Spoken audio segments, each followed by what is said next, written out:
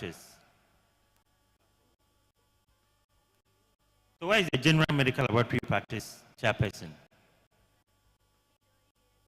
Or his representative, secretary or training coordinator? Okay.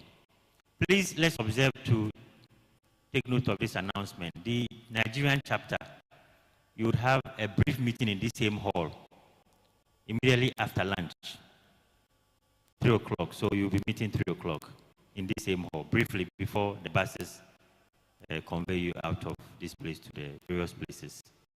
Thank you. You are welcome. Please, with the hand of process, receive the chairpersons to introduce themselves.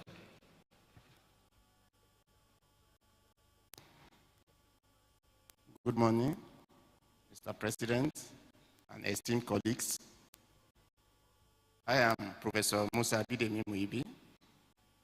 I'm the training coordinator for Faculty of Hematology, standing in for my chairman, Professor Jeremiah Sakio Sawoto. Thank you. Good morning, President, West Africa College of Medical Laboratory Sciences. Fellow colleagues, my name is Edwin G. Nate Olaka. I'm the chairperson for blood transfusion in Ghana chapter. Thank you very much, and you are welcome.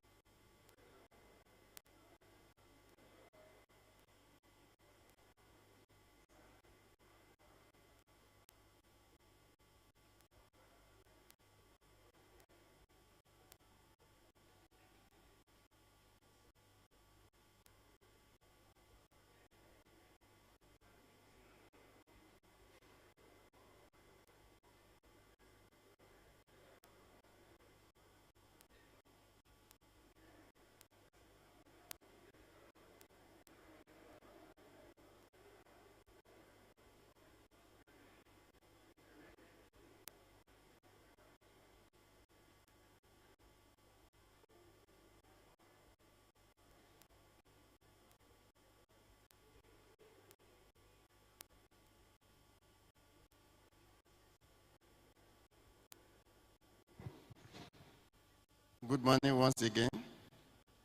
So we're starting the session right away. And we have in the house the rapporteur for hematology and blood transfusion science sessions. That's going to be Dr. Ajekuko Collins. Please. Okay. So our presenters are the first person we want to listen to will be use of S5 brain organoids to model the effect of malaria and sickle cell disease associated hemolysis on fetal brain. Cecilia? Okay, the first thing is maybe the first two rows here, or the second rows here, the presenters will come and be seated.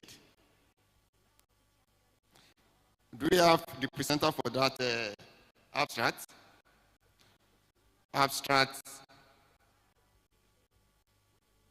WAPC-MLS in 2201. The presenter, Cecilia, or any other person representing the authors, not here as we speak. The second one, analysis of first FRSC services in Ghana, Greater Accra Regional Hospital. George Asare, are you here? George Asare, okay. We're going to have the presentation for 10 minutes. Thereafter, we have the... You can take 10 minutes.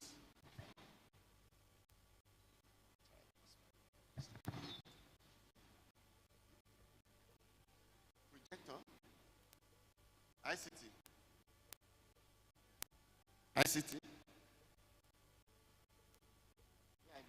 LOC.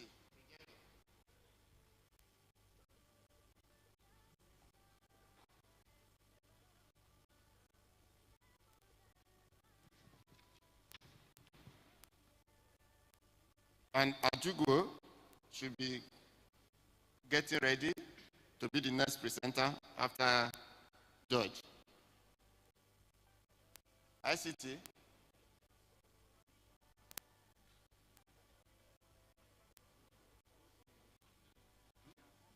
Okay, please project.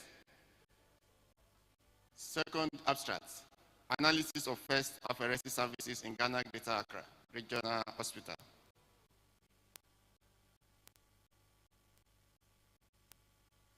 You have 10 minutes, please, and it starts now.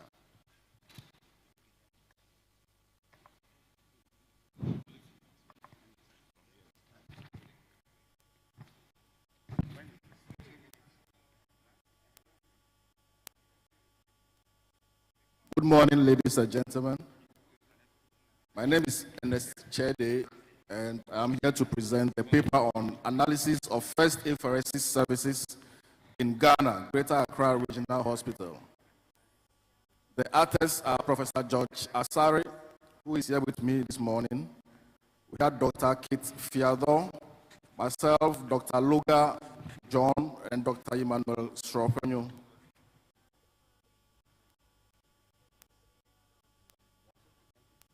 Our outline includes introduction, the background, aims and objectives, methods, results. We'll have some discussion, and then we'll look at the references. So at the Combined American Society for Apheresis, ASFA Annual Meeting and World Apheresis Association Congress in 2014, it was observed that there were significant disparities with regards to the access of apheresis services within and across developing countries, with only few of such facilities available in Africa, notably South Africa and Nigeria. In 2019, however, bone marrow transplantation unit Ghana acquired the first apheresis machine in Ghana. By the collaboration between BMT Ghana, the Greater Accra Regional Hospital, and the Ministry of Health, apheresis services is now available in Ghana. The basic technique is differential centrifugation of whole blood, membrane filtration, and adsorption of cells or protein material from plasma already separated or whole blood. The procedure may be categorized into two broad groups. The first is therapeutic apheresis with the sole aim to cure the disease due to red blood cell abnormality or the presence of toxic substances in the plasma. The second is productive apheresis, aimed at producing autologous or allogenic therapeutic components. The clinical applications include mainly extracorporeal photophoresis, therapeutic leukocytophoresis, red blood cell exchange, therapeutic plasma exchange. For example, in cases of nephrotic syndrome, leukocytophoresis or low-density lipoprotein apheresis may be applied, while plasma exchange may be adopted for rapidly progressive glomerulonephritis. Apheresis may also be applied to lupus nephritis. It may also be applied in autoimmune diseases and preeclampsia, which largely reduces hospitalization time. The study site. So the Greater Accra Regional Hospital was established in 1928 for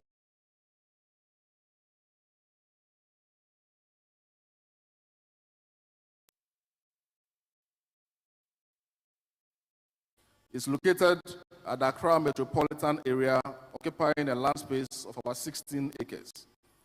The hospital serves a population of about 5 million in the Osu-Klote sub-metro area. Currently, its phase 1 renovation has transformed the hospital into an ultra-modern facility with a 420-bed capacity. That is the image that we see on the right. BMT Ghana is an NGO unit accommodated in the day ward surgical outfit of the Greater Accra Regional Hospital to offer bone marrow transplant services, among others. BMT Ghana started its activities in July 2018 with a team of specialists from the Czech Republic, Italy, USA, and Ghana. A year later, the unit moved on to acquire the first apheresis equipment, which is the Spectra Optia brand manufactured by Terumo BCT in the USA. The study was approved by the Ethics Committee of the Bone Marrow Transplantation Ghana with ethics clearance number BMT/101501/GH2022 issued. Furthermore, the study was conducted in accordance with the Helsinki Declaration of 1964, which was revised in October 2008. Consent was sought from patients whose records were used for this publication.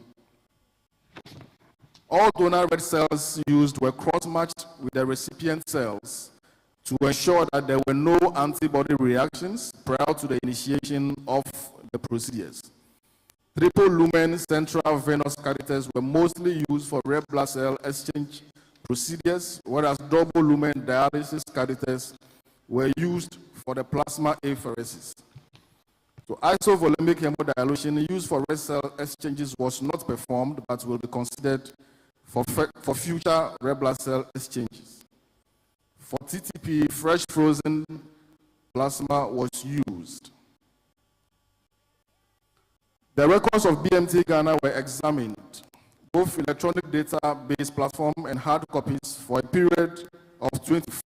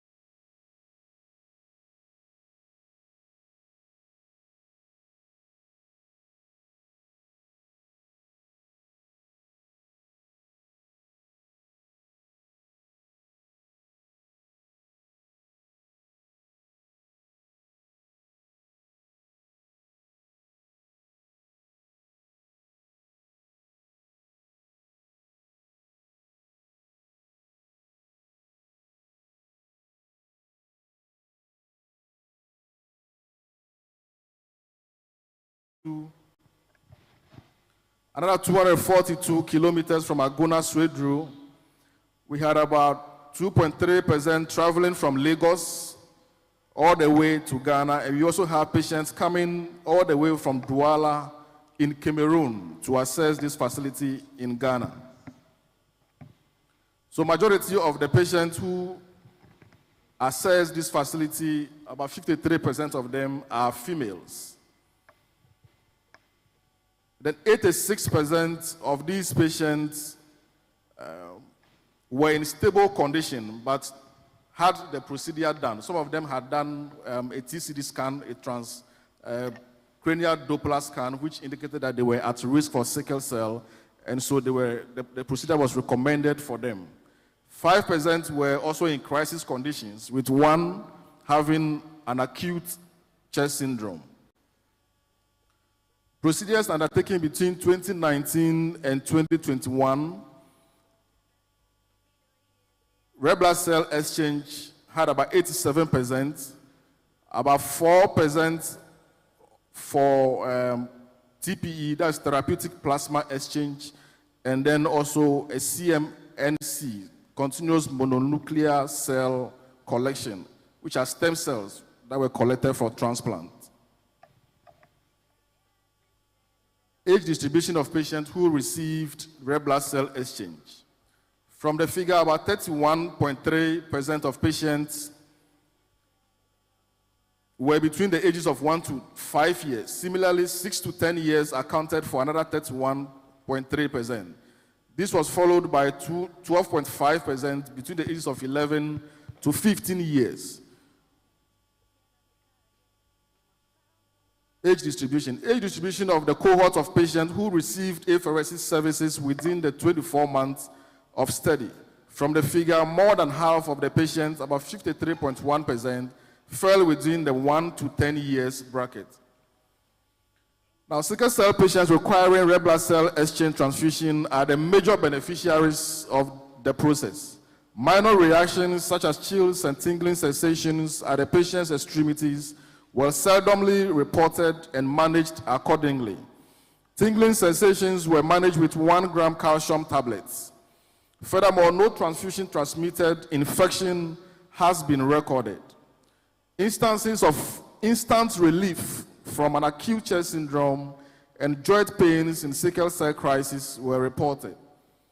Patients also reported feeling rejuvenated after the red blood cell exchange procedures.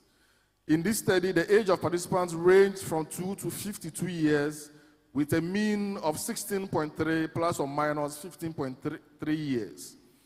In a South African review involving 2,485 patients over an 8-year period, the age range was 4 months to 90 years, with a median age of about 39.5 years. Recommendation, please. Recommendation. Okay.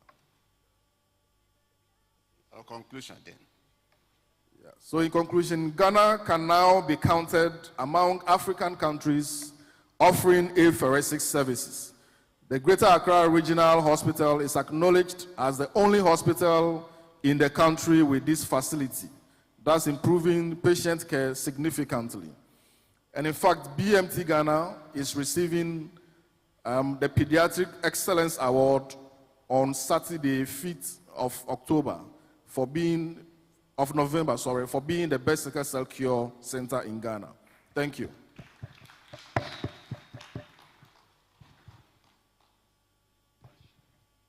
Thank you for this beautiful presentation.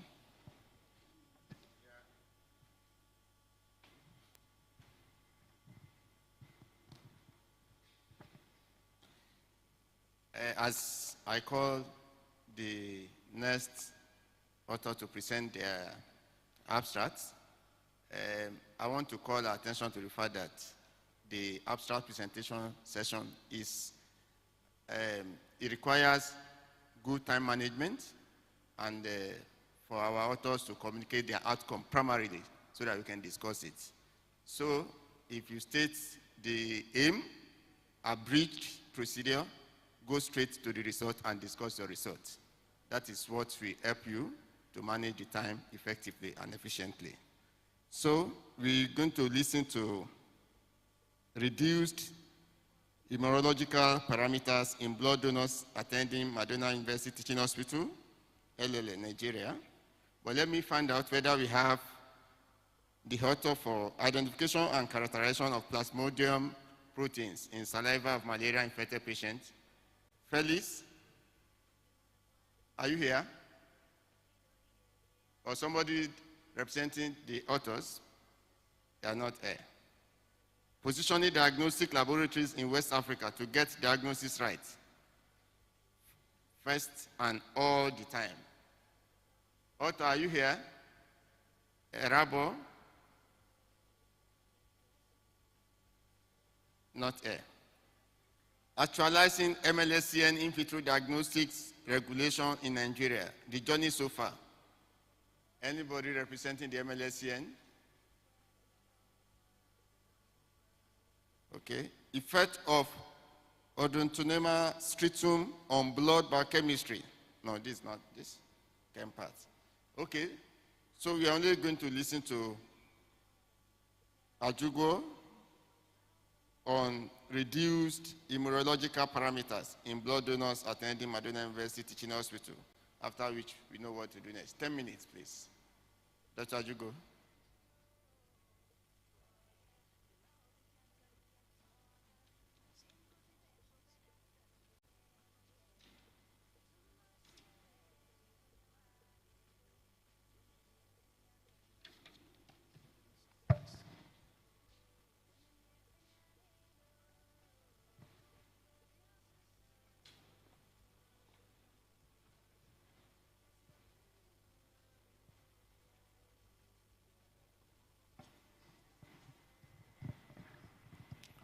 Good morning, President, professors, and distinguished fellows. I'm here to present a paper, a short one, which says reduced hemorrhagical parameters in blood donors attending Madonna University Teaching Hospital. I am Anselm Ajugo. Hemorrhagic is the study of flow properties of blood and its elements of plasma and cells. Proper tissue perfusion can occur only when blood rheological properties are within certain levels. When these are altered, definitely the properties will play a significant role in disease states. Hemorrhagical parameters can be assessed with parameters such as ESR, PCV, plasma fibrinogen concentration, whole blood viscosity, plasma viscosity, etc. Then blood donors, they donate blood. It could be on voluntary basis, or commercial basis, or replacement basis, just like family replacement donors. And in blood donation, it could be donated in parts or whole. The parts can be done through apheresis process, whereby certain component of the blood will be collected, while the unwanted portion or part will be returned back to the donor. The aim of this work was really to determine the hemorrhagical parameters of blood donors, and also to use those parameters to compare the parameters of non-donors. The subjects included 50 apparently healthy non-smoking blood donors that were tested to be HIV negative, hepatitis C negative, and hepatitis B and syphilis negative. While those of them that have never donated blood, 50 of them too that are apparently healthy, were used as the control. The methods that were used, packed cell volume was determined using microhematocrit method, ESR was determined using Westergren method, while plasma fibrinogen concentration was determined using dry clot method. And then plasma and whole blood viscosity were determined using the method derived by Reed and Dugu 1987. We sought and got ethical approval from Madonna University Ethical Committee, and also informed consent was also gotten from the patients, from the subjects used for the research or for the work. After proper explanation, and those of them that do not understand English, they were translated to them so that they were able to understand what we are doing.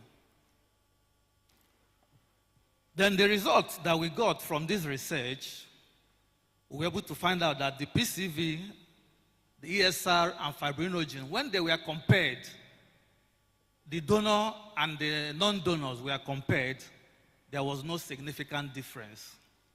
While that of plasma viscosity and whole blood viscosity, when it was compared, there was significant reduction in blood donors.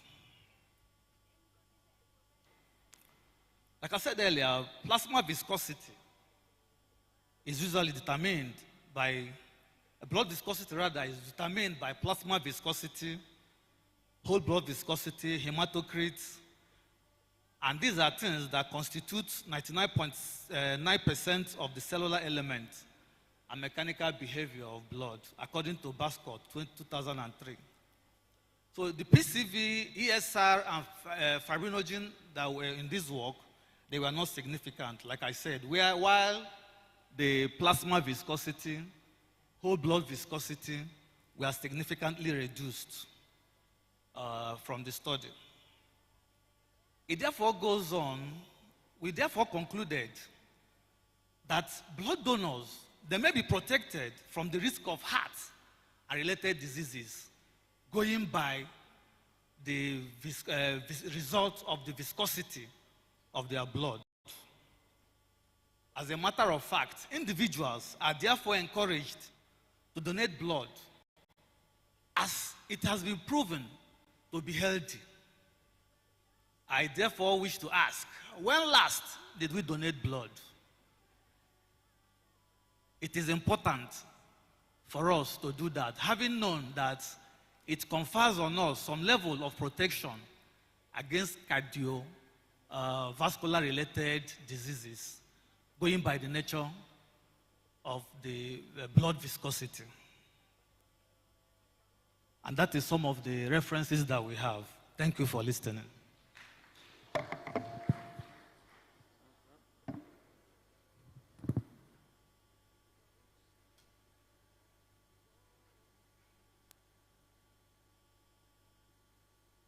Thank you, Dr. Jugo. In that case, the rapporteur, please come and give us the summary. So if you have any comments, questions thereafter, make a comment and questions.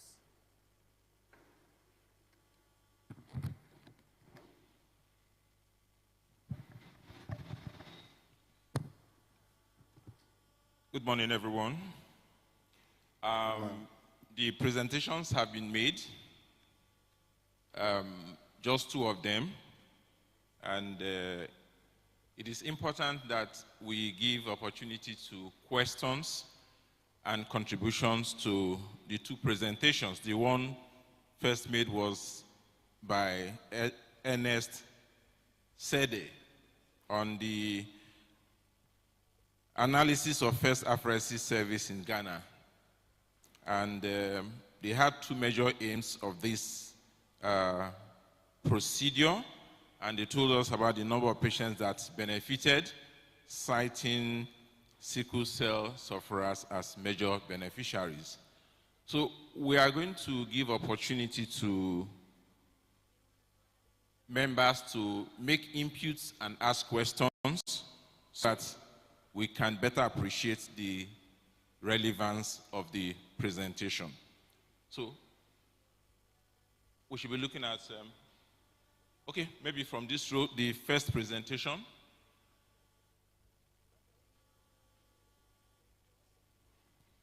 Questions and input on the first presentation on apheresis.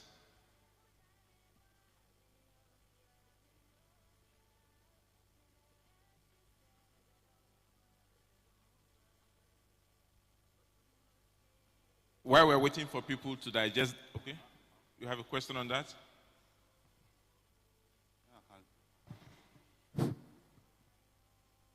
Where is the presenter? Okay. Yeah, thank you for the presentation you've just done. My interests, ICT, please can you get to the results? My interest is on a part of the result that speaks to the age group of patients that conducted this procedure. And I found out that between the ages of 50 and 60 accounted for about 9% of patients. And you've been telling us about sickle cell disease patients, and I wonder what conditions brought those patients to your hospital to undergo those, and what other conditions ICT, please apart from focus on the results for the first presentation. what other conditions apart from sickle cell that you're able to help out using this procedure protocol?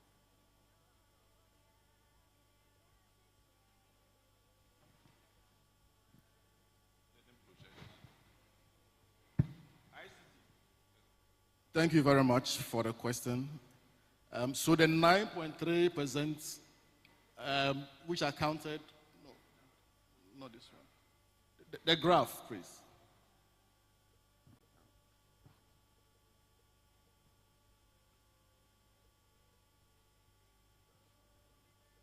Okay, so the apheresis machine is does not only used for sickle cell patients. There are other procedures that it can perform as well for other conditions. So far, the majority of the beneficiaries are stated are sickle cell patients, which accounted for about 87% as at the time that the study was undertaken, with just 43 patients. Currently, about 103 patients has benefited from that facility. We have done procedures for patients with thrombotic thrombocytopenic purpura, mainly the autoimmune conditions, people with Guillain-Barré syndromes, patients with myasthenia gravis has also benefited from this facility. And then we also had patients with systemic lupus erythematosus. It's also used to harvest platelets from patients. So if you want a single donor platelet collection, this same machine is able to do that.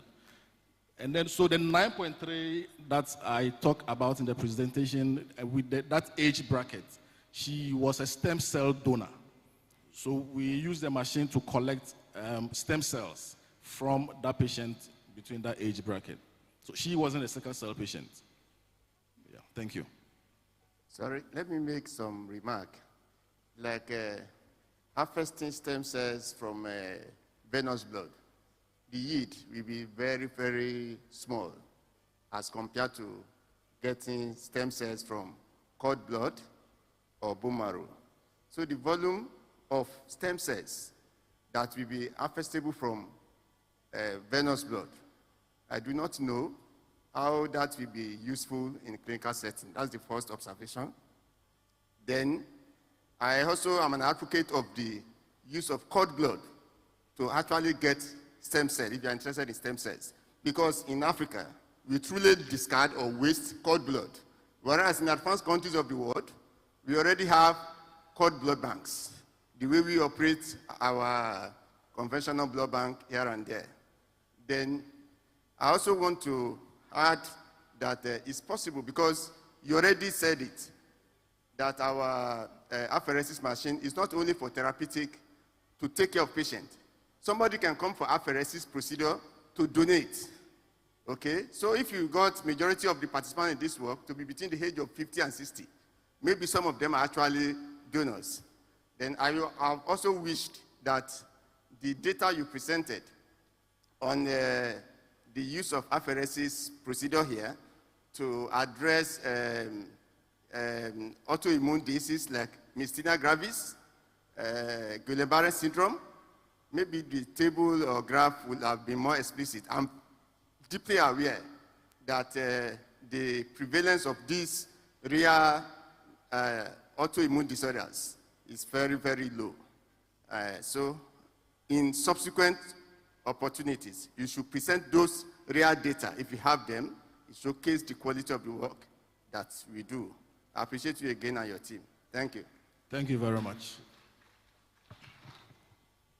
All right. If we have any other contribution on that, we should look at the second presentation, hematological parameters in blood donors, that was presented.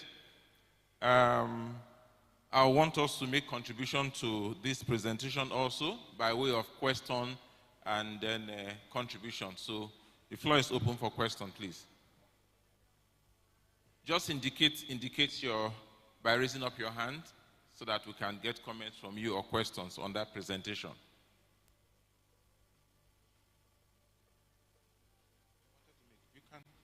Yes, you can make.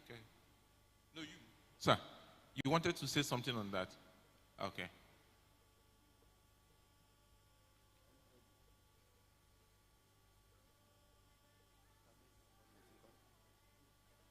My comment. Well, in the absence of any other question, let me make some comments because this is a scientific community. The work that was done on immunological parameters from Madonna University is also a good one, but I wished that we have used improved technology that are readily available rather than using those 1974 procedures, of course, for which we have gotten better technology to achieve fibrinogen assay and things like that. If you want to do even fibrinogen integration products, the worst, you can use D-dimer, you can use some other parameters. You can use hemoglobin clot lysis test. So using dry clots, that procedure is, we should improve on it when we have opportunity to do immunological disorders in future. Thank you. Thank you very much, Prof, for that contribution. Any other contribution? Well, I would like to say that these are topical researches that we need a lot of improvements upon as technology increases, just like Prof has mentioned. And then opportunities should also be availed to people who, there should be collaboration in most of this work because people could look at it from different areas based on the technology available to them so that they can improve such work. So once again, I want to thank NSCD and Anslem for their presentation. Thank you very much.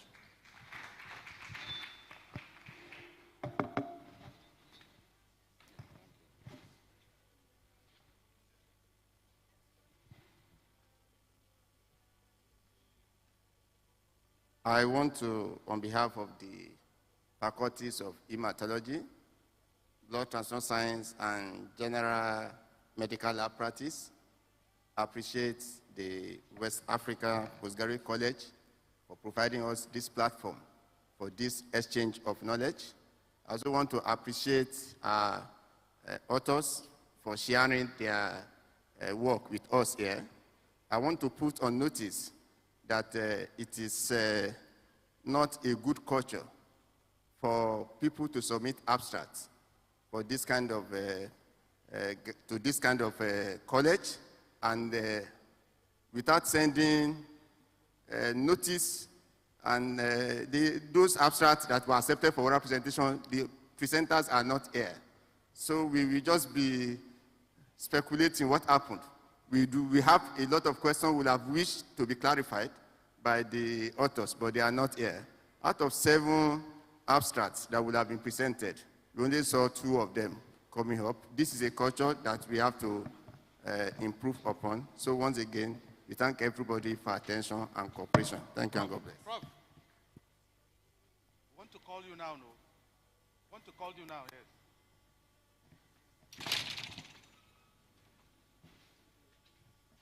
All right, thank you.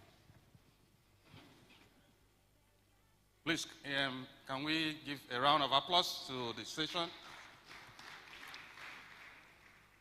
May I ask the presenters and all those whose abstracts have been accepted to submit full paper to the LOC so that we will review them and see if they can form part of the journal, Annals of Medical Lab Science Journal, the journal of this college. So for those, I think one of the presenters have been asked on how he can add up to boost his paper. Please do that.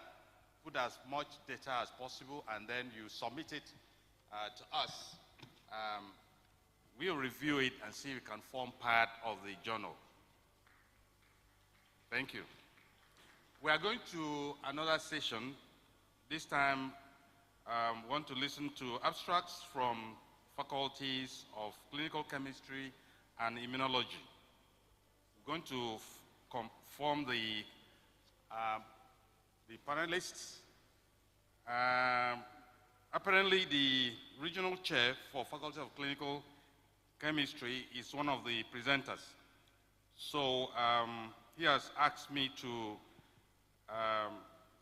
give that position to Professor Akinloye to stand in. He himself being the regional chair of Faculty of Molecular Diagnostics, but he can also handle issues that concern clinical chemistry. So may I call on Professor Akinloye to please come up and take the seat. Please, can we encourage him? We will have, I'm the regional chair for Faculty of Immunology. Since I'm here occupied, we have a member of the ESCO, one of the tear rubber. In Nigeria, we call things that just happen newly tear rubber. I don't know what Ghana calls.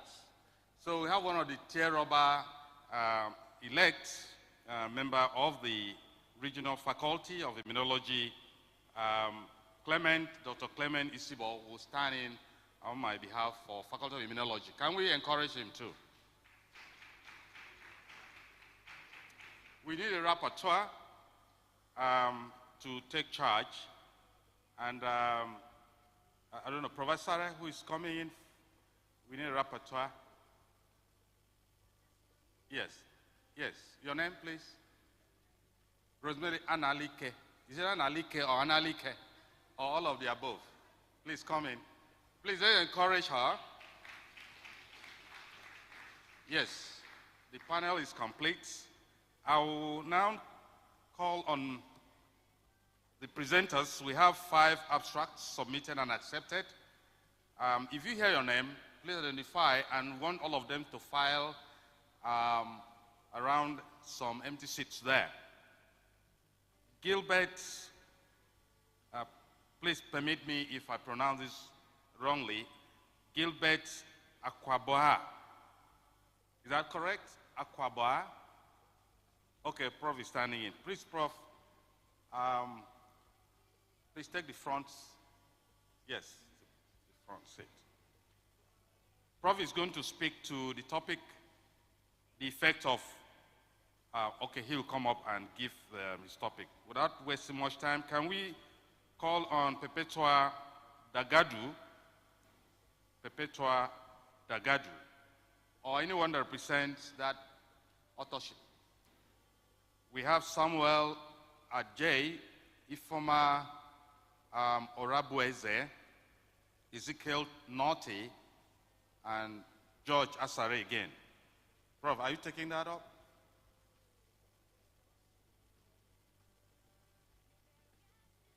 Okay, all right.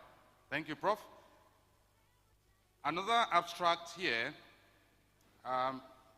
belongs to Emanuela Achempong. She around? Emanuela Achempong. Other members of that team are Samuel Ajay, Ifoma, Ezekiel Note, and Prof again is there. Prof, you're everywhere.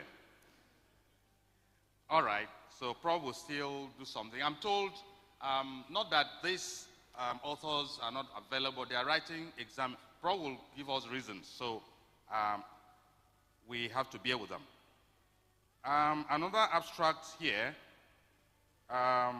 belongs to Veronica Enya and team. I know Veronica is here. Yes, please can you come up? Let's encourage her as she comes. There's an empty seat there. I think that's all we have. Oh, we have one more. Onwoka. Is Onwoka AP here? Where is she? Come now.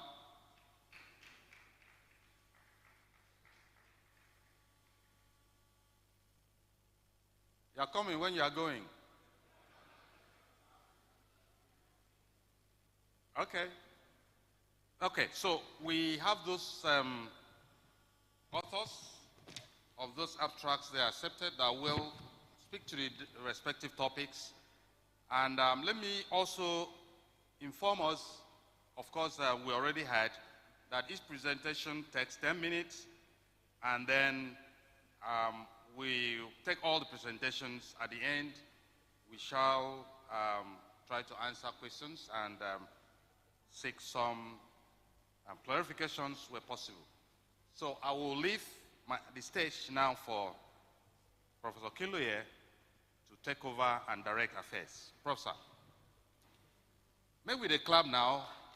You know easy to take up this task. So let's encourage ourselves. Thank you, Prof. You're welcome. Thank you, the chairman of scientific committee. I actually prefer dollars in my account than clapping. Do I send my account details? Thank you very much. It's a privilege to stand in for my good friend, Professor Abiola, who is the chair of clinical chemistry. And since I have the privilege to be a professor of clinical chemistry and molecular diagnosis myself, I hope that faculty will remember to pay me for this service. Thank you. Now, the chair of the scientific committee have already reminded us about the rule, so we'll just go straight to the point. So may I then invite Prof to take the stage and present on behalf of Gilbert the effect of odontoma scrotum on blood biochemistry after subacute exposure to experimental rat model. Thank you, sir.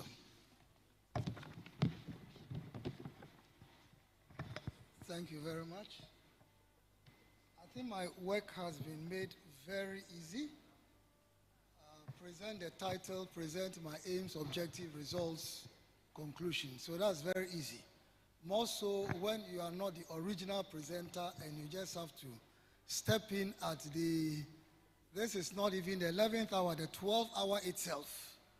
Then you have to look for shortcuts to send a message across. But apologies on behalf of clinical chemistry and also the presenters, because they are in the process of writing their licensure examinations. In fact, one called me yesterday and said, Prof, you have to pray for me, I'm afraid. So I was not in any position to say, come today and come and do presentation. So apology, but I thank Prof. Moses for his understanding and the committee also for accepting their abstracts. Having said that, I believe the title will be projected.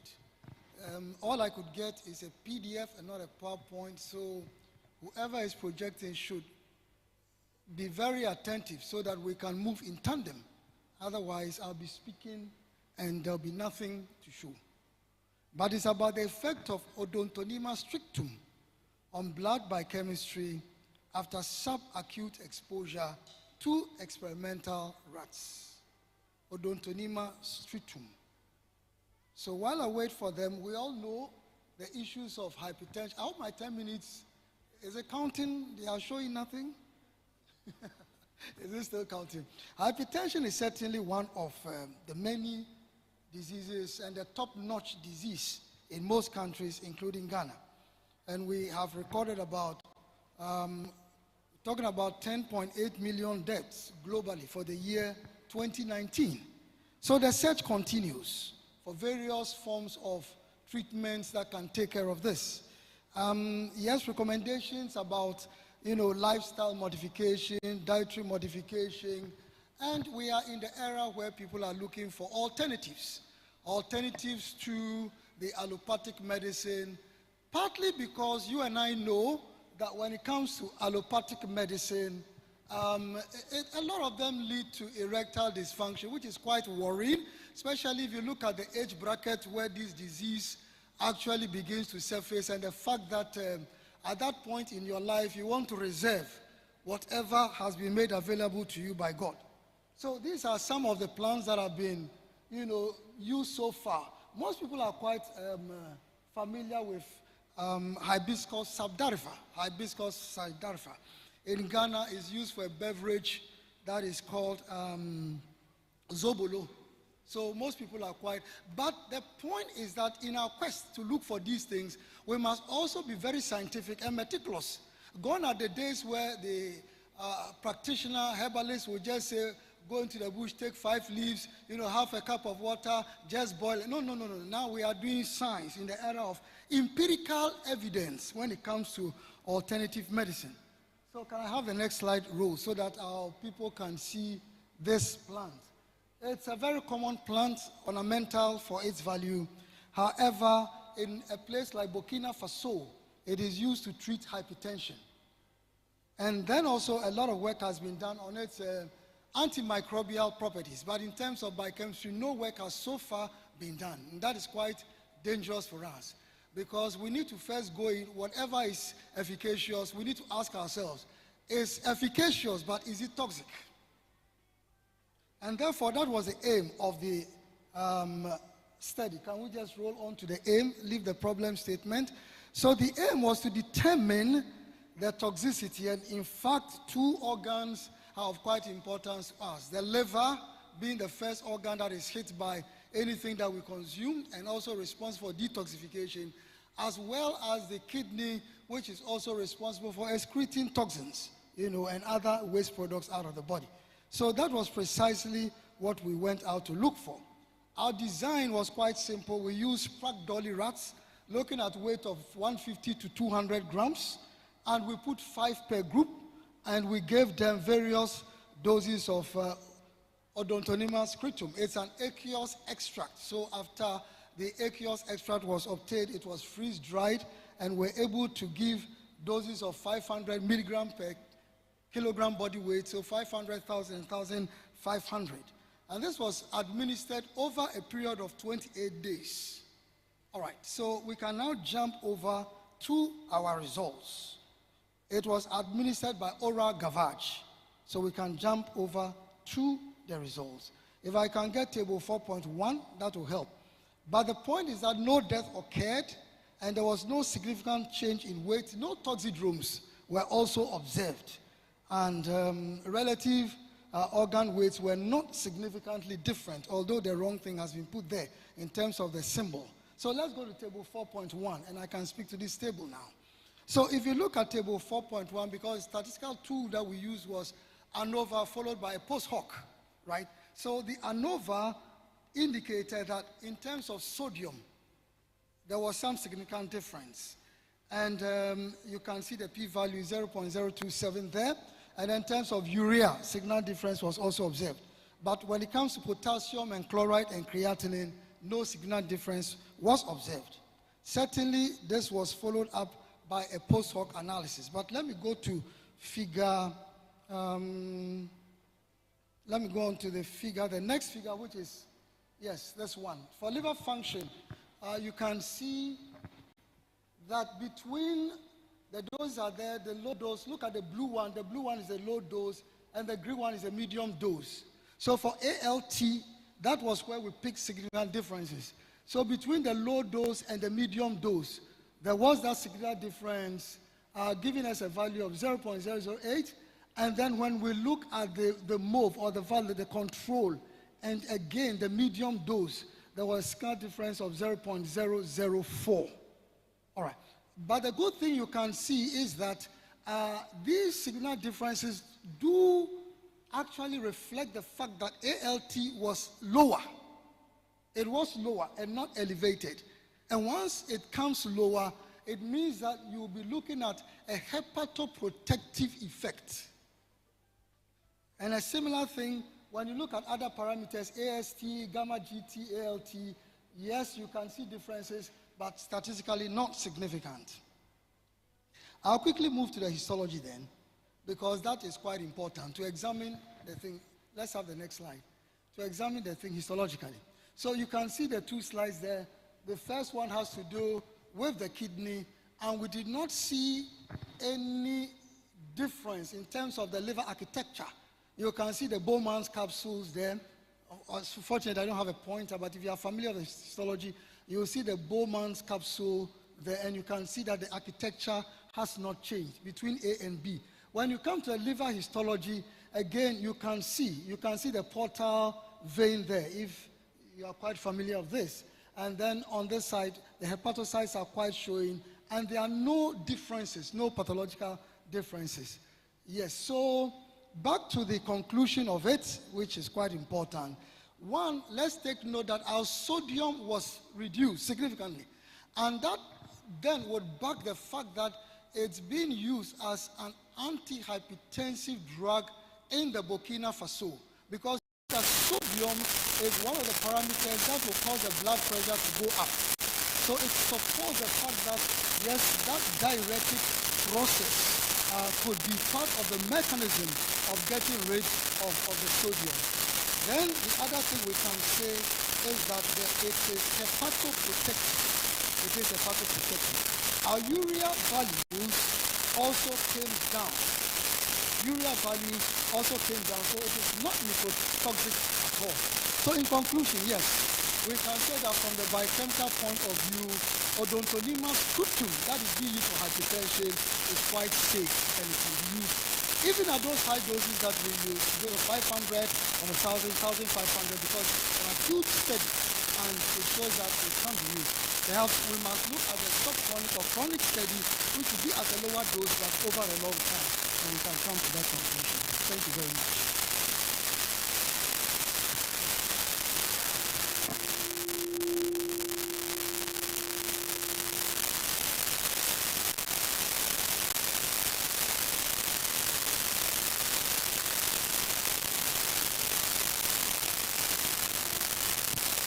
Thank you, Prof.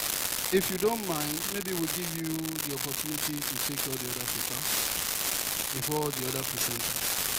So we yield the podium to you for as long as you want. 10 minutes, please. Thank you. I guess you are presenting the second paper, Prof.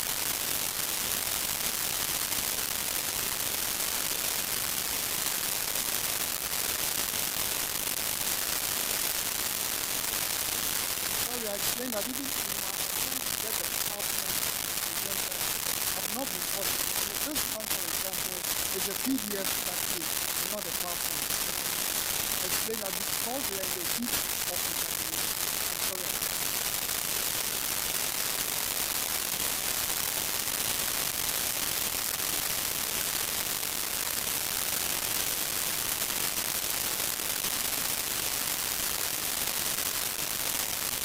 So we're going to skip the paper by Bangadu and Emmanuel Akedon and go straight to Victoria Eya. The burden of type 2 diabetes mellitus among persons with HIV and TB co-infection in Lagos, Nigeria. You have 10 minutes. Please come on.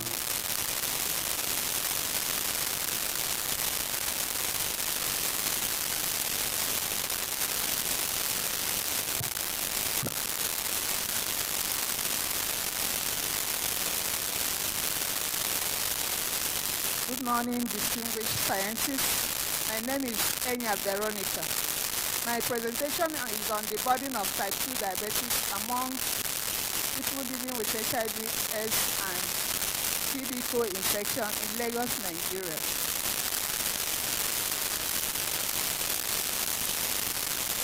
My presentation will follow this outline. Globally, the prevalence of type 2 diabetes has been said to be 462 22 million and 14.2 million for sub-Saharan African countries. And this has been worsened by the persistent high burden of infectious diseases, including TB and HIV. Next. Type 2 diabetes has increased prevalence and poorer treatment outcome among people living with HIV and AIDS. And 10% of total TB infection has been linked to diabetes. Background, please.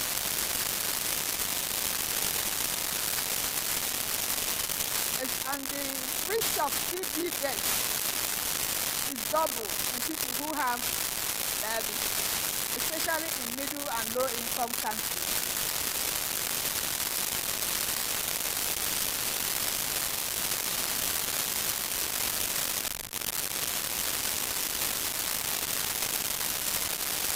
Then for our methods, the study site was methodologically. The study site was primary, secondary, and tertiary health facilities in Lagos, Nigeria.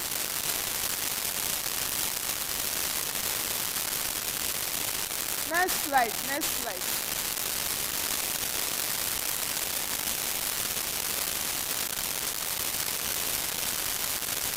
The study was cross-sectional by design, and our study covered 2019 to November 2021. We studied diabetic patients, TB patients, and HIV patients. And our sample size was 288. We studied people from 15 years and above. They can be new patients and they can be confirmed patients receiving treatment for TB and HIV. Next, please. We had ethical approval from Nigerian Medical Research Institutional Review Board. For our social demographic data, we use questionnaire. Then for baseline data, we use patients folder. And we measure the body mass index of our patients. Next, please. We carried out some laboratory diagnosis for HIV tests. We use national algorithm. For CD4, CD8, we use flow cytometer, levels of anti and pro inflammatory cytokines. We use ELISA. We use direct smell microscopy and GeneSPAT for TB diagnosis. For type 2 diabetes mellitus, we use fasting plasma glucose, glycated hemoglobin, and 2 hours postprandial. For the cholesterol test, we use Cobas chemistry analyzer, and we use univariate and bivariate analysis. Next. Study 288 people living with HIV/AIDS. Majority were female with mean age of 42.48 days. We recorded high values of BMI, and 24.5 of them were obese. We also got high viral load values. We had overall TB cases of 13.9%. Next. We had overall type 2 PM prevalence of 11.8, diabetes of 12.5%, and we had high levels of T lymphocytes and multiple morbidity of 3.5. Among the study population, 22.7 for the among HIV/TB co-infected persons. We had high level of cytokines, and we got abnormal cholesterol value among our patients. Next. We had a total of 13.9% of people who had new onset of type 2 diabetes were based on heart. At baseline, it's only one patient that was receiving second-line drug of protein inhibitor. We got overall prevalence of 38.5% out of the 26 patients who developed new onset of type 2 diabetes due to exposure to PI, giving us overall prevalence of 38.5%. Then the frequency of switching from first-line drug to second-line drug was 17.7 due to virological failure. This is the table for the social demographic characteristics of our patients. Most of them were within the age range of 41 to 50 years, and they were married. Next. Most of them also had overcrowded households. Next. This is the clinical characteristics of the participants. We had the multiple morbidity at 3.5. This is the figure showing the prevalence of HIV comorbidity. 8.5 for HIV diabetes, 11.6 for HIV/TB, then 3.5 for HIV/TB and diabetes. This is non-biological risk factor. The ones in yellow offered protection against development of type 2 diabetes, while the ones in red gave them exposed type 2 diabetes. This is the risk factor associated with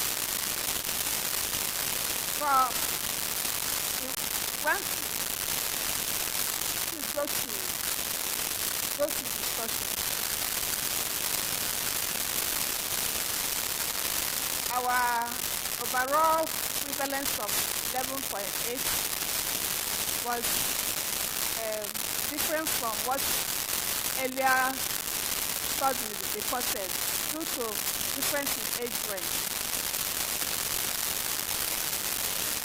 Then we found out that CD4 greater than 350 protected them from developing type 2 diabetes. There was not in agreement with some previous reports. Viral load to dispose them, high viral load in getting type 2 diabetes, and was in agreement with others. Conclusion, please. In this study, the multiple morbidity was high. The concentration of cytokines were also high. We have a high level of total cholesterol among our participants, and the antiretroviral therapy that was associated with new onset of type 2 diabetes was the protein inhibitor. So we advise that there is need to promote awareness of type 2 diabetes and its risk factors to the patients. Thank you.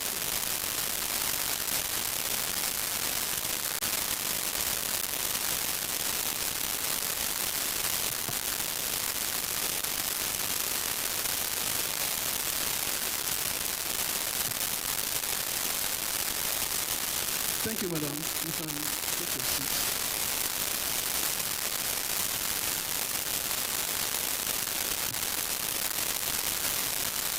Please, may I inquire if we have the last presenter?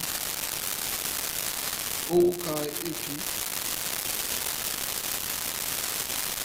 So while she's coming, we have an appeal from the media that those that are seated at the back should please come forward so that they will be able to capture a very nice presentation of the scientific section. The way it is not looking nice. The media capturing is not looking good because the middle lines are all empty. So please, if we can appeal to those that are seated at the back to move forward.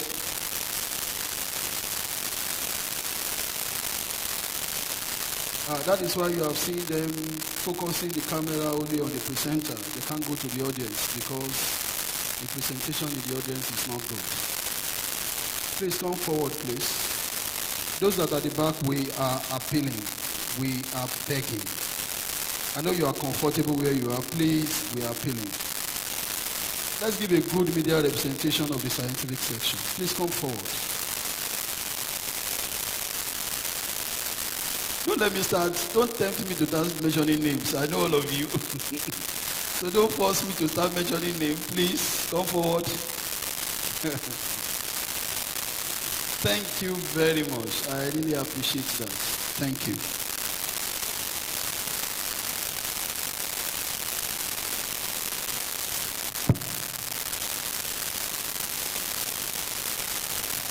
You have 10 minutes, please. Good morning, distinguished Professor, Honorable Fellows, the LOC, Chairman and his group team. My name is Dr. Adora, patient Solica, here to give presentation on the assessment of C-reactive protein in apparently healthy individuals. C-reactive protein is an annular-ring-shaped pentameric protein found in the blood plasma whose circulating concentrations rise in response to inflammation and tissue damage. It is an active phase protein of hepatic origin that increases following intralymphatic secretion by macrophages and T cells. C-reactive protein cells may be used to monitor conditions that cause inflammation, which include bacterial infection, such as sepsis, which is a severe and sometimes life-threatening condition. Measuring and tracking of C-reactive values can prove useful in determining disease progress and effectiveness of treatment. The serum CRP level may rise from a normal level of less than 5 mg per liter to 500 mg per liter during the body's general non-septic response to infections and other acute inflammatory events. Generally, C-reactive P level greater than 10 mg per liter is considered dangerous. C-reactive protein analysis are done primarily to detect or monitor health conditions that are associated with inflammation, infection, and autoimmune diseases. But routine analysis of this protein is quite rare in the local settings of Nigeria. This study was carried out to assess the values of CRP protein among persons presenting for routine medical tests and compare the outcomes using different CRP test kits. The detector antibodies are the principle in the buffer bind to the antigens in the sample, forming antigen-antibody complexes, which migrate to the nitrocellulose matrix to be captured by other immobilized antibodies on the test kit. And the antigens in the sample will form more antigen-antibody complexes, which lead to stronger fluorescent signals that is detected by detector antibodies, which is processed by this instrument of micromat test to show CRP protein in the concentration in the sample. The next slide. Now, the test procedure. 10 microliters of the human blood, serum or plasma, whichever one you want to use, of the sample was collected using micro-effect. The sample was mixed with the detection buffer and shaped. 2 drops of the mixture was discarded after 2 drops of the mixture was loaded in the sample where you can see the instrument and allowed to incubate for 3 minutes before inserting the device into the holder. Next, the sample loaded cartridge was scanned in this machine immediately when the incubation time was over to avoid inaccurate test results. The test result on this display shows the sample you are analyzing. Now, in this study, a cross-sectional analysis of serum CRP among 100 persons presented for routine medical analysis was tested using ELISA kits for eye aroma and 3D sensors according to manufacturer's instructions and directions. The values of CRP from both kits, because both the analyzing and testing both kits were compared using the independent t-test at 95% confidence interval. Next, you can see the findings that more of my respondents were female, were male. 67% of the respondents were male, and 43% were female. These are the age distribution of participants from 1 to 10, 11 to 20, 21 to 30, 31 to 40, 50 and above. And you can see from the age distribution that the 1 to 10 age group, there were more in number in this study. Now the key to isoma and ST sensor were analyzed and compared using the machine LVR sensor 200 and isoma. The isoma instrument consists of these are the new CRP values and standard deviation. And you can see from the analysis that there was no significant difference in the mean of CRP using both kits, while in the distribution of CRP range in both kits, using the iChromax biosensor, it shows that still that there's no, statistical difference using them. And the next slide, the data shows that more of the respondents were male, like I said before, and female 43%. These are the distribution. The test analysis shows no significant difference using ELISA kits and the biosensor kit. There was no significant difference between the mean CRP of male and female subjects at P0.961. And the analysis shows that 26% of the participants had CRP values compared to 74 with abnormal CRP values. What informed me to do this investigation was that there was a time I was having some challenges with my health, and I decided to know what was actually the problem. And I was advised to carry out the CRP protein investigation. And I was alarmed when the results showed very high. And it now informed me to go into, this investigation. More often we do a lot of routine checks, like if you're not feeling well, you do MG, you do IDAL and all that. But this CRP protein test is very important if you are experiencing any health condition that has to do with inflammation. It shows you the underlying medical conditions that other tests, other routine tests may not show you. So using this CRP is a kind of, it's not Confernece though, it's a pre-analysis that will now lead to the actual result or to the actual, diagnosis of what the medical condition is. So we found out that in our setting, most investigations we do on the bench as medical laboratory scientists, we don't include CRP protein. But the clinicians, they know how to use this CRP protein for pediatrics, for other, for physicians that are, diagnosing diabetes and all that. More especially now that there's COVID-19 infection and pandemic, if you do a pediatric protein of somebody that has COVID-19, you find out that there is a problem because it's a check for what is going wrong. If there's anything going wrong in your system, if you don't do the CRP protein, you can have done other things and you are still feeling not very sound.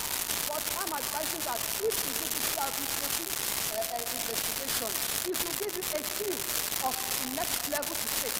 And as I did it, I was able to go to the next step of my investigation. And at the end, I got my treatment. So that was what informed me to do this. And I found out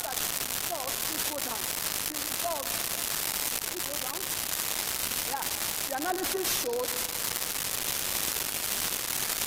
analysis showed that 26% of the participants, there are 100 of them, had normal values. And these are people that came for normal medical checks. They didn't have any need for CRP, but the physicians or maybe the pediatricians, because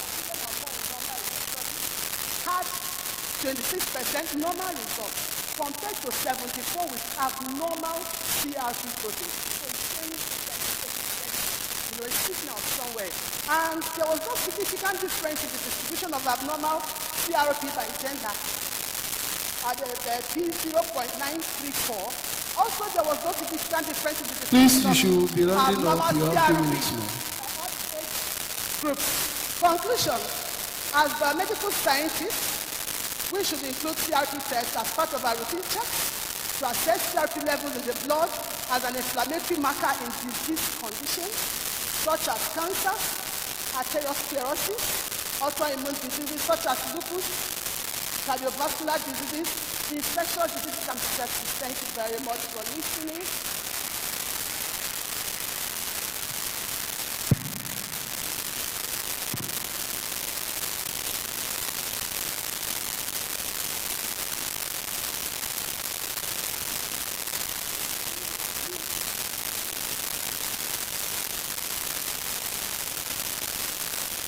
Thank you very much for the presentation this morning. So we've had the privilege to listen to the presentation on the effect of NEMA in terms of blood biochemistry after acute, subacute exposure to experimental rat model.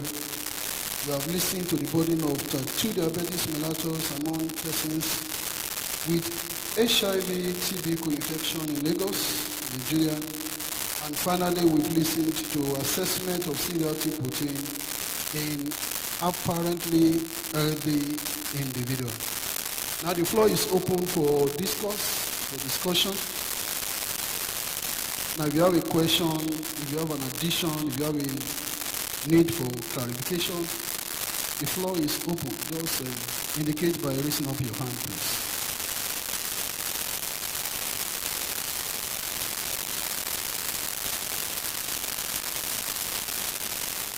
Okay, please, number one, let's know how many people want to ask questions. We have one person here, we have 2. So let's listen to the 2. Please, can we start from you, the rapporteur?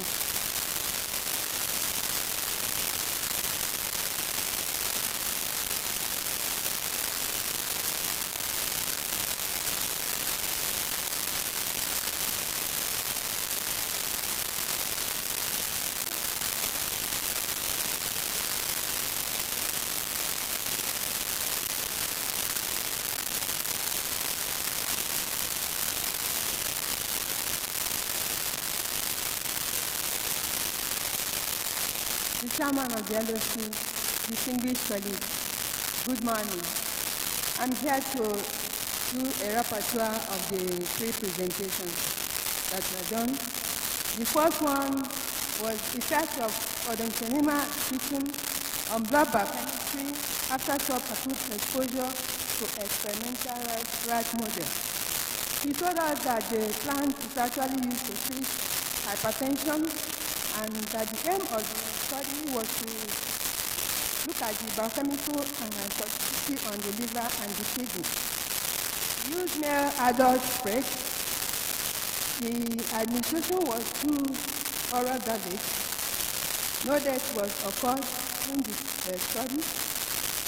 In the result, we used ANOVA and post-hoc. Then on the kidney, there was no significant difference in sodium and chloride, but there was a significant difference in creatinine. Then on the liver, he said there's no, it's only in the ALT that there was a significant difference. Then on histological results, he told us that there was no difference in the liver architecture, and also there was no difference in the pathology. On discussion, sodium was reduced significantly, and it supports the use of the plant in treatment of hypertension, because increase in sodium is actually associated with hypertension.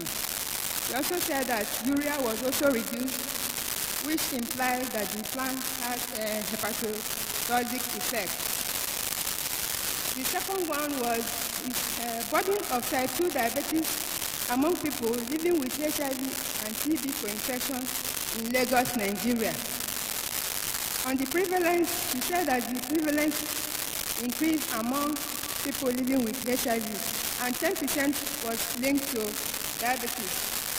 The sites they use include the primary, secondary, and tertiary health institutions. We said it's a cross-sectional study. They use diabetic, HIV, and TB patients. They obtain ethical approval and use questionnaire and the patient folder. On the methodology, research for HIV tests, they use the national algorithm, while for sputum, they use direct sputum smear microscopy and gene expert. For diabetes, they use fasting blood sugar, 2-hour PP, and glycosylated hemoglobin. She told us the results and the discussion. On the conclusion, she said that mobility was high, interleukin was also high, and total cholesterol was high. The third one is assessment of C-reactive protein in apparently healthy individuals.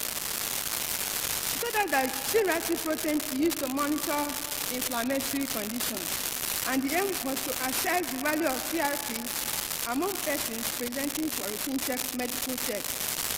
On the methodology, she said she used ELISA kits and biosensor kits. And the results, she said that the patients are more of males, and 1 to 10, those under 1 to 10 years are more in number. And concluded that there was no significant difference using the two kits, and there was no significant difference between the male and female. Therefore, it is important to include CRP protein estimation during the test, during an inflammatory condition. That's the summary of what we had today. Thank you.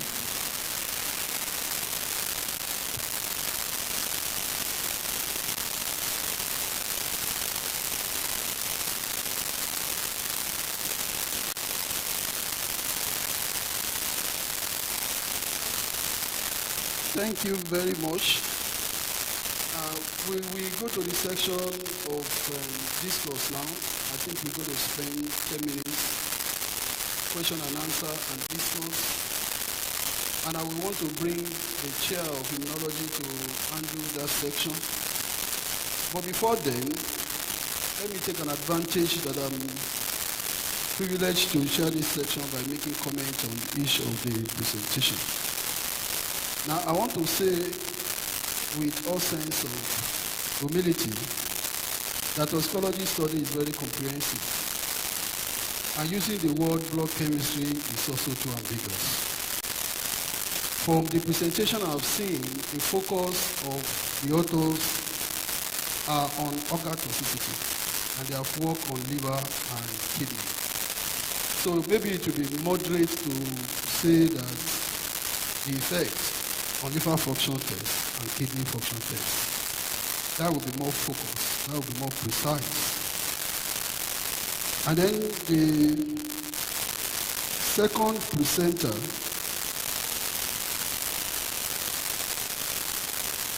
there have been so many discussions on clinical implication of cholesterol.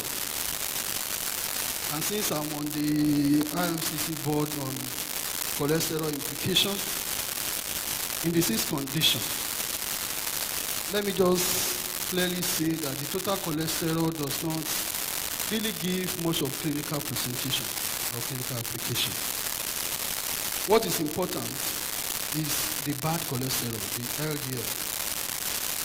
Sometimes we have increased cholesterol. If it's HDL cholesterol, then it's favorable. Your heart is protected.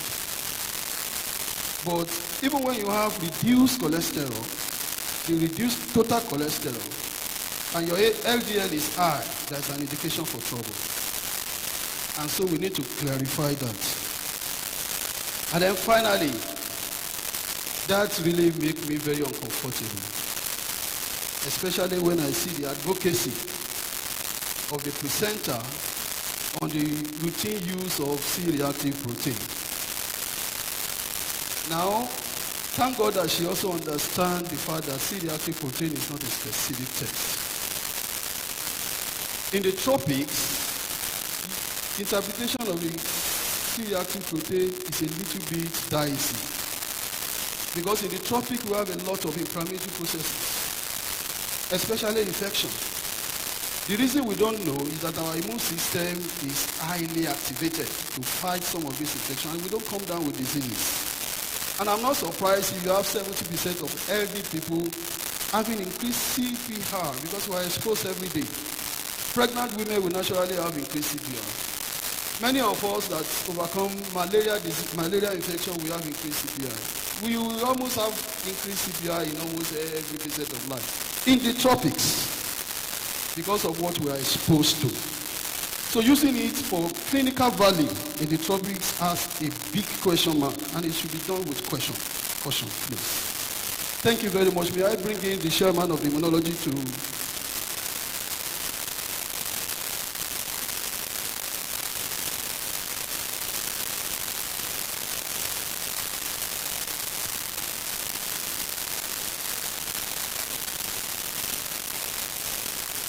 Thank you very much, Prof.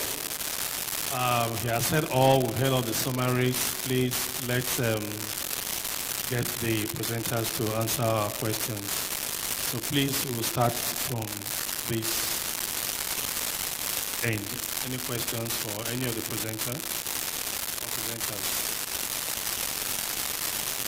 Please, who has the mic, please? Please come forward. Please come forward.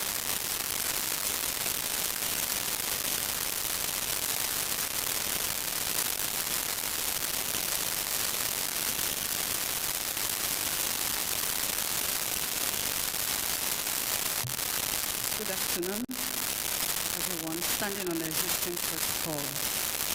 Please, my question is on the first presenter on the effect of odontonema fiction on blood chemistry after subacute exposure to experimental rat models. Prof, please. Actually, the dosage that you used on those rats, how was it determined?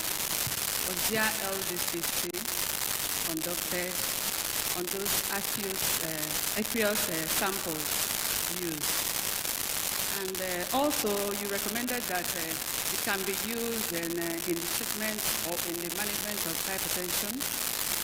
I don't know, before such recommendation, there should be a clinical trial that goes in stages, stage 1, 2, before such conclusion can be given.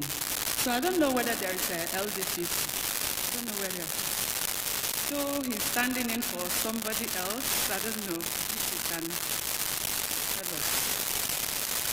Thank you very much. Before we will go out to do in-vivo, we examine all literature and determine what has been previously done.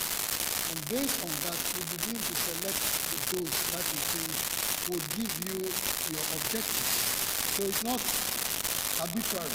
It's based on existing literature that we came out of this. And certainly, in vitro work has been done, but no in vivo studies done. So I would say that this is the basis upon which the selection was done. Also, it's acute. Normally, acute studies would just go higher than you would normally do for chronic. And I said that at the end of the study, that there will be the need for the chronic study where lower doses will be used to see if the effect long term would still be the same. But like I said, it's being used in Burkina Faso for the treatment of hypertension, and also literature has also suggested that it has antimicrobial properties. But in terms of clinical chemistry, no work has been done. So Yes, the entire data is there, but we want to limit it to what is necessary for now. So histologically, you don't go in just to examine the kidney and, every organ has to be examined, the heart, the pancreas, every organ. So it's based on that kind of conclusion was being drawn, but not within a 10-minute presentation that one has to do here. So, yes, for those who are taking it now, we can say to some extent, okay, it looks good, but it will definitely for extensive examination. If you are talking of clinical chemistry, you want to look at lipid profile, you want to look at cardiac markers, go everywhere that you can say. I know even we have the hematology data, just that we didn't have to present it here. So it's thorough like that. It's just not based on just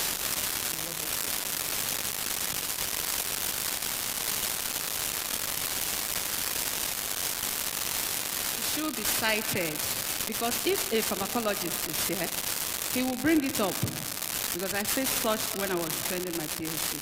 Thank you very much. Under the circumstances where I was given 10 minutes, then we're told specifically, tell us the title, your aim, objectives, and results.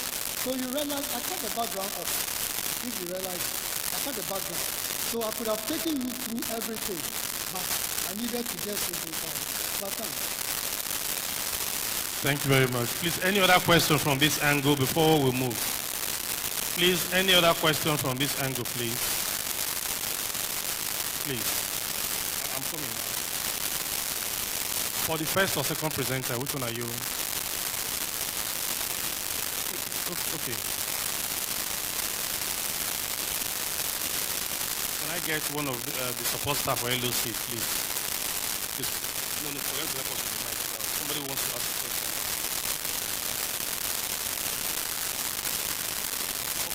Okay, please. Okay, I'll move here. If your question is for Prof from this angle, please.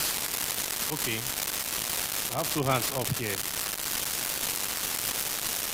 Thank you, Chairman. I'm Chukuma.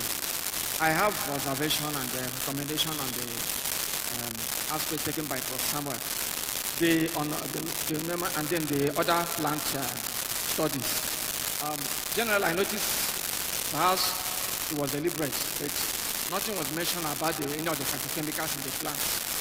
Because phytochemicals, there are some phytochemicals that definitely, when present, the effects are most likely to occur. So it's very important, it's mentioned. And then the phytochemicals are influenced by the location, the locality of collection. Like you mentioned Burkina Faso. These same plants in Burkina Faso may not be the same effect from that collected in Accra. So it's very important when we are doing any study on plants to mention the location where you're collecting, you're working on, and then the phytochemicals and their proportion for comparison and reproducibility. Thank you. Prof, are you second? You take after the second question, please. I will respond after. My name is Dr. Henry. I think the chairman has said part of my question. Actually, I had wanted. Now, what I'm saying in essence is that maybe for a further work on this, before it could go more wide, let's introduce the phytochemical qualitative and quantitative. Yes. We have the plants identified. Also, let's get what is the metabolites there. Is it flavor? Is it tannin and stuff like that? Let's get them. Then let's get the exact concentration of those metabolites present. That's what I'm saying, so that the further work can be more robust. Thank you very much. Thank you for your wonderful suggestion. We do have the phytochemical analysis, the qualitative. So we can build on, like you rightly said, we will do the quantitative analysis. So it's not too difficult for us. What is difficult for us is that we don't have people. So I'm also appealing to collaborators here who will be interested. You could see from the second paper that the presenter could not pick up, that we had a collaborator from Nigeria. So I'm also appealing to collaborators here that we can come up and then we team up and then get to the end of it. But because the ultimate is actually to come out with a product That we can fake them. That's the ultimate. So we still have a long way to go. So the challenge is huge. Thank you. Thank you very much, Prof, for your response. Please, questions for the other two presenters. We'll start from, okay.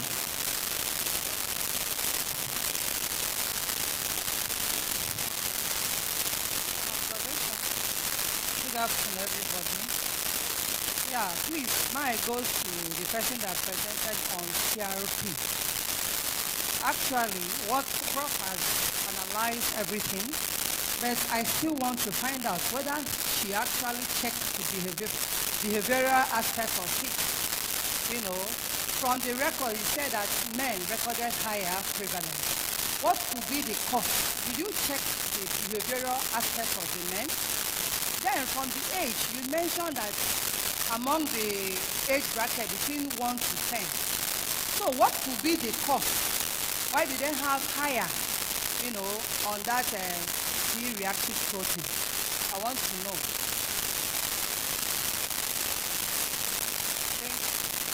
Please, any other questions for her so I should take the answers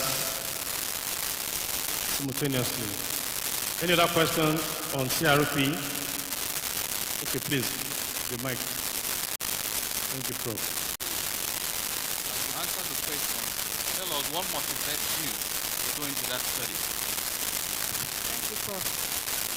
I've already said it was still standing on the existing protocol. The behavioral aspect of the participants in the study, I told you that there was no statistical difference between the gender, both male and female. There was no statistical difference. So the analysis showed no difference in the gender ICT, analysis. please. Then the behavioral aspect of the results. More of one of the subjects that were from the pediatrics unit. And some of these children, they had sepsis already as their clinical diagnosis. And the pediatricians always use C-reactive protein as part of their investigation. Is part of their protocol in that particular hospital. Now, the other age groups that were used also had some medical diagnosis in their, I told you some people that came for medical checks, they came for their medical checks, routine checks. But along the line, this result as it was analyzed showed high CRP protein. It was, it was done according to the prescription from the clinicians, the physicians, and the others, though under routine medical check. But surprisingly, it came out that we had more, the result, was higher. And just like Prof said, in the tropic sphere, it's expected that the results, according to what he said, should be on the high side. I'm yet to establish it, from, other previous studies. Thank you very much. Yes, what motivated me, Prof, is I told you I was sick, and I've done every other check, and I couldn't get any results. And I was advised by my doctor to go for CRP test. That was what motivated me. Results came out high, and I was like, oh, what is this CRP all about? That was what informed me to go into this study. Thank you very much. Okay, thank you very much for your response. We have another hand up here, please.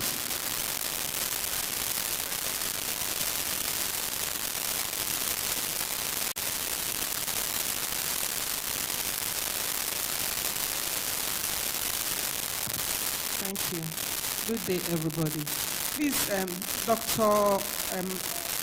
Adora, I think when you were doing your presentation, you said that the CRP were from those who were normal individuals. Then when you were talking again, you said people that presented with some prognosis. Somebody got me right? So I just want to know if there was any control. I think you are trying to, confuse things here. Were there any control? You would have controlled the sick ones and the normal ones, just like Prof said. in what you said during the presentation and the answer to your question now. Thank you very much. Please, ICT, can you project the results for CRP? The results. No, go forward. Go forward. Move. Move. Where you have the graph. Go to where you have the graph. I want to add to that answer that question. We use HS here, we use HS, and I use pediatric protein or just the normal laboratorians, you're not supposed to have access to such information, except when you are undergoing the study, which I did. Now, when when doing this test, my normal values came from healthy, individuals. I had healthy controls in this study. And I would say that I just conducted a normal CRP test. I didn't include any high-sensitive CRP investigation. It's just the normal CRP test that I did. Thank you. Thank you very much. So if I can get what you said, a lot of factors affected your results. That's it. So let's end it there. A lot of factors affected your results. Thank you very much. Please, any question for the next presenter, the other presenter, for Enyang? For Enyang, any questions for her? Okay, I will ask my own question. In presenting your results, in your methodology, you never told us about viral load. And I was surprised to see viral load on your slide. Can you please throw more light on that? If they can show the results, there's viral load. Please, hello, methodology for the last slide.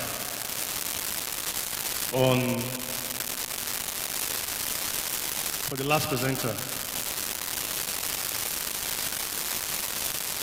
I said we got viral load results that are less than 6 months from the patient's folder. It's only when it is beyond that we Project the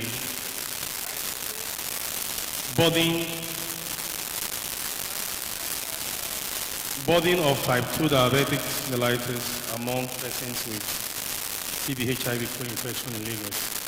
Move forward, forward, move, continue. No, go back to the methodology, please. So that's where my question is coming from. Yeah.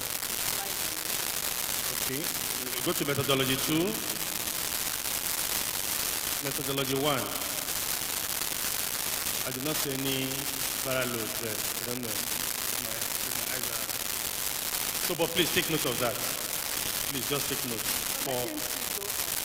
No, this is your methodology. That's what we are looking at. Not results. Okay, go to the next methodology. That's 2. The next one. That's 3. Okay, move. No, it's there. Okay, thank you.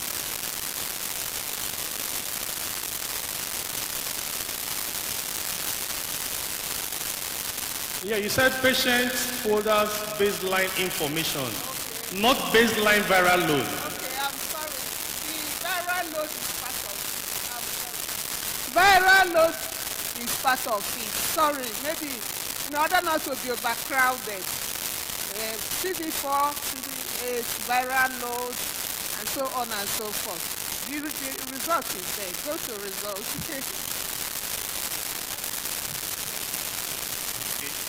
My chairman is not here. I don't know if I have the permission to close this section.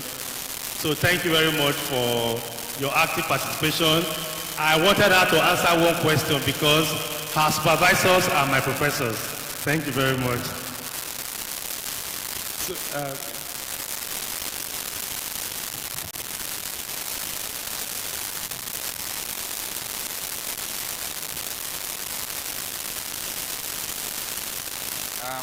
thank you very much, the panelists,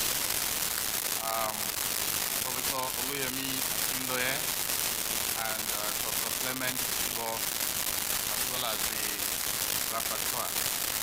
We want to move straight to the next session that has to do with medical bacteriology, medical parasitology, and medical virology. Before we compose the panel, let me inform us that behind there we have 3 abstracts. Actually, we have 4 for poster, abstract for poster presentation. We have 4, but one person transitioned from poster to oral. And so we're left with 3 posters. At the end of this oral presentation, please may we all move to the poster presentation and take a look at what we have there. Very interesting report is shown there, and would like us to also benefit.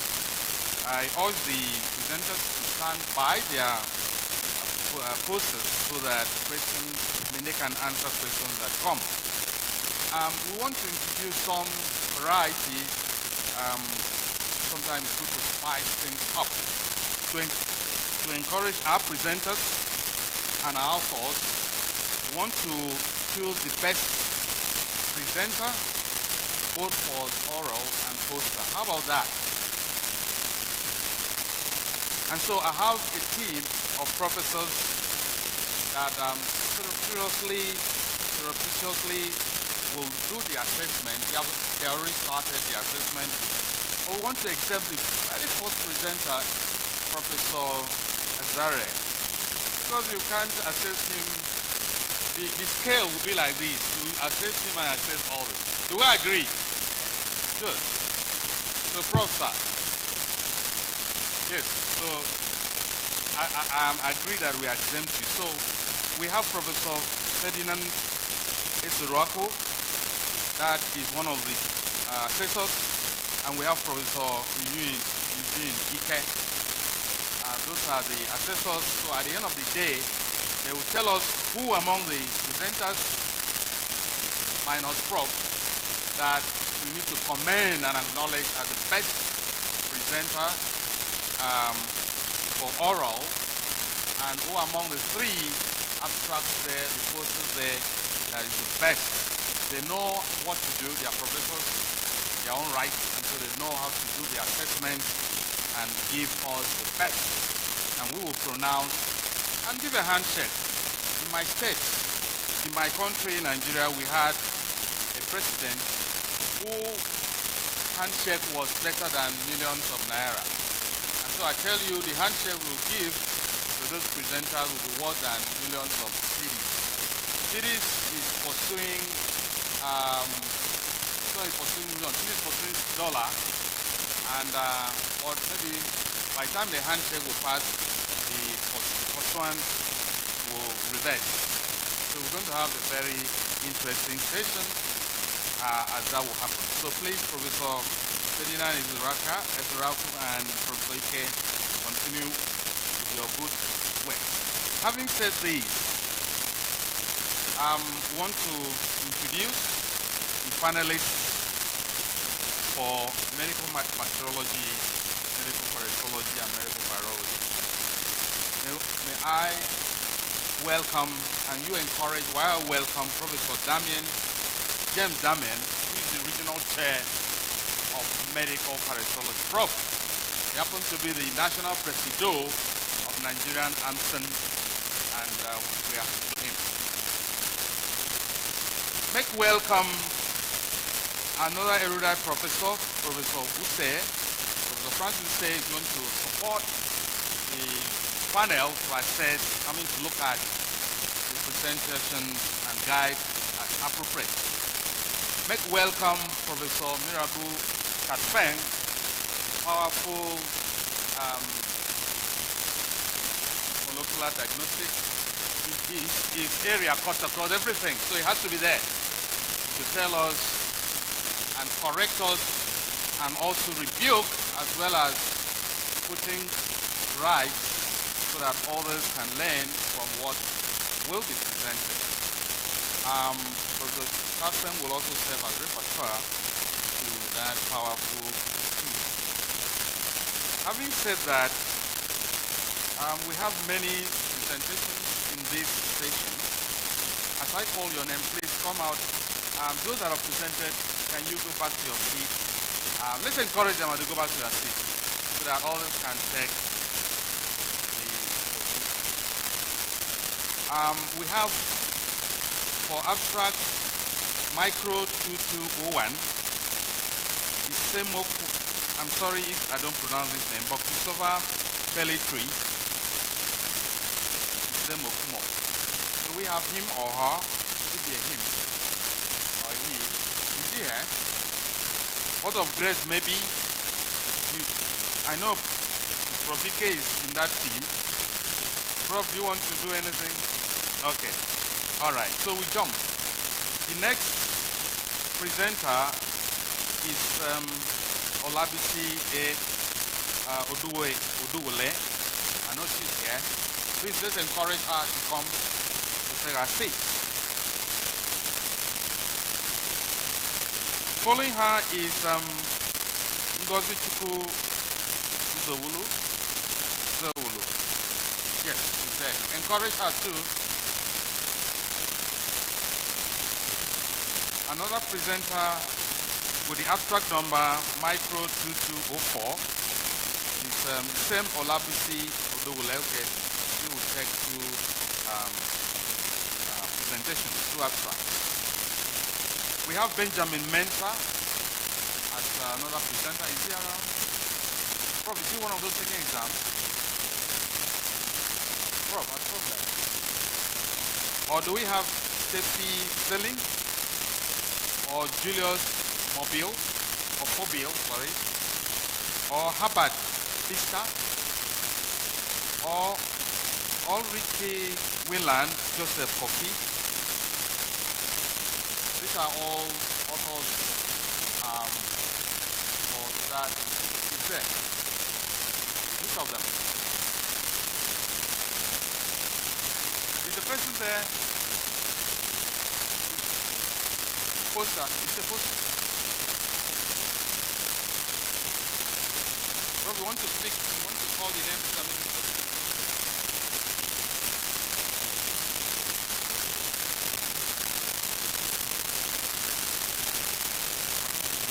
Dr. Mensah.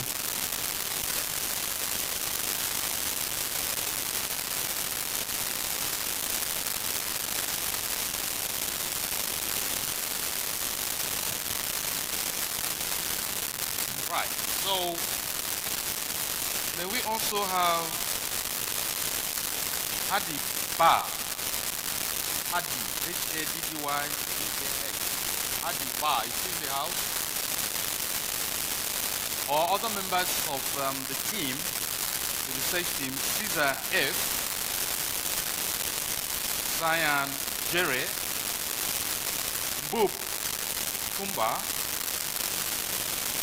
Banja Fatu, or Baro Ebrima. Any of these in the house? They're not around. We also calling again on a presenter that we've seen before, but in this session is also coming up, Owuka AP. Owuka AP. Please let's encourage her to come second time around. So how many are we there? How many are we?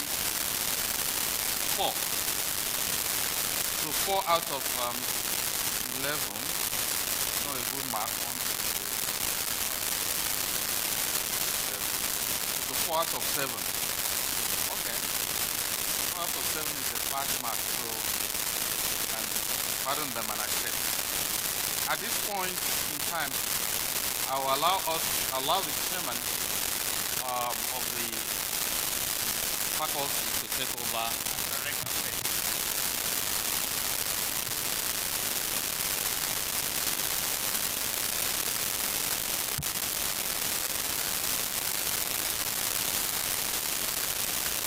Hello, good afternoon.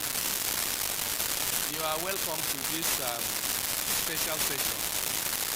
The other session we have is just to look at whether there is color change but in medical microbiology, we are looking at it live. So I am so happy that we have a lot of ladies that are going to be presenters in this session. I don't know why the ladies are even taking over from us, because at the end of the day, you will discover that most of the presenters are going to be ladies. So I want to also call on the organizers that we may need to do something special for the ladies this afternoon. And then it's also an assignment for we the men. We are supposed to be the one leading everything, but the women are overtaking every aspect of the session from us. So on this note, I want to crave your indulgence that please let us pay serious attention to this presentation. If you look at it, the topics are very apt, and I believe that at the end of it all, we are going to take home something that is going to improve our services. The key thing about attending conferences is for knowledge sharing. We are going to make friends. We are going to see how we can also have networking, have collaboration, have topics that we are also interested in. And I know that Prof just said they are looking for collaborations from Nigeria. And so also I believe that after this presentation, we are also going to have some teams from Ghana, because most of the presenters are from Nigeria, and then from other countries in West Africa, so that we can network and form a research team. So I welcome you, and I hope that we are going to take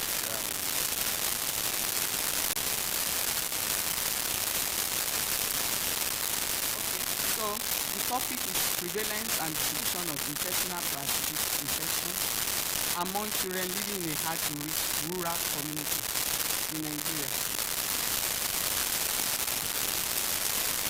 Next slide, please.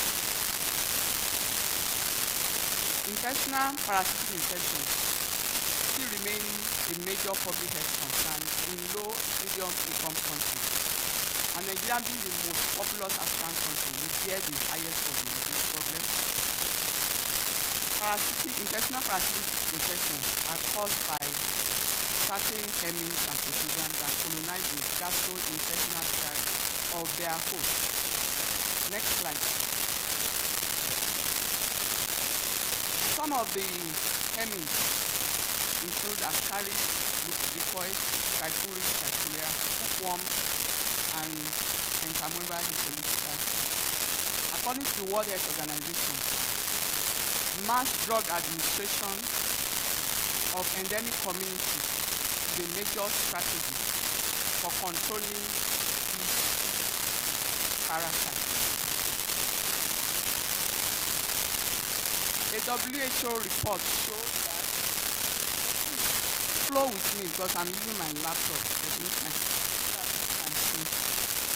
The WHO reports that about 85% of Nigerian children have benefited from mass drug administration for control of soil-transmitted hemorrhage.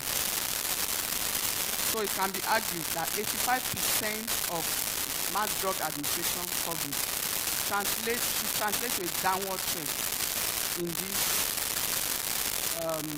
neglected tropical disease. In recent times, we've not seen evidence of current status of the prevalence of these parasites in the study location. So the aim of our study was to determine the prevalence of intestinal parasites and their distribution among 2A children living in a hard-to-reach rural community in Odo State, and then to ascertain the frequency of mass drug administration in the study area. You are not following me, you are jumping ahead. So the methodology. This is a cross-sectional study that was conducted between April and June 2019 in Isijogun. Isijogun is a rural community, very difficult to reach in southwest Nigeria. There's no motorable access road, no pipe-borne water, and there's no medical center. community has about 20 residential camps and farms essentially, and residents are essentially farmers. Next slide.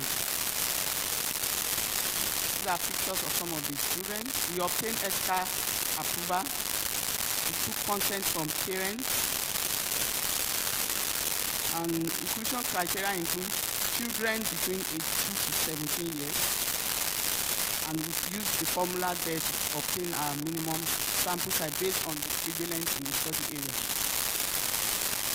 Please move to the next. We also use questionnaire to obtain biodata and demographic information and hygiene-related questions. Move to the next slide, please. We included 400 participants, obtaining stool and blood samples from them, and we use the formal ISAR concentration technique to determine the proportion of children infected with intestinal parasites. We centrifuge the sample collected in a capillary tube to measure the mean hematocrit of the children. Chi-square was used to compare difference in proportion of the sections, and student test was used to determine differences in means between the variables. Next slide.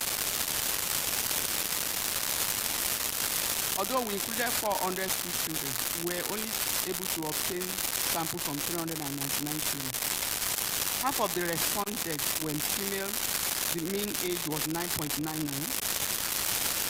Majority of the parents, as we have stated earlier on, were farmers, and they had no formal education. Move on, please. Of the children that we examined, 40% of them reported that they were previously dewormed. However, none of them benefited from mass drug administration from government. The source of drinking water was the stream for 88% of the children. Also, 80% used pit toilets, and 22% defecate in the bush. 75% of the children also reported that they walked barefoot around their community. Of the 298 children that said that reported that they wash hands after visiting the toilet, 71% of them used only water to wash hands. Let's move on. So from this table, we can see that although 58% of the males were infected, there is no difference, statistical difference between male and female. Also, the age group 6 to 9 has the highest occurrence of semen infection, followed by 11 to 17 years. Also, there is no difference among the age group. Please move on.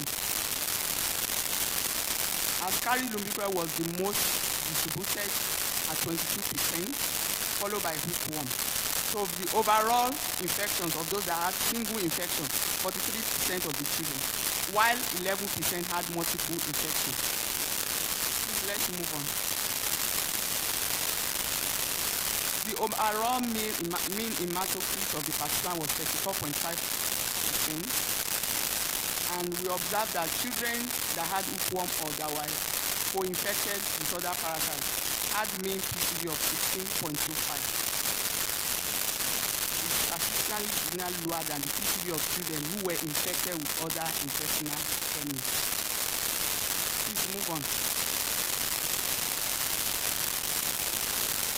So we observed that Ascari lumbricoid is the most frequent as commonly reported by other studies. This is because it's been documented that it is the most prevalent in low and medium income countries because they are more likely to be exposed. Children, they play in soil and all that, so they easily get exposed to the parasites because they play with sand. Let's move on. We also report that over 80% of the children, they have no access to clean water and toilet facilities.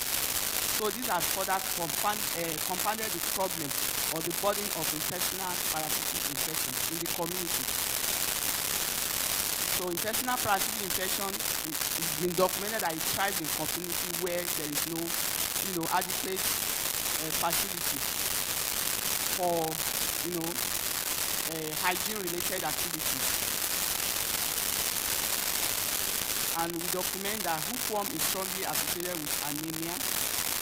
Of course, we know that even though we document that children that have hookworm are, significantly anemic compared to other children, there are other factors that are also, cause anemia among children, which we didn't really, explore in this study.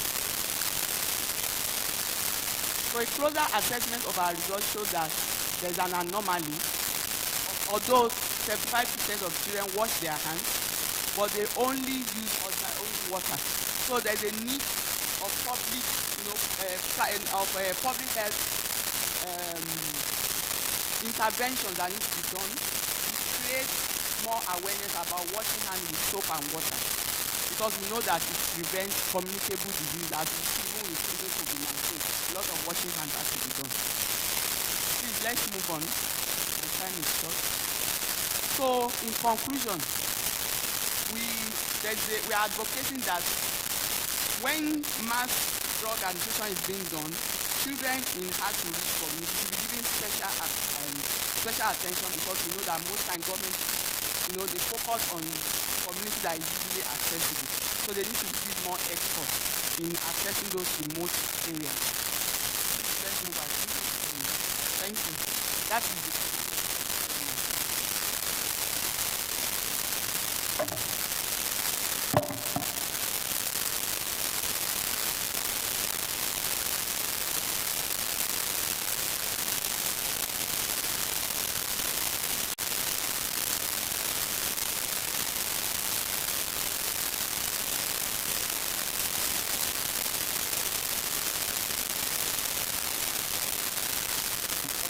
Can you still appreciate her?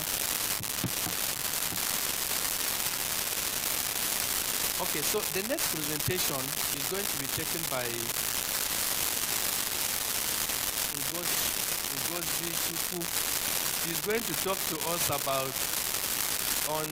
genetic diversity of Mycobacterium tuberculosis complex strains, isolated from patients with pulmonary tuberculosis attending tertiary care hospitals in Anambra State, Nigeria.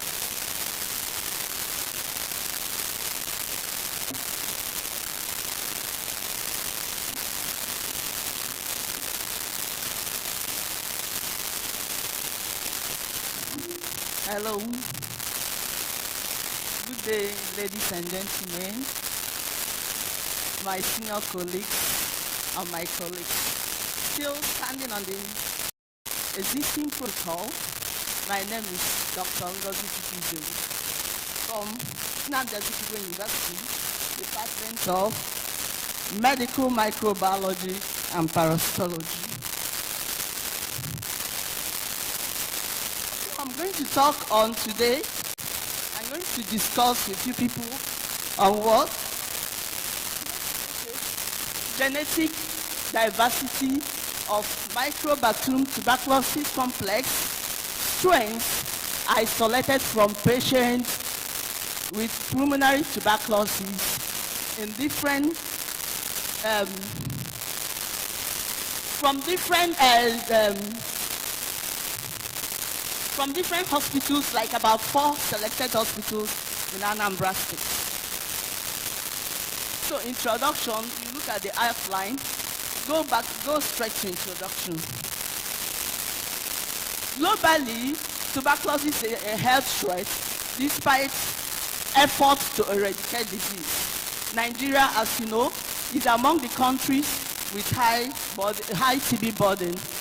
And this Mycobacterium tuberculosis complex are the etiologic agents of tuberculosis. And among this Mycobacterium tuberculosis, you have Mycobacterium tuberculosis, that is about, among the strains of microbiome, when you say about complex, you are talking about organisms that belong to the same family but are different, either genetically or by physical aspect of it. So you have the Mycobacterium tuberculosis, you have the bovis, you have the Africanum, you have the microti, you have the Caneti, you have the Capri and Penidine. So these organisms differ from each other by either host tropism, the phenotypes, and the pathogenicity. So you come to understand that the aspect of the interaction between these microorganisms, the MTBC, and this human host remains unclear. But the most important thing is that the key factor is the control of tuberculosis. The key factor of in the control of tuberculosis are rapid detection, adequate therapy, and contact tracing to arrest further transmission. However, previous studies have shown that host geographical origin is predictive of the clinical isolate of tuberculosis, since there is an association of TB bacilli population with their human host in various environments. Next slide. Now, the different genetic loci within the Mycobacterium tuberculosis complex form the basis for molecular evolutionary studies. And genetic typing, according to Goyal et al., 1994, says that genetic typing to differentiate Mycobacterium tuberculosis strain based on polymorphism in genomic DNA and may enhance disease control by assisting to monitor disease outbreak and track the source of tuberculosis transmission. Now, based on this molecular typing, you have this technique of molecular typing known as polygotyping. And this polygotyping is the molecular typing technique used for differentiating and discriminating strains of Mycobacterium tuberculosis and NTM, which is non-tuberculosis microbacteria, based on sequence variation within the direct repeat region of the chromosome. It contributes to understanding of evolutionary, biological features, transmission dynamic, epidemiological, and pathogenesis of the disease. However, based on the fact that polygotyping, due to its lower discriminating power for studying the genetic diversity of Mycobacterium tuberculosis, there is this another method, another technique known as exact tandem repeat. And this exact tandem repeat is about 5 local tandem repeats of variable number of tandem repeats. It's another method of now supporting this method helps to improve the potentiality of this polygotyping. Next. Now, based on this, you have that genetic characterization of members of microbe has been documented in different places in the world. And previous, Based the second go to aims and objectives. Go to aims and objectives now. The main thing, you must have to understand my aim. Why should I do this thing? You must have to understand it. So my aim of doing this genetic aspect of Mycobacterium tuberculosis is that to ascertain the genetic diversity of MTB isolated from pulmonary tuberculosis using polygotyping and 5 local A, B, C, D exact tandem repeats. And what are the specific objectives is to determine the transmission dynamic of Mycobacterium tuberculosis. Now, the possible epidemiological lineage among these organisms. Now, identify the main clades of circulating genotype in Anambra State, and then identify the existing colonial relationship among these organisms. Please go to the next stage. And now, where is this materials and methods? Which of the hospitals did I use? It's about 4 hospitals. Nnamdi Azikiwe, the main hospital, and other stations from Nnamdi Azikiwe, like General Hospital, and so on. Ethical consideration was obtained from teaching hospital, and the inclusion criteria given from those people, the patients. Next slide. Next, please don't give me yet the time. So, based on method and methodology, they studied about 500, sputum samples were collected from suspected individuals, and what happened within the age of 10 to 18, and blood sample was also collected from those individuals for HIV screening.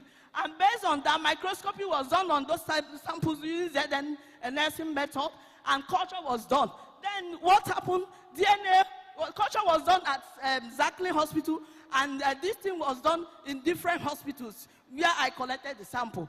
DNA culture, DNA was done at Zacklin Medical Hospital, late, and may he so rest in peace, late Dr. Lawson, who owns that hospital. And based on that level, next slide. Molecular typing. Then, after the extraction of the DNA, molecular sample was done. It was sent to what? University of Hertfordshire, Hartfield, England, UK. That was where I did the oligotyping. And based on that, this reference strain, H37RV, Microbacterium tuberculosis, and the M. bovis, those strains were used as what? Control. So, oligotyping, oligonucleotide, DR, biotineted, and DRB were used as primers to amplify the whole direct repeat region of Microbacterium tuberculosis. And from there, you can see the primary sequence. Go to the next level. So, this, based on this, after the DNA amplification by PCL, and the next thing, based on this polytyping, it was hybridized with complementary DNA. And when that was the case, the next thing was the array of the fingerprints. Oh, please, you give me extra. But you need to understand what I'm saying so that you'll be very ahead. So you give me extra 5 minutes. So the array, based on that, the arrays of the fingerprints of the array film were developed. Move to the next slide. And based on this thing, whatever you want to, from that oligotyping, after the development of the X-ray, whatever you want to access from the oligotyping, you can use this website. It is all, the most important thing is doing the photographing, the fingerprint of the nail. You send it to where you call, go to the next level, please. Yes, this is the film. By the time you finish, that is why I want you to understand a little bit what I am saying. So, so from this thing now, from here, you can see this oligotyping itself. And this is the only way you can understand the differentiation and discrimination of different Microbacterium tuberculosis. Trying to differentiate these strains of Microbacterium tuberculosis according to one, insertion and deletion of these spacers. So based on it, when you have already ascertained to this level, you send the results you have got to what? To this spot clause software. This spot software will now bring to you, what is it going to bring to you? Now the representative, it will identify to you the clear picture of this genome of Microbacterium tuberculosis, and it will now show you the diversity level of this organism. And based on that thing you have seen, those ones that, in terms of Microbacterium tuberculosis, as in terms of that, the human tuberculosis, the one that causes human tuberculosis, you came to realize that the only way you can see it from the sequence is that a number from this sequence that is about 43 spacer, in the 43 spacer, some of them are come down, I will show you more. Please, come down. The next slide. Please give me a little bit. Yes, this is polytyping method reversed in the hybridization protocol to assess the presence and absence of 43 specific DNA spacer sequence in the direct repeat region. Now, based on that, you will see that X-ray that I've given you. That X-ray that I've given you is showing like H37RV. These are the kind of the picture is going to show you at number 20 and number 21. There is a spacer missing there, and that's at 31 to 36. There's another spacer missing there. And from that spacer, anything you get from that is a control. Anything you get from the patient sample depends on which kind of organism, which kind of strain of Microbacterium tuberculosis those people have. This is a spacer for BCG, as in Bovis. Go back. And now, what are you trying to say? This, you can, that thing, that hybridization is turned to what? It's turned to binary code. I know if I have enough, you will understand it more. And go back to the next slide. I know. Let me go to conclusion now. Okay, result. The next result, the next item. Okay, based ahead, telling you about, according to this man. See, now, how do you know from that, this polygotyping I was telling you, now, how do you know these organisms from different, differentiating these organisms? Now, you find out that this organism of this polygotyping method gives you different pattern of strength, and it gives it that is grouped this from that this thing. It grouped these organisms into nine families, and these are the 9 families. What is Benjamin clade, Central African clade, and this thing, and you have Lambda American Mediterranean clade, and about sub lineages. They give you lineages, they give you different, where these organisms, the regions where these organisms are coming from, the sub-regions. Go to the next slides. So, and secondly, because I said exact repeat of FICO, helping to improve this polygotyping, you will see that this thing was also done to improve the polygotyping by the same thing of the size of the amplicon by doing what? By analyzing by PCR amplification using primers flanking to anything. Now, the size of the amplicon reflects to the number of amplified vulnerable number. And at the end of the day, you search the tandem repeat in microbacterium genome, which was carried using this software. Go to the next slide. Go to the next slide. Go to the next slide. You can see how it is. Go to the next slide. Go to the next slide. Okay, go to the results. Okay, conclude. Go to the next slide. Go to the next slide. Go to the next slide. Go to the next slide. Conclusion. Despite all the control measures implemented to stop tuberculosis, microbacterium tuberculosis still remain a health threat. A better understanding of the TB transmission in the country could help to identify risk setting as well as to improve contact tracing. Molecular typing techniques have been used to detect and follow up the spread of individual strains of microbacterium tuberculosis, complementary conventional epidemiological method, and allowing the study of transmission dynamics.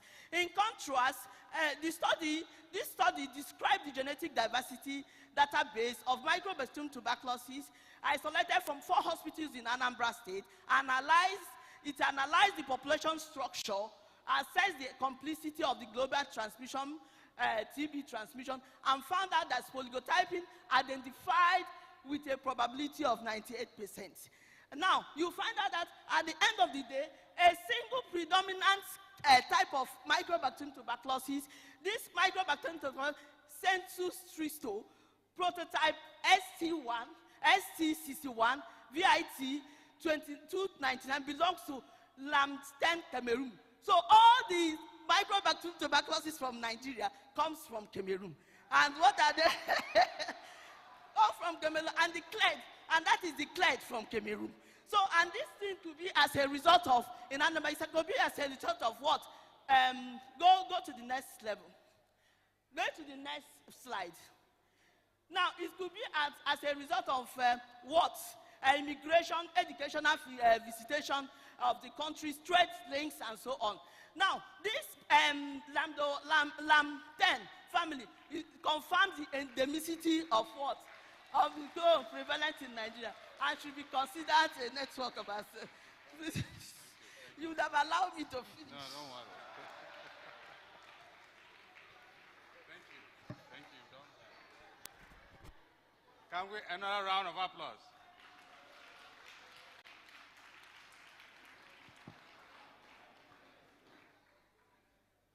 Do you guys think it's easy? It's not easy. It's not easy. Please, I want to, we had missed one presentation that transitioned from being a poster to oral. I don't know if the author is here. Okeke. Is Okeke here? She's around. Please, whoever knows her should call her. Should come because she will be the last presenter. Let me also announce that immediately after this presentation, we're going to have the companies that sponsored part of this event. They're coming to showcase their products for our patronage. May we know if the companies are around. Please just lift up your hands. I want to know if you're around. I'm told they are available. Maybe they have just stepped out. Okay, so immediately after this, we will invite them to do their presentation. Thank you.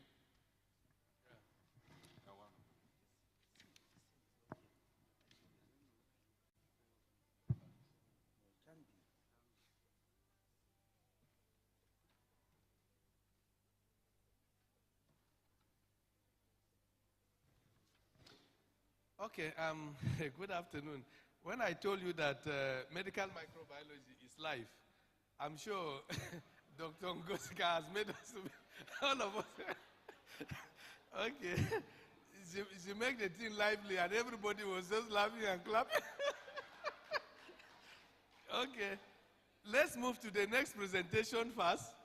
The next one that we are going to listen to is high prevalence of asymptomatic plasmodium infection among children living in a rural community of southwestern Nigeria by Dr. Olabisi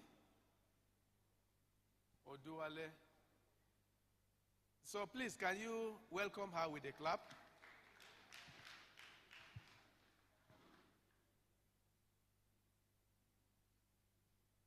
Well done. Second presentation.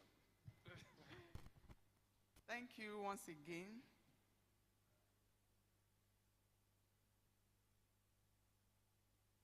So, my topic has already been mentioned. High prevalence of asymptomatic plasmodium infections among children living in a rural community of southwestern Nigeria. So, malaria, pregnant women and under 5 children are the most vulnerable. And according to WHO, 241 million cases are existing and 627,000 malaria deaths occur worldwide as a 2020 report. I know, but time, they will soon give me envelope. So I'll continue. Just listen. Nigeria contributes to about 32% of global malaria deaths. As a result of the investments that has been, put into malaria control, there has been a downward trend globally in the prevalence of malaria. However, countries such as Nigeria require more targeted intervention to reach the required target reduction in death and morbidity from malaria. A WHO guideline updated recently says that malaria control, a new recommendation for malaria control includes chemo prevention targeted at risk group of people. The guideline addresses the variation in the distribution of malaria risk in endemic settings and the contribution of asymptomatic infection to disease burden. Okay, so is there. Next slide. Asymptomatic malaria is defined as presence of asexual plasmodium species. Some people will also add sexual forms in the bloodstream of an individual with no sign and symptoms of malaria. This asymptomatic infection results in morbidity associated with malaria and an important driver of transmission as a reservoir of infection. Next slide. This is a cross-sectional study that examined the prevalence of asymptomatic malaria among children living in a rural community of southwest Nigeria. The survey took place between August and September in a semi-urban town called Omo-Ekiti. It's actually a rural community in southwest Nigeria. Please, let's move to the next slide because of time. Inclusion criteria: the patient or the parent / guardian have to give their consent, and then we included children 6 months and above. The exclusion criteria was history of fever or not giving of consent, or they've taken anti-malaria within 2 weeks to the time we did the study. Please, let's go on. We also use capillary blood sample to collect samples for histidine-rich protein 2 for rapid detection of malaria. The reason is that so that result can be out and we can give it to, so that at least some of them can go to healthcare facility. That was why we did the histidine-rich protein 2. We took thick and thin blood film for malaria detection and speciation, stained with 3% Giemsa stain for 45 minutes. And hematocrit was measured by filling the capillary tubes and centrifuging it at 11,000 revolutions for 45 minutes. The parasites were counted at high power feed against 200 white blood cells. And then we used the methods as described in Shuttle 1988. 2 microscopies independently read each slide, and where there were disagreements, a third person resolved the discordancy. And statistical analysis was also done using chi-square to test association between variables. Please, next slide. Next slide. We included 300 children, and 158, that's 53%, were female. The mean age was 9.83, and mean temperature was 36.8. Let's move to the next slide. So this is just a bar chart that is showing the distribution of the children. 60% were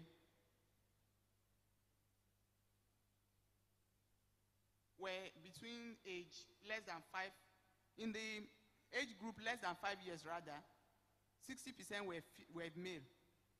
And in this 6 to 11, 44, and greater than 12-year-old, 48% were also male. Let's go to the next slide.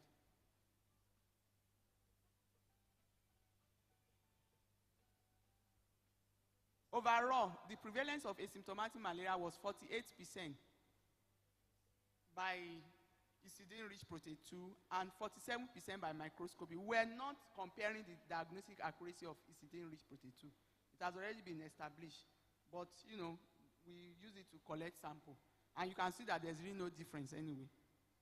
The age group with the highest burden of asymptomatic malaria was the age group 6 to 11 years, which was statistically significant compared to other age groups. Plasmodium falciparum was 97%, and 3% was multiple infection of PF and P falciparum and P ovale. Next slide. So from the results, age group 6 to 11 years has prevalence of 53%. That's the proportion, 53% of them were infected, compared to 16% of under 5. There's no difference between male and female in terms of distribution of asymptomatic malaria. Please, next slide. And the mean parasite density overall was 1,316. But it was not statistically significant amongst the age group. Mean PCV of asymptomatic malaria cases was lower than the negative, children that were negative for malaria. That, if you go to table 4, we'll see the details. Okay, let me just describe this table. The mean parasite density between male and female, there is really no difference as well. Please, let's move on. Mean PCV was lower among children under 5 compared to other age group. And if you recall that the results, the prevalence of malaria was lower among that age group. So, which is an indication that there are other factors that are responsible for causing anemia, in our setting. And we already know that there's a proof to that. Malnutrition and, Helminth infection. So this is the table again. So this is a table 4 that discusses the mean PCV. Children that were positive for malaria has a mean PCV of 32.3 compared to those that were negative at 33.7, but the difference is not statistically significant. Next slide.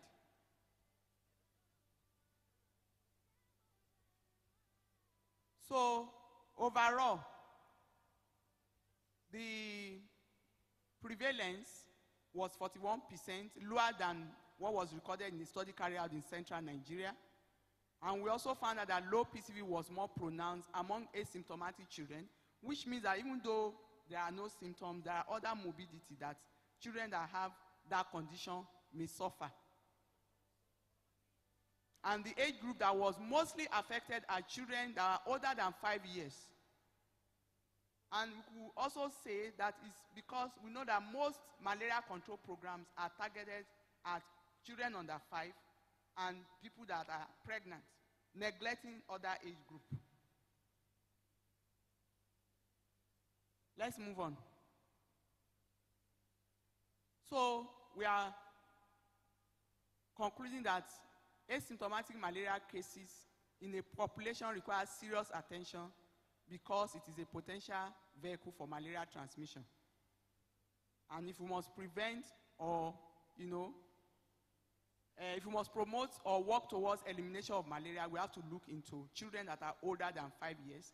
And we should also encourage the use of, sleeping under long-lasting insecticide-treated nets, because it's been proven that it protects one against malaria.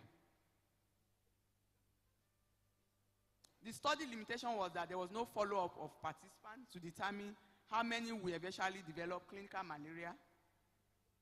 And of course, due to COVID-19 restriction at the time we were collecting data, we could not obtain data, to determine risk factors. And there was no attempt to evaluate the proportion of children, the proportion of gametocytemia among the participants, which we know that that's what actually plays a role in malaria transmission from one person to another. Thank you.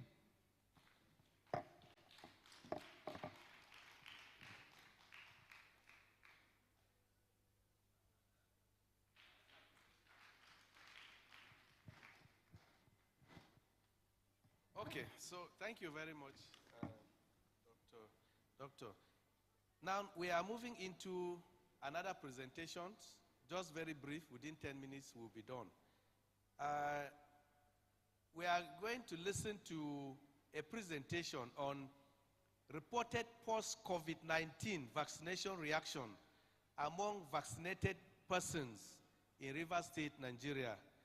Put your hand together to call. I call on Dr. Onwuka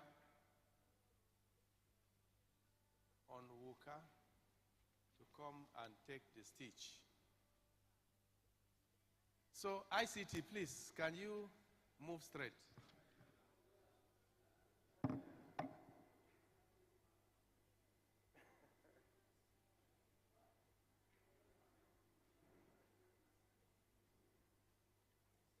Good afternoon once again. I'm still standing on the existing protocol to do another presentation, but before that, I want to beg your indulgence that we are here to do presentations and we are still learning.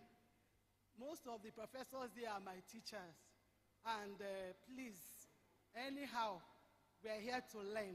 Please don't condemn us. Now, this presentation is more of an interactive section. It's what all of us know. We all are fully vaccinated. And there's nothing strange in this study, except, the reported cases and we had in the course of this study that I want to highlight. Now, I'll start from the declaration, introduction, the history of coronavirus and all that. The next slide. There is no conflict of interest in this study. There is no conflict of interest. Coronaviruses are enveloped positive stranded RNA viruses. Full genome sequencing and phylogenetic analysis indicated that coronavirus that causes COVID-19 is a beta coronavirus in the subgenus as the severe acute respiratory syndrome, SARS virus, as well as several bat coronaviruses, but in a different clade. At the end of 2019, a novel coronavirus was identified as the cause of a cluster of pneumonia cases in Wuhan, a city of Hubei, province of China. It rapidly spread, resulting in an epidemic throughout China, followed by a global pandemic. In 2020 February, the World Health Organization designated the disease COVID-19, which stands for Coronavirus Disease 2019. The next slide. The first case of COVID-19 in Nigeria was confirmed on the 27th of February 2020. The case was a 44-year-old Italian citizen who arrived in Nigeria through the Murtala Mohammed Airport via Milan, Italy. This index case led to the activation of COVID-19 public health emergency operation centers at national and subnational levels with associated case finding through contact tracing.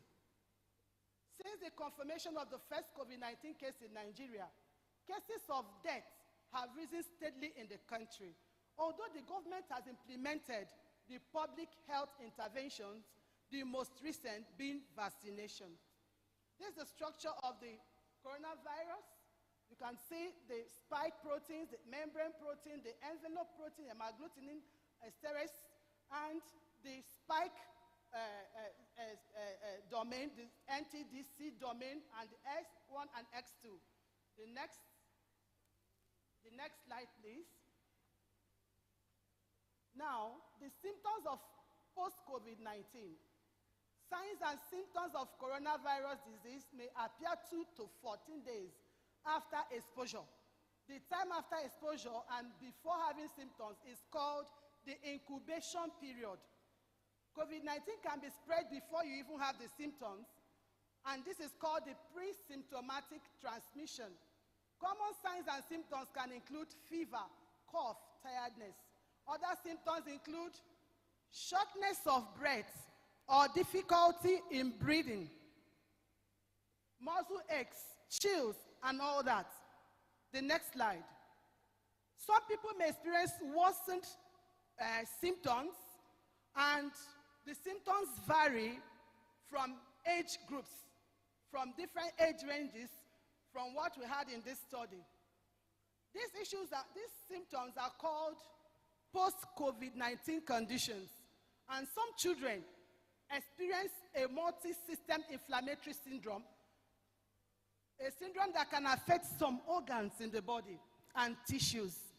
People who are older have a higher risk of serious illness from COVID-19, and the risk increases with age.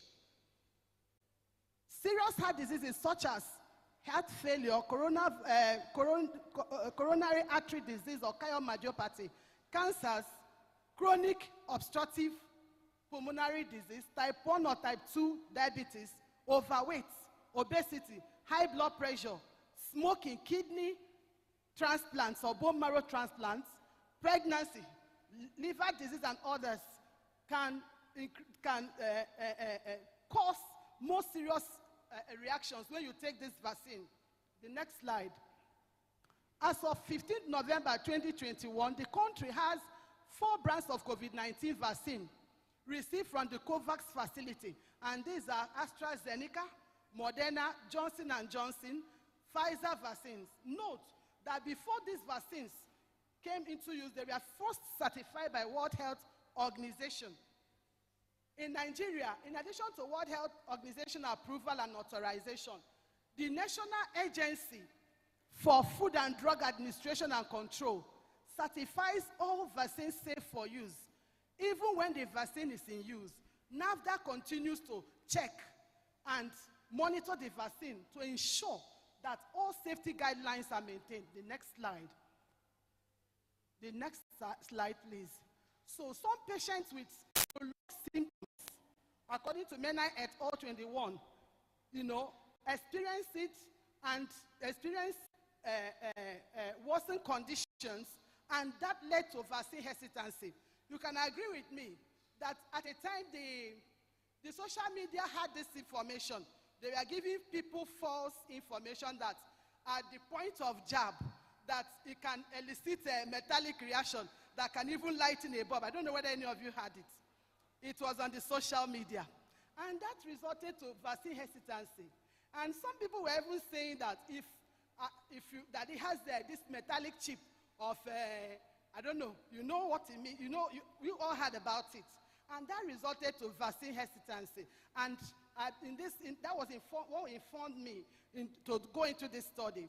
And some of my colleagues, that got their first jab, the way they were complaining that, that they cannot come to work the next day, the fever was too much, headache and all that. That was what informed me. And majority of them formed the part of the subjects I used in this study. Now, we used AstraZeneca as the vaccine of interest in this study. And this AstraZeneca has this following.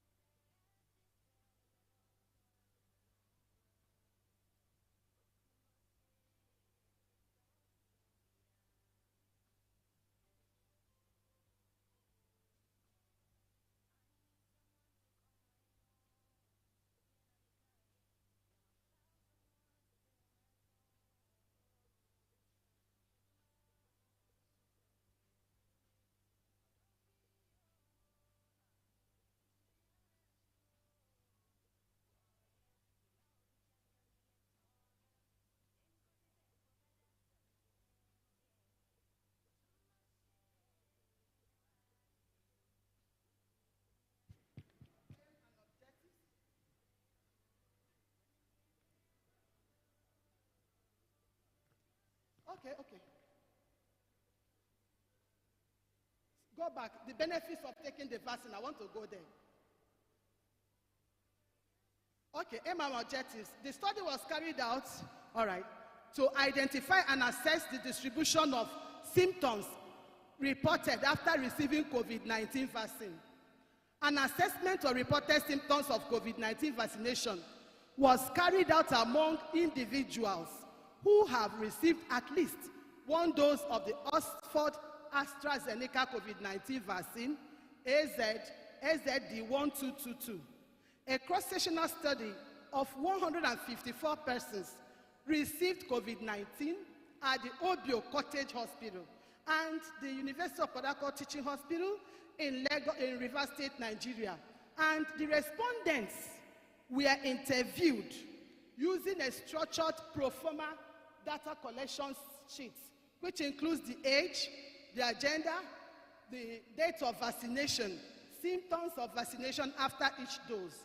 The next slide, please. The mean age of the respondents was 47.6 plus or minus 15.6. The age distribution showed that 28% representing 18.2% were between 20 to 29 years, while 21, representing 13.6% of the respondents, were between 30 to 39 years, 33 representing 21.4% were between 40 to 49 years, 31 representing 20.1% were between 50 to 59 years, and 41 representing 26.6 were at least 60 years old. There were 89 males representing 57.8% and 65 representing 42.2 females in this study. You can see from figure 1 the occurrence of symptoms. There was more report on symptoms, side effects, and symptoms after post-vaccination. Then the results showed that after taking the first dose of AstraZeneca, the symptoms were much, 107 after the first dose, while 4 weeks to 6 weeks apart before taking the second dose, they now had more symptoms. In about 78 people reported symptoms after taking the second dose, while 72 had no symptoms. And what are these symptoms? It ranges from dizziness, weakness, pain, fever, and headache. But most of the respondents had fever, 40.3%. The next slide, please. Symptoms after first dose were mostly common in the 20 to 29-year-old groups, followed by 60 and above age groups, while symptoms after the second dose was mostly common among the 60 and above age groups. There was no statistical difference in the distribution of symptoms by age groups or gender after the first and second doses of vaccination. The assessment of immune responses induced by vaccination has largely focused on the development of antibodies targeting the X1 domain of the SARS-CoV-2 spike protein, like I showed you the spike protein.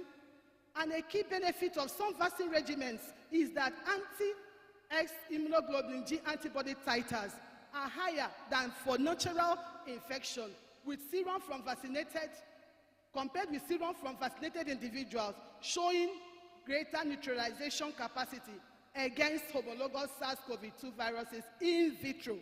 Now, while vaccination has been shown to result in robust T-cell responses, memory and effector function has been demonstrated against multiple viral epitopes. The significance of T-cell responses for protection and susceptibility at population level, independent of memory B-cell responses, remains unclear. The next, please. Reports of clinical trials and similar studies carried out by the health regulatory agencies, such as the CDC and World Health Organization, share similarities with the findings of this current study as follows. Number 1, post-vaccination systemic signs and symptoms identified in COVID-19 messenger RNA vaccine trials to date are still fever, fatigue, headache, chills, malarias, and arthralgias. But most symptoms and symptoms experienced are mild to moderate in severity, having their onset within 3 days after receiving the vaccine, with most occurring 1 day after vaccination, and it resolves within 1 or 2 days after onset. The next, please, the next slide. This study showed, the next slide, please. Go back. I want to emphasize something. Yeah. Post-vaccination signs and symptoms have been found to be more common and severe after the first dose of the vaccine, and more common in people younger than 55 years old. The signs and symptoms of post-COVID vaccine reactions I've explained it before. The side effects of post-COVID-19 study was more severe among male respondents. Symptoms that should not be attributed to vaccine include cough, shortness of breath, rhinorrhea, sore throat, or loss of taste or smell. These may represent symptoms of COVID-19 or another infection altogether. Now, in conclusion, the study showed a relatively high occurrence of symptoms after first dose, which was reduced after the second dose vaccination. It is more important to monitor reports of symptoms in order to mitigate the probability of injurious side effects. The end of COVID-19 pandemic is within sight, but as long as Africa lags far behind the rest of the world in reaching widespread protection, there is a dangerous gap, and it will result in the virus roaring back in full force. The biggest priority is to shield our most vulnerable population from the worst effect of COVID-19 and step up efforts to boost coverage among health workers, the elderly, and those with compromised immune systems. The availability of vaccine does not decrease the need for safety measures to help beat the COVID-19 pandemic. Even after vaccination, please endeavor to practice good personal hygiene, including frequent hand washing, wear a face mask in the public, practice social distancing, and avoid prolonged contact with crowds, both indoors or outdoors. Thank you so much. These are my references. Thank you for listening.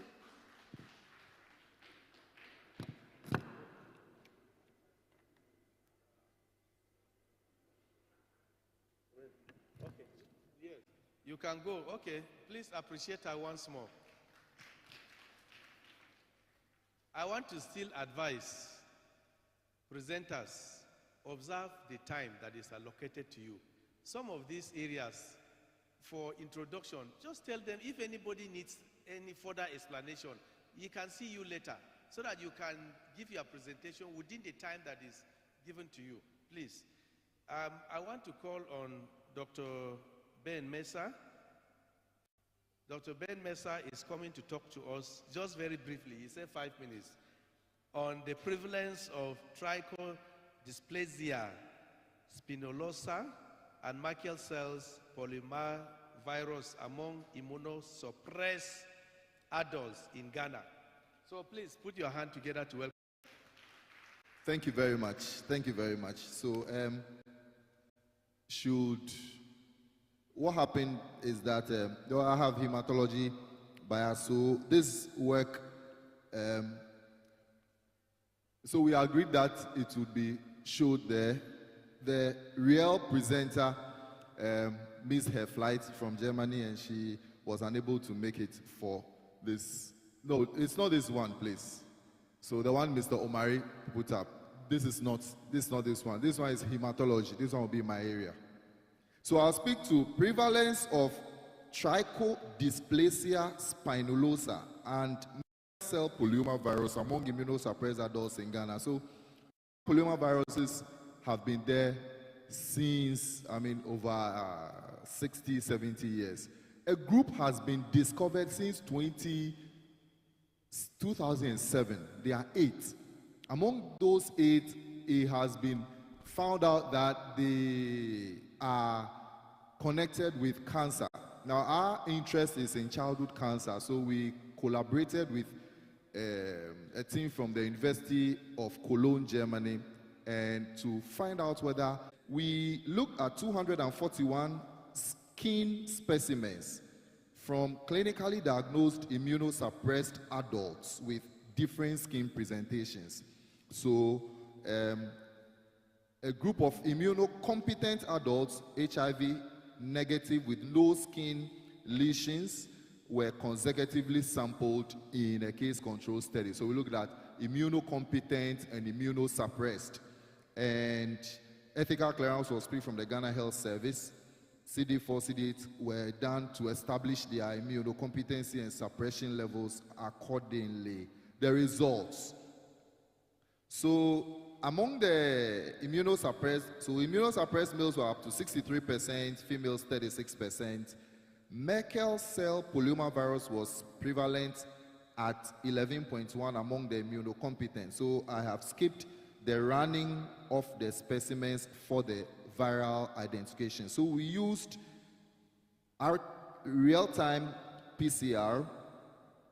So extracted DNA were taken through beta-globin assay protocol with real-time quantitative PCR using the light cycler 480 according to the Van Duyn protocol. So we use the Van Duyn protocol. Swabs were collected from the subjects.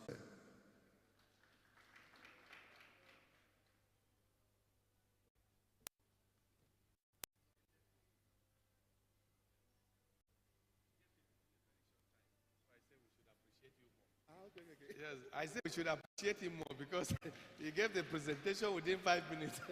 Yes, so thank you. Okay, so please, briefly, we are going to call on Dr. Hadiza Ba. No, no, later on. Yes, sponsors. Please, after these two presentations, we'll go into sponsors. So, is Dr. Hadiza around? Okay. Please, she's coming to talk to us on human papillovirus co-infection with HIV and risk factors analysis, a longitudinal cohort study. Dr. Hadiza Ba, I hope your presentation is. You have given them your presentation, right? You've given them your presentation. Okay. So please, can you welcome her with just a clap? So,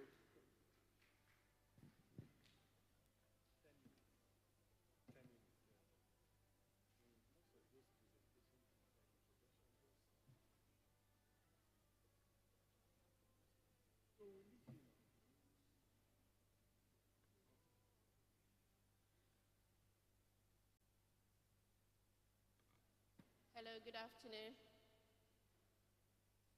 Okay, whilst I'm waiting for the presentation.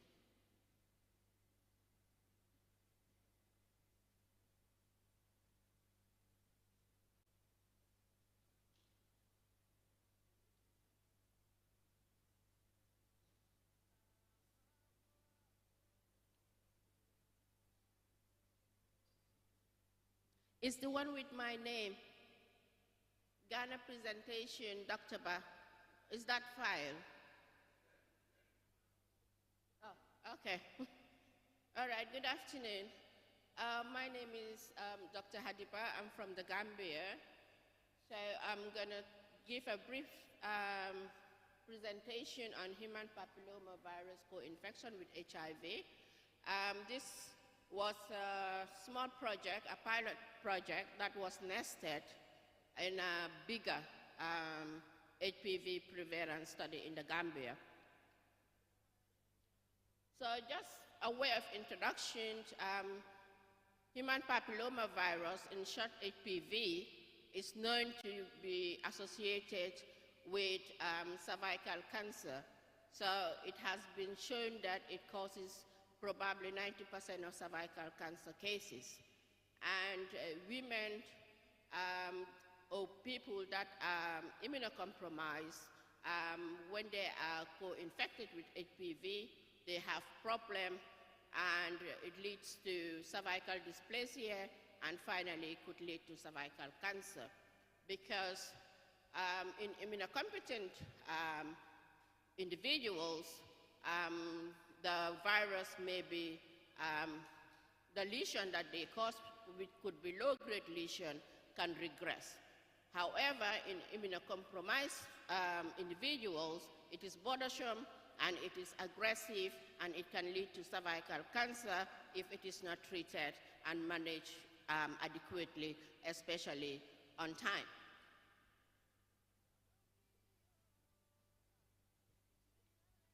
So briefly to talk about the preventive measures that are available, there is HPV vaccine, and there are 3 types that are available in the market. We have the bivalent vaccine, and we have the quadrivalent, and we have the nanovalent, the Gardasil, which targets the high-risk HPV genotypes that are known to cause cervical cancer. So out of the 15 high-risk HPV genotypes, HPV 16 and 18 are known to cause about 70% of cervical cancer, and the other high risk are known to cause just about 30%.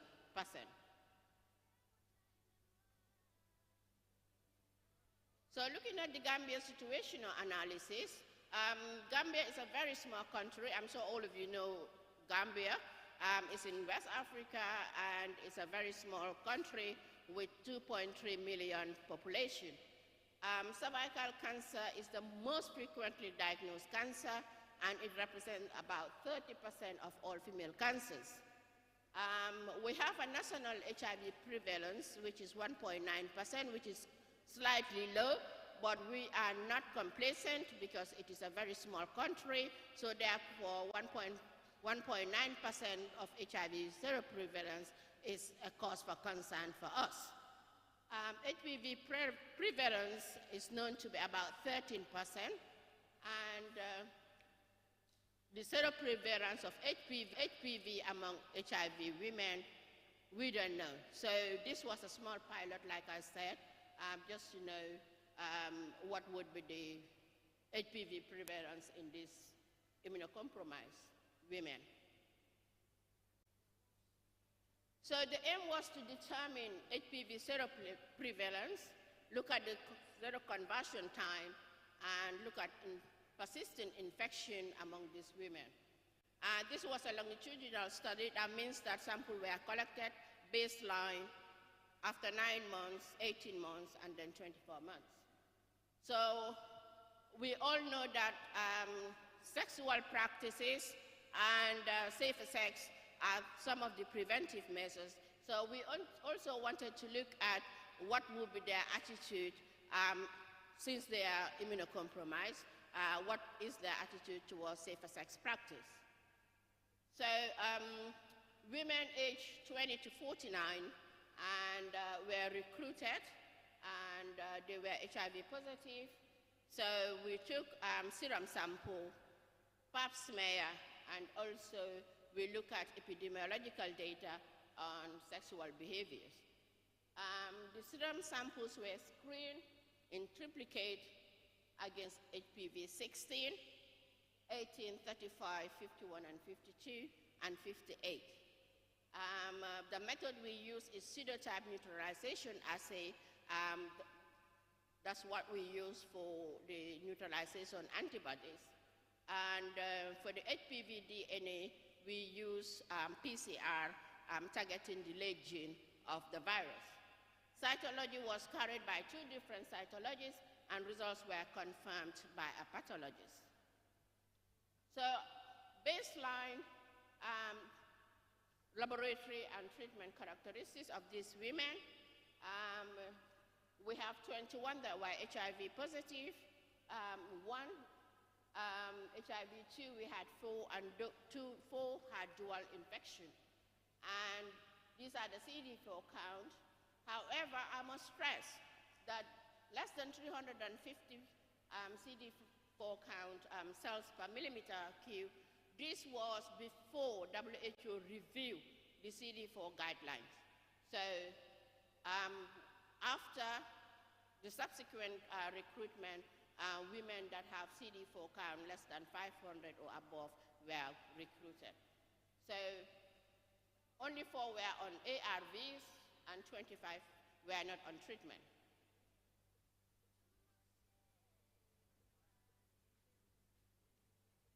So for HPV seroprevalence, we found that it was 52%, and this was 15 women out of the 29 at baseline had antibodies to HPV. That means that they were infected 1 time with HPV virus. And 8 women had neutralizing antibodies to a single serotype, but 51, genotype 51 was the most prevalent, and this was followed by HPV 52. So these are the high-risk types that are also known to cause cervical cancer, but they are not as virulent like HPV 16 and 18. So 7 women were seropositive with multiple HPV serotypes, with antibodies against HPV 52 being the most. So this is the table here. What I've just described in the results section, this is the table. And as you can see, those that have multiple HPV antibodies, most of them are having serotype 52 as part of the multiple serotypes. So cytology. At baseline, we had one suspected cervical cancer case, and this woman has HPV 51 neutralizing antibody and HPV DNA genotype 51. And 4 women had high seal grade, and 4 also have low seal grade. And these were followed for 9 months, and when we collected, at the 9 months, we collected serum sample, HPV DNA cervical samples, and also we collected cytology. So cervical lesion regression was seen in 2 women. And the regression was observed among that provided follow-up samples.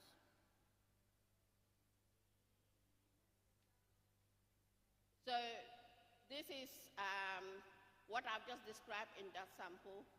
This is the one, and 2 people died.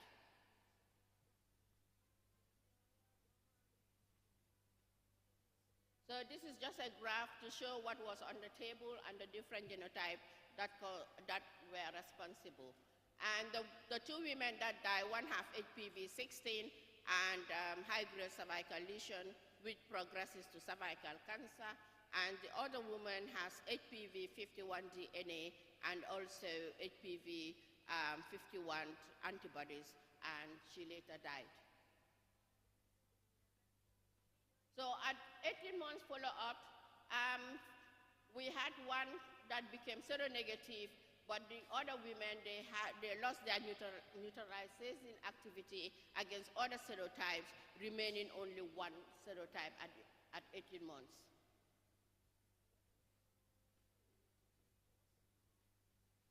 So for the cytology, 10 women had normal cytology at 18 months, and 2 had lesion regression from high grade to low grade.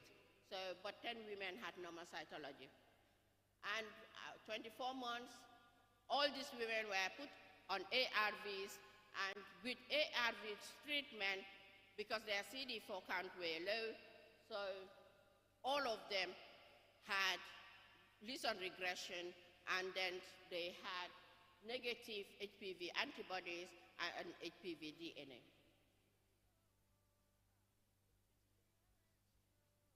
So quickly, just to look at the sociodemographic and behavioral characteristics of these HIV positive women,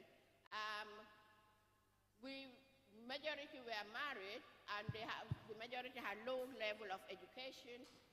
But what I want us to look here is condom use for the last 12 months. So only 4 out of the 29 said yes. And that means 25 of these HIV positive women, they weren't practicing safer sex. And whether their sexual partners have other sexual partners, and yes, 3 had, and others, the number of sexual partners that they had is more than 2 sexual partners. And the majority were never screened for cervical cancer. So in conclusion, epidemiological baseline data, looking at the sexual behavior of these women, even baseline 9 months, 18 months, 24, has shown that none of them were engaged in safer sex practices. So this is a concern, and also the data shows that other oncogenic HPV types other than HPV 16 may also be responsible for high-grade and cervical cancer in the Gambia. And there is the need to routinely screen HIV-positive women for high-risk HPV types and strengthening the education and safer sex practices. Thank you. Oh, this is my acknowledgement. The National Institute for Biological Standards and Control in the UK is where we've done the pseudotype neutralization assay. And also some of the work was done in the UK at the University of Westminster and Edward Francis Small Teaching Hospital. Thank you. Thank you.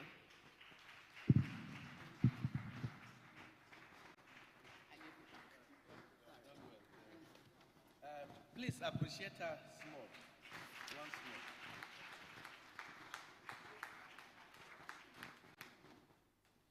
more. Okay, the next presentation, which is the last, and after that we are going into sponsor presentation before members of my team can come and take over. So I want to call on Dr. Okeke. Where is your... Start coming up. Oh.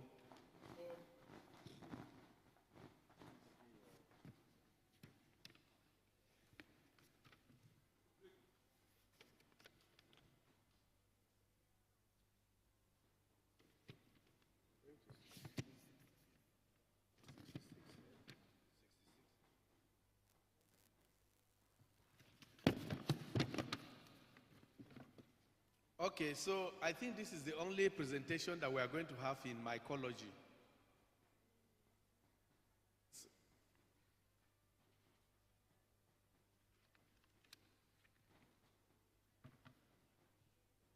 Okay, so she's going to talk to us briefly on biocontrol of aflatoxigenic fungi in grains using antitoxigenic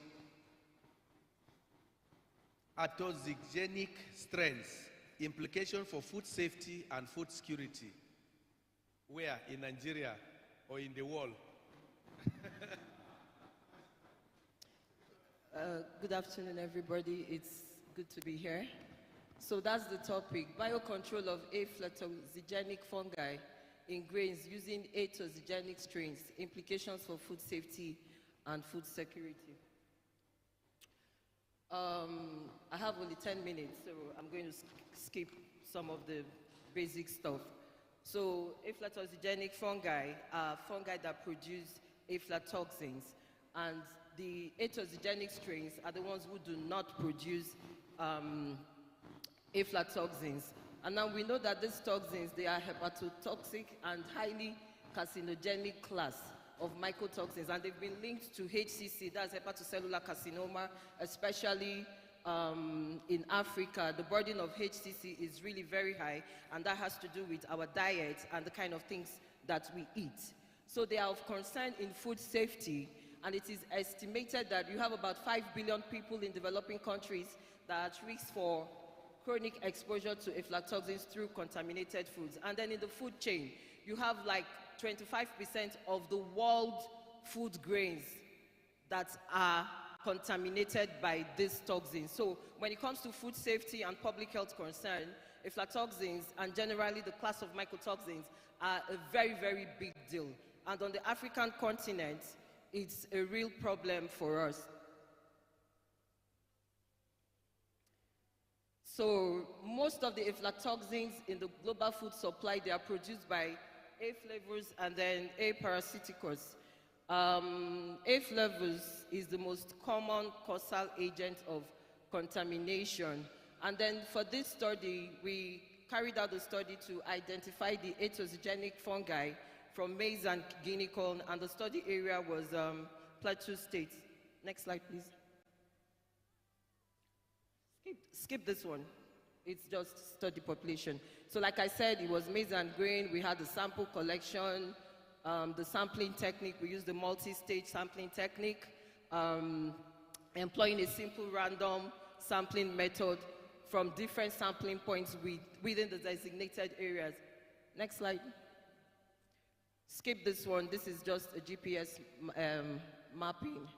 And then characterization of the fungal isolate. We actually used, the primary isolation was adapted from Marco et al. And then we had these isolates transported to the University of Minho in Braga, Portugal. That's where the bench space for this project work was carried out. So in terms of identification, what we used was the modern polyphasic methodology. That's about the gold standard when you want to talk about fungal identification. And it was that particular polyphasic methodology is by Santos and Lima. And then, of course, it was carried out over there. Next slide. The next slide before this one, I want to show something. The next slide. The next slide after this one. Yep. So this is what the modern polyphasic methodology of filamentous fungi identification looks like. And it's basically the gold standard. So it's split into two, phenotypic approach and then the genotypic approach. So when you start at the base morphology and you go through to the genotypic approach, and then you ensure that your isolate has been well identified. So you go with the morphology, the basic stuff, you isolate, the morphology, the plates, and then all that, and then you go to physiology. The physiology is where you test the mycotoxin potential of the isolate. And then you do the MALDI-TOF. The MALDI-TOF, that's the matrix assisted laser distortion ionization time of flight spectrometry. Now, basically, especially in bacteriology and then a bit of fungi, but we have more of those superspectras existing in Bacti. Identification usually stops at the MALDI-TOF. If you're able to identify at the MALDI-TOF, you do not need to go to the genotypic approach. So for these aflatoxins, the fungi, we stopped at the MALDI-TOF. Next, please. So we started with the phenotypic, like I said, and then we moved to the isolates. You had aflatoxin B1 and B2.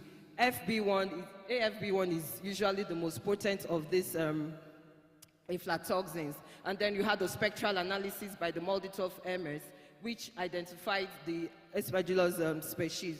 You had A. flavus, you had A. aculeatus, A. niger, and then you have tamarai. Next slide. So this gives you a general overview of the morphological characteristics of those fungi. Next slide.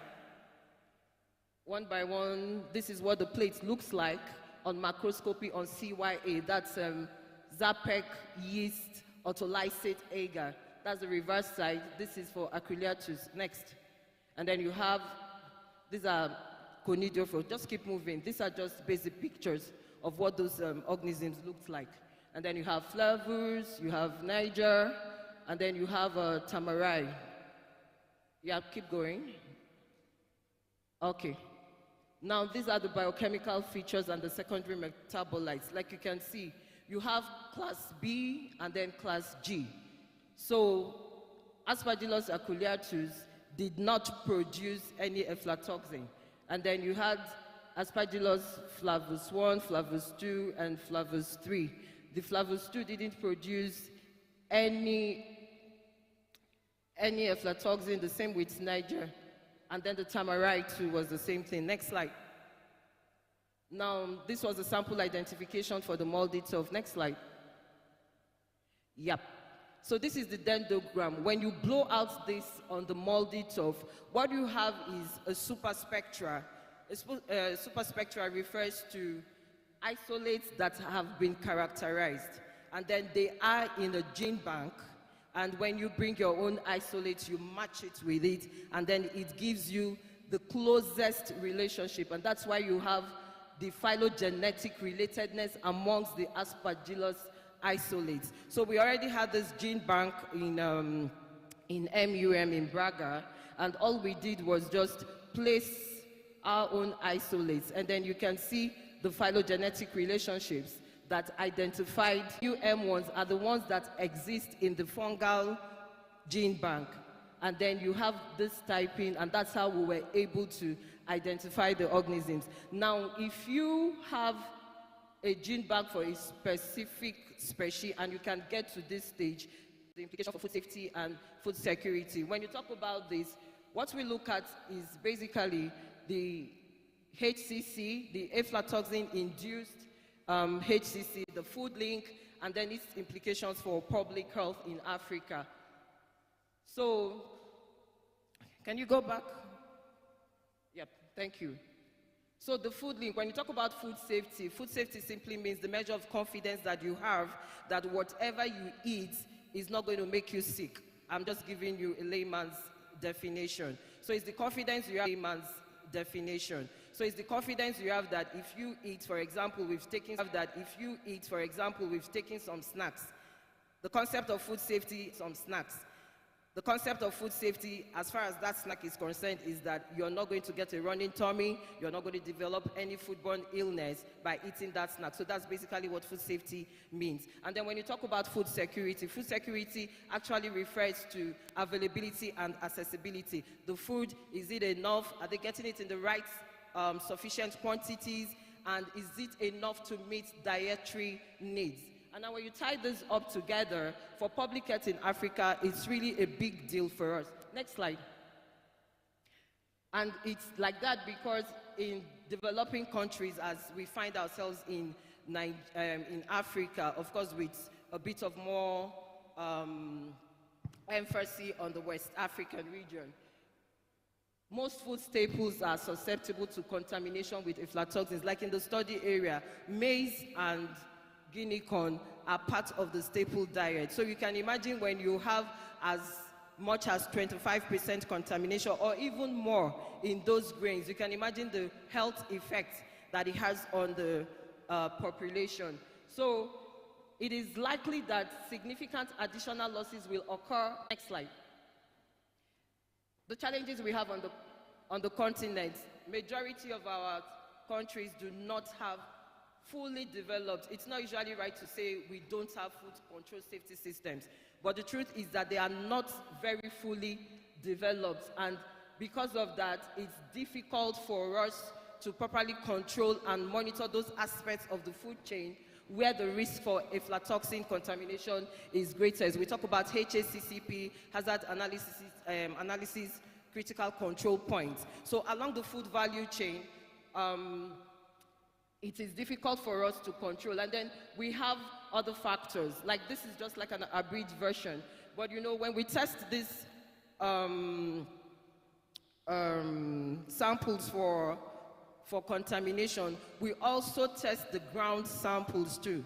And what we find is that those samples 4 parts per billion, and that is conforming to the EU and the international standard.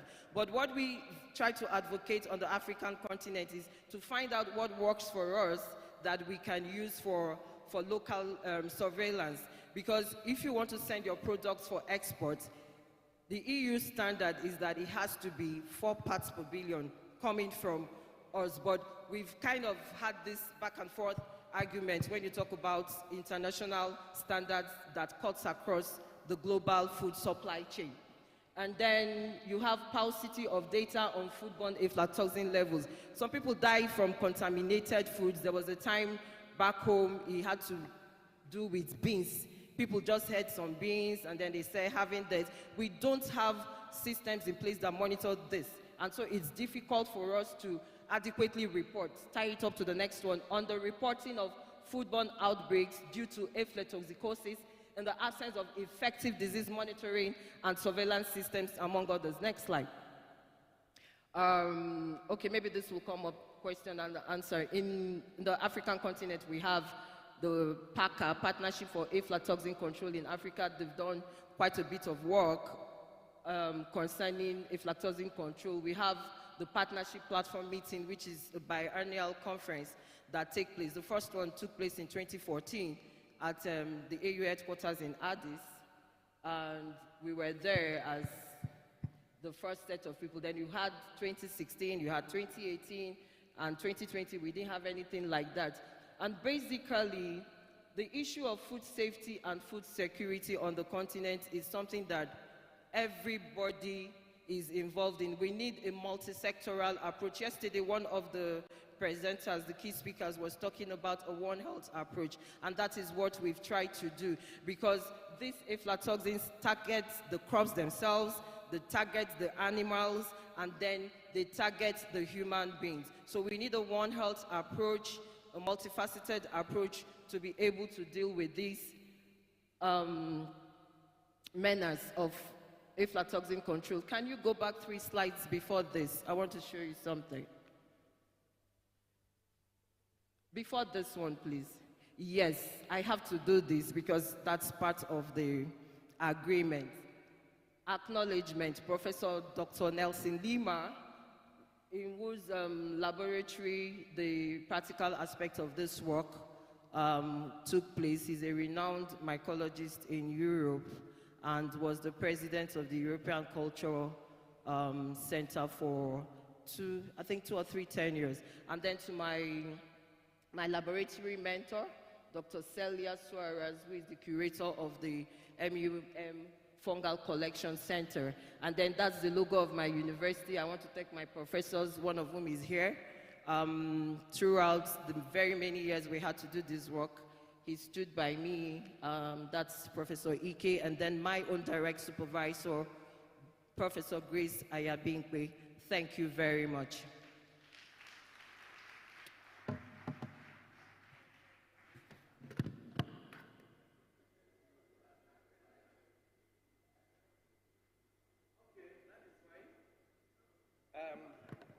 Okay, just appreciate her again. Yes, so please, we are just moving straight to, yes, product presentation. We are going to give you for 5 minutes. So let us start with hematology. Mendry? Yes, thank you very much. So we'll do the product presentation for and on behalf of Lynch Medical Services. I think you can put it up so we can do this in 5 minutes very quickly.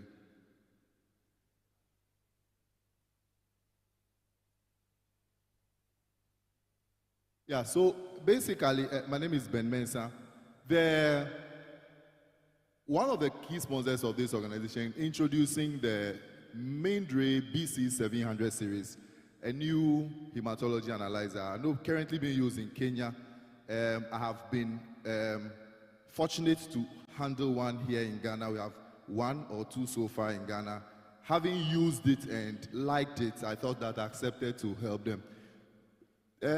For us in hematology, playing around with cells has come very far.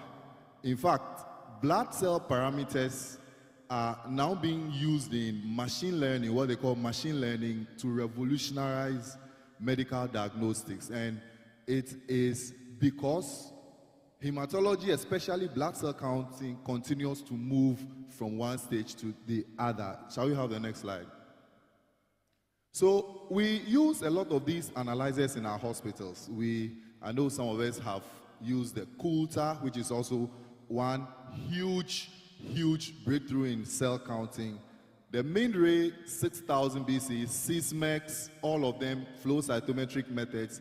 The pivot is how platelets is counted. The Sysmex is more accurate when it comes to counting small platelets in low quantities. The Mindray helps with superior association and consistency for normal platelet counts. And that is why the Mindray stepped up the BC600 to the new BC700 series, which we are talking about. Next slide. So the emphasis is on that platelet count in these analyzers happen 5 times. WBC count happens 3 times, and it is for no simple reason. 5 times because thrombocytopenia or low platelet count is the bane of medical doctors usually, especially when you have patients on admission. So if you do platelet count and it's 15, for a physician specialist, your dilemma is that, is this platelet consumptive or is it productive? Is it from bone marrow or is something chopping away the platelets? And it's always a problem. And they usually request platelet transfusions. This machine solves that problem, and as medlab scientists at this level as specialists, the drive is that we should understand these machines and utilize them. Next slide. So this machine uses the SF Cube technology, and that characteristically eliminates problems that reduce platelets. Now, some patients have EDTA-dependent pseudo-thrombocytopenia. Their low platelet count is not true. So it's not all the low platelet counts that we get in FBC results that are true. sometimes, but you don't have power over it because it's caused by the EDTA that we use. This machine eliminates it. The machine also gives us a parameter called immature platelet fraction, which solves the problems the medical doctors face when people have low platelet count. Because if you run the sample and the IPF is high, for somebody with platelet count 20, 30, 15, 40, it means that it's likely the person's low platelet count is not because of bone marrow challenges, but something is consuming the platelets, as in maybe lupus erythematosus or Feltis syndrome or any consumptive pathology. So IPF, which this machine gives, which we haven't found with the other analyzers, is one huge step forward, for which reason I believe that we should, across the West African sub-region, utilize, these equipment and drive great outcomes in health. Shall we go to the next slide? So, of course, if you have an FBC result that gives you IPF, you can boldly tell a physician that this transfusion, don't give platelets transfusion, just give fresh frozen plasma. Because if you give plasma, it will release the bound platelets in circulation, and the platelet count will rebound in 24 hours. And you don't need to worry the blood bank for transfusion of platelets on and on. Next slide, please. Next slide. So this is what I spoke to, that many platelet transfusions might not be indicated after all. So just give plasma. And most of the time, the doctors will ask you, that this low platelet, should I give platelets? Should I give plasma? This machine, the IPF alone, will give you let you beat your chest and tell them that, no, don't give platelet transfusion. Next slide, please. So, rounding up in the next 1 minute, the equipment also supports low volume of analysis. So, pediatric samples, useful. As low as 35 microliter, you can get a good FBC. So that if phlebotomy is difficult, you don't have to worry at all. Next slide. So apart from all these, speed is key. You save a lot of time. The results come out in a matter of seconds. And in medical practice, we all know that speed drives beautiful outcomes as necessary as possible. Next slide. We looking at another free parameter it gives called the nucleated red cell. It's always a challenge. This analyzer gives the FBC, in addition to IPF, gives you NRBC for free. We all know what nucleated red cell does. But for this presentation, I want to, apart from helping with hemolytic anemia, it also speaks to the cancers. Next slide. So very easily, you can use this machine to rule out leukoerythroblastic blood pictures. So all the high white cell counts, if there is high NRBC, request for a peripheral smear. If the high white cell count has a low NRBC, it could be infectious or inflammatory, then it can go. So you, as the lab scientist, can use this particular FBC to prompt the physician that, look, this your patient could need a bone marrow aspirate. So the machine is loaded. It has features that I think as lab scientists we should own, understand, and utilize. Next slide, as we move to the final slide. So in addition to the platelets and the white cell nucleated, the red cell parameters gives you RPI, red cell reticulocyte production index, which helps you tell whether somebody's anemia is a proper anemia or can resolve easily. So if RPI is less than 2, that anemia, you prompt the doctor that this anemia will take a long time to solve because it is marrow oriented. If the RPI is greater than 3, it means the person's anemia will resolve easily. So we are pushing hypochromic macrocytic to our backs because machines are revolutionizing how to interpret anemia. Next slide. So apart from that, that RPI also, if you attach the red cell derivatives, you can quickly pick somebody with a thalassemia. You realize that the thalassemias or the hemoglobinopathies, you have to go and do hemoglobin electrophoresis. But these machines, if you have RPI and you have MCV, MCH, MCHC, and they are all low, you can confidently tell the doctor, go and do an electrophoresis because the client's likely to have a thalassemia, especially a beta thalassemia. It helps a lot. Next slide. So we'll skip the white cells we've spoken about. We don't have time. Shall we go to the final? Okay, so basically, the machine gives a bonus in ESR, free ESR as well. ESR, which takes 1 hour, the machine would give you in 5 minutes, in the less than 1 minute, a full black count ESR is ready. Thank you very much.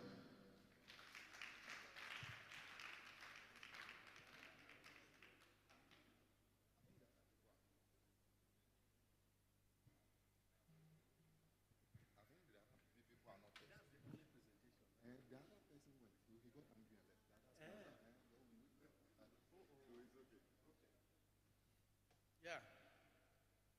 Okay, I think that's fine. So now I have to call my boss in the team. This is actually a very special team. Apart from having very beautiful women that came and gave very good presentation, we also have erudite professors that are in the team. We have Professor M.F. Wuse. He was our past president, Association of Medical Lab Scientists of Nigeria. He is currently, anyway, the outgoing chairman of the West Africa Postgraduate College of Medical Laboratory Science Nigeria chapter. He will come briefly, and thereafter, then we have another erudite professor, Ted Fang, who is moderating.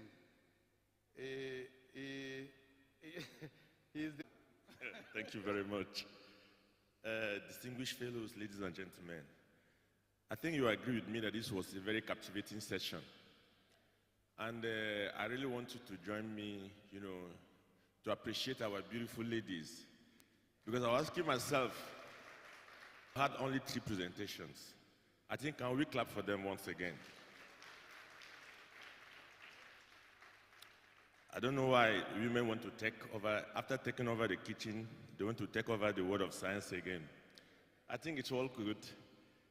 We had 7 presentations. As simple as they were actually very interesting topics. So I know the first presenter talked about the prevalence of intestinal parasite in hard-to-reach communities. So when I heard about the word hard-to-reach, so I was really very keen in knowing or understanding her definition of hard-to-reach, which she really did justice to that. And at the end of her topic, she was able to establish that Ascaris lubricoides was the most prevalent parasite in those communities. And she also made us to understand that control programs hardly maybe reach those communities because of the condition of the roads and the lack of some basic amenities of life. That may be obviously the reason why some of these parasites are highly prevalent in those areas. The second topic looked at the genetic diversity in tuberculosis.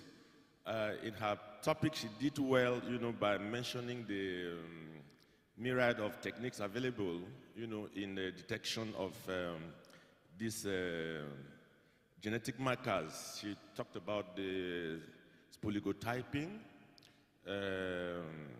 the VNTR, that stands for variable normal tandem repeat. She also mentions some technique like the RAPID, that the RIPD, and the sequencing, but she focused more on the ETR.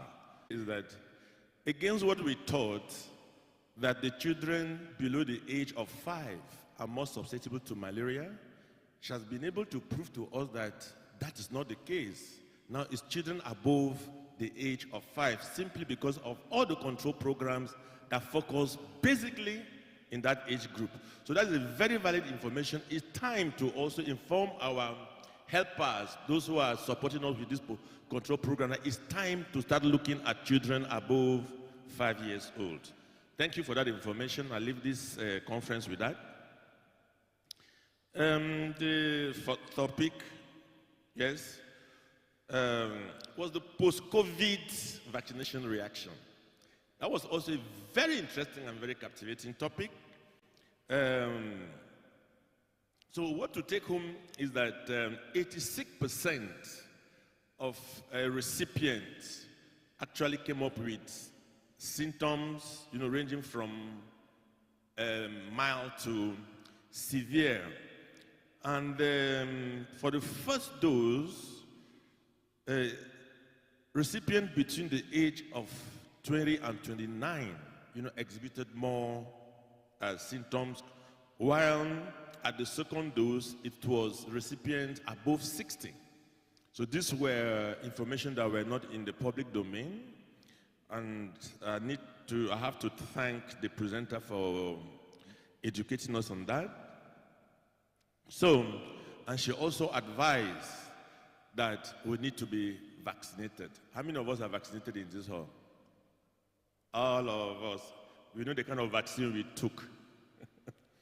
So, the fifth presentation by Mensa was actually adding note that Ghana is the first country in Africa where such studies was done. The sixth presenter, which is Dr. Idi or Idiba, where is she? Abeni Idi. Do you understand what I'm saying? I'm speaking your language. I'm greeting you in my rinko. Yes. So she looked at a longitudinal distribution of HPV amongst HIV patients, and she submitted that the prevalence of HIV in Ghana is just about 1.9%. But we may think it's very low, but considering the population of that country, it's not a number to be taken for granted. And HPV has a prevalence of 30. In this era where we talk of food security and food safety, for someone like me who likes food, this is a topic that actually was very interesting for me. And at this moment, we are quite aware that our food chain is really endangered with all manners of manipulations, that the food industry is facing. Toxins, of contamination of our food chain is also a great problem to us. And what is interesting here is that the author is telling us that there are biological methods to control this menace using biological means.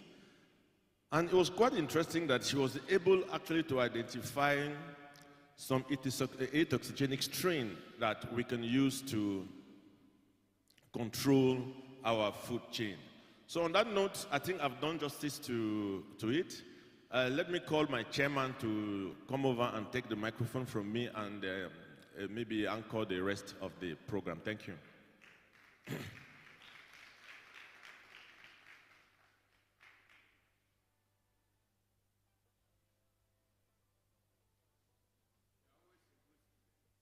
Thank you, sir. Thank you very much. We have 7 presentations. I'll take the young lady I used to shout on her name. Used to call her Dr. Labisi Uduwole. I can call her that because she's my former PhD student. So she made 2 presentations. So what we do is we invite contributions, questions on the 2 presentations all at once. Then permit me, I'm a teacher. Anyhow I talk to you is for purpose of correction, because this is a learning process. So questions for Dr. Olabisi, Associate Professor of Microbiology. So very soon is going to join my students that are Professors, yes, please, can you come down?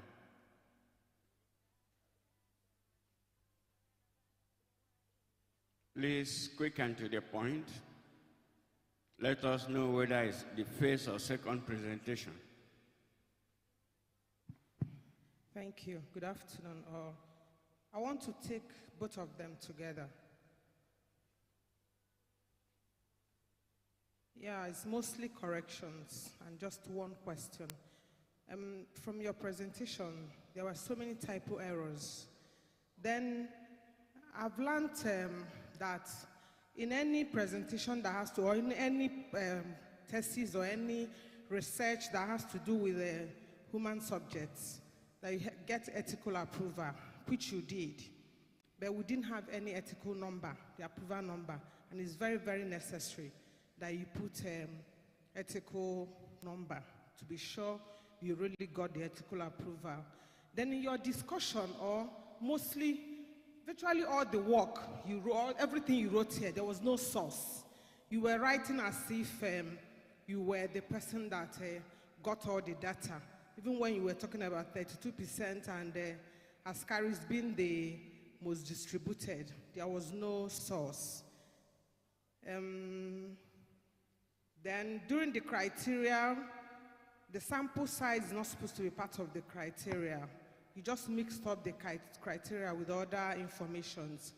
Then I got scared when you said that the prevalence was 48% of malaria. So my question is, the person that did the microscopy, is the person a WHO certified microscopist?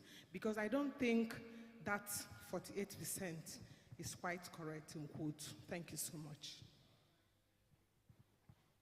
Any other? Intestinal parasites and malaria is an endemic problem. It appears there is none. Okay, please, can you come out?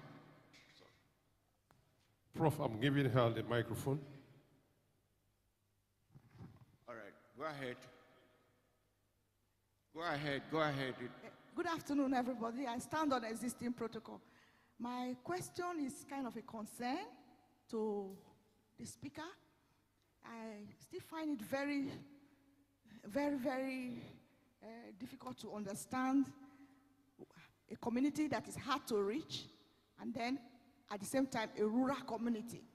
Though she tried to define it, but then at that same point it's concern and question at the same time. Thank you. All right, thank you. Any more? I think that is the last. So I give you the floor. I will start from the last speaker. And I have the feeling you are talking about the first presentation. Like in my presentation, I said that community has a lot of sentiment. I've done a lot of WHO microscopy training. In fact, when I was in Cross River State, I used to participate in quality control assessment. And that was why in the methodology, we said 2 microscopes independently screen. And if there's a problem, a third person will verify for the score, and that person is me. And Professor Use will attest to you that I'm an expert microscopist. And I think I compared it with a study that found 65% in North Central Nigeria. If you go to the end of my presentation, you will find a lot of my references there. And I think it's a school of thought that says that you must have reference in your presentation. I don't belong to that school of thought. I've attended a lot of international presentation conferences, and I don't put reference in my presentation. I put it at the back. Thank you. I don't know if I answered it. Yes, like we said, it's the community. It's hard to reach. There is no road, there's nothing, no medical center, and it's actually very far. Getting there was a problem. And that's why we went to meet the local government chairman. We did a summary brief of what we found out and to let them know the issues. So, I don't know. Thank you. Yes, we have ethical clearance. Like you said, this is a presentation. In the publication, in fact, we've submitted one of them. Actually, it's the second one because the association or the college said we will submit, yes, so I left the second one. But we have certificates. Thank you. All right, just note this. when you say hard to reach, and you are talking about intestinal parasites, what is special in that topic is how to reach. And so in your introduction, not your materials and method, you would have talked about how to reach, because that is very significant. Then the other thing is you say you use formoliter technique. While formoliter, we know that there are other methods. So as you are just brushing past, you have to, provide reasons why you choose to use formoliter. I know why you use it, but you should let it be known that you also know other methods. You said you had ascaris. I didn't see you say you had tinea species.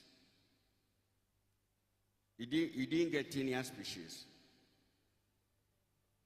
Community. So such things, you should not just allow it to go. And you said you measure anemia. You measure anemia, but you did not link us, anemia with the parasites that you saw. Now, lastly, when you say hard to reach community, we also expect you to reach out to better communities, richer communities.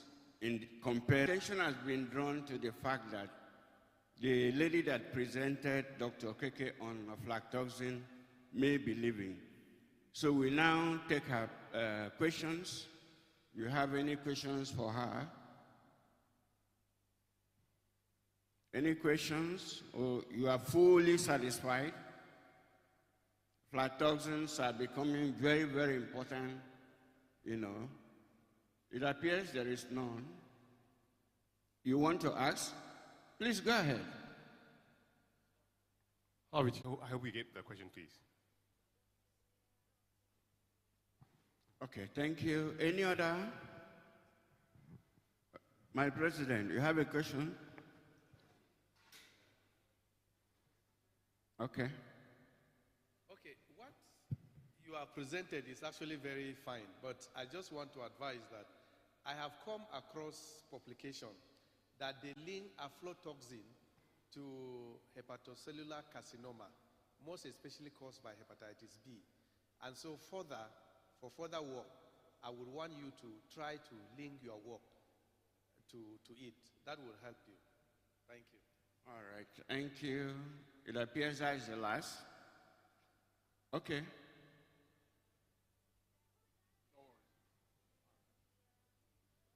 Thank you. Let me start with my national president. The sky is big enough. There are different areas of research. When it comes to food and food safety, we restrict ourselves to aflatoxins vis-a-vis what happens in the food chain. Now we know that HCC coming from hepatitis B is the one that the average medical laboratory scientist is more in tune with. So that's why maybe for those who are not into public health and food safety, you may not really know that link between what happens in the food supply and HCC. I tell you, it could even be worse than hepatitis B because it's true that hepatitis B is highly infectious, but then again, you need to be in some certain areas for the MLS who is practicing. Your exposure is actually higher than the average person. But generally, when it comes to food, everybody has to eat. So when you have between 25 and 50% of the world grain food supply targeted by those toxins, then you know that HCC that emanates from aflatoxins, it's a big deal. But if you're not into that area of research, you really may not grasp the depth of what we grapple with on the African continent. You can check out that PACA website, African Union, and you will see just how much has been done to mitigate the scourge of aflatoxins on the continent. So it's not about trying to link up my work with what's happening in HCCC hepatitis B. That's not my focus. My focus is on public health issues that surround food, and that's been my, will I say, specialization over the past 12 years that I've been working on mycotoxins. So I have a bias for food safety and food security issues in public health that emanate from mycotoxins. And I know I've had some senior colleagues who have gone as far as trying to get the United Nations to declare a mycotoxin day in the world because it's as serious as that. So I hope that answers your question, Prof. And then to the second person, I think I talked about what happens when you use the polyphasic methodology to identify the fungi. That's like the gold standard. And when you're doing routine work, whether it's routine work or practicals, these things are very expensive. So my organism are the moldy turf. I don't need to do genotypic. That thing is very, very expensive. It's time consuming. And if you know what it means to extract your DNA and get it right, very rarely you get it right the first time. It's very laborious. So if you have a moldy turf machine, which is actually extremely expensive, I don't think we even have it in my country. It's as serious as that. It's pretty expensive, so it's not something we go into. But in the US, I have a lot of other colleagues under ASM. What they do, especially for bacteriology, they have so much of those super spectra. So you see them, they don't do genotyping again. You just pick it, and when you put it on the flexi plate, and then you slot it into the moldy turf, and it just reads it. So what it does is that you have a gene bank. So it throws up everything that has to do with the phylogeny of that particular genus. And all you have to do, okay, he can't show the slide. So you see that phylogenetic, we call it a dendrogram. So your own organism is just placed there, and it keeps picking the phylogeny, relatedness of your organism across all those organisms, and it gives you the identification immediately. And I think that's the most important thing. You're able to diagnose in real time what the problem is. It's not just about the PhD thesis. Even in general laboratory diagnosis, that's what they use. If you have a moldy turf, you save yourself the problem of going into genotypic approach. But the problem is you need to have been able to get a gene bank that is a representative. That is usually not very easy. And for fungi, it's worse. Bacteria, they have it, but for fungi, it's very difficult. Yep. All right, thank you. Please, can you add your comments so that we move on? Quickly, please, just want to correct an impression. The multi-turf and the sequencing, obviously, they're two good technology. Maybe the lab you work with, that was what they have. But in Africa now, especially in, yes, where we have many molecular biology lab coming up now, what is happening, the technology is available and it's becoming cheaper, you know, over the days. Not the ITS, that is the internal transcribe spacer.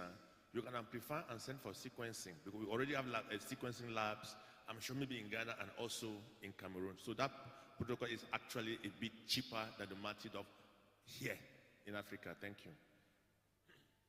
I will also add that in science, nothing is absolute.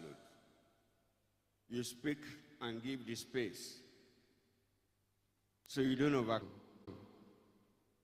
The presentation that had to do with genetic diversity of mycobacterium by Dr. Ngozi. Questions? Please, if you have any question, let us know. Time on your results. That is what people are interested to know, not the basic methods you use, you know. You just mention them on passing. So you can go ahead to publish your paper because you presented it to us in a publishable form. All right, having no question, possibly because it took a long time. Hello, Prof, sir. Please, I don't really have a question, no. Okay. It's more like a contribution. Yes. Actually, if the recipient has been vaccinated before, he may react differently. So that's one aspect I would love to know if a presenter look at. All right. Did us to work. And the concern was actually for those that have been vaccinated. So the design was actually to look at, take their blood, those before and then after the vaccination, trying to look at antibodies. Is there antibodies that were produced? If they were produced, what is actually, yes, seroconvert, then what is even the level to monitor it like that? But along the line, so it's a very good thing because we keep on saying our work is very, very important. It's not only to make diagnosis of people that are infected. Even when you take this vaccine, because we keep on emphasizing, we even submitted a position to Federal Ministry of Health that, look, if it is in terms of vaccine production, we have experts within our profession. And so we should not just even stop that. Even when the vaccines are produced and they are being administered to our people, we also have a role to monitor whether those vaccines actually elicit production of antibodies. So it's a very good thing. I will discuss with you further on how we can improve your work. Mr. President, that's where I disagree with you. Yes, because you are adding and you are subtracting. And my question is, what is a medical laboratory science in following up the reaction following COVID-19 vaccine? That is what I'm saying. You are adding and you are subtracting, because she did not do that. She just looked at the reactions generally. And I'm saying, where is the medical laboratory science in the work? Yes, please. You know, because that you do, you must work with. Still standing on the existing protocol. The first question was the history. Yes. Some of them, the first dose that the reports we got from the first line of respondents, most of them were the health workers working in the University of Port Harcourt Teaching Hospital. And like I said during my presentation, they took the first dose and they were complaining so much. Some of them couldn't come to work. Some were even hospitalized, that this vaccine and all that gave them so much troubles. You know, that was what informed me, you know, into this. Then one person, Martin, which you know about him. Martin, yes, no, you know him. He was in the COVID lab. He had COVID. He was infected with COVID-19. And even when he was rehabilitated, we went to take his response from the vaccine, and we found trying to do some hematological investigation using their blood samples to check the antibody titer and, you know, look at the blood picture, you know, to see if there is any changes, you know, because they too have not taken the booster doses. If there is any changes between the second dose and the booster dose that they are waiting to take. So it's a long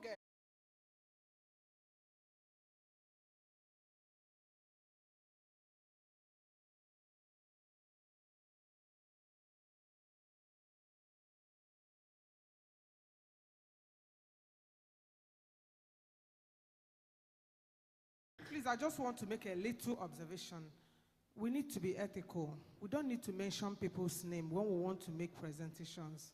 Thank you so much. There needs to be confidentiality. Thank you. Please, we are now considering Dr. Mensah's paper.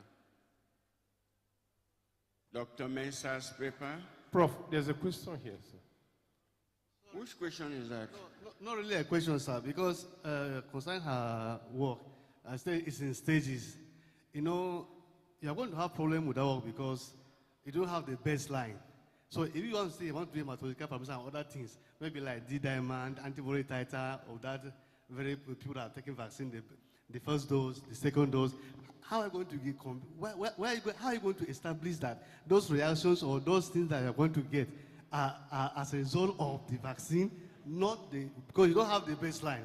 Professor Tafe was talking about the baseline, the history. How are you going to get the baseline? I mean, the study design, they're going to have a challenge with it. Hello. I overruled that question because you are bringing more complexities to it. And you are trying to bring the science and the medicine into that work. So we will not leave here. I think she knows what to do with our comment. Please, let's, Dr. Mensah's paper. Dr. Mensah's paper. Up. Dr. Mensah's paper. Oh, please. No. HPV. Thank you very much. So we are now at the last, which is the HPV by Adiza. I think that one should provoke a lot of comments. Cancer everywhere. But luckily in her country, the rate is very low. Only that the population is also low. And so there is proportionality. We pray we will not go beyond that. Questions for her? Yes, please. No, there is. Okay, another. Well, good afternoon once again. I just wish to know if they truly got ethical clearance to engage treatment naive HIV positive persons in a research like that at this time. Because the presentation shows that some of the participants were treatment naive. And I don't know how ethical that will sound. To allow people to stay off drug or not to hasten enrolling them into treatment because we want to do research, or was it a coincidence? And how will an ethical committee grant approval for that kind of design? Thank you. Thank you.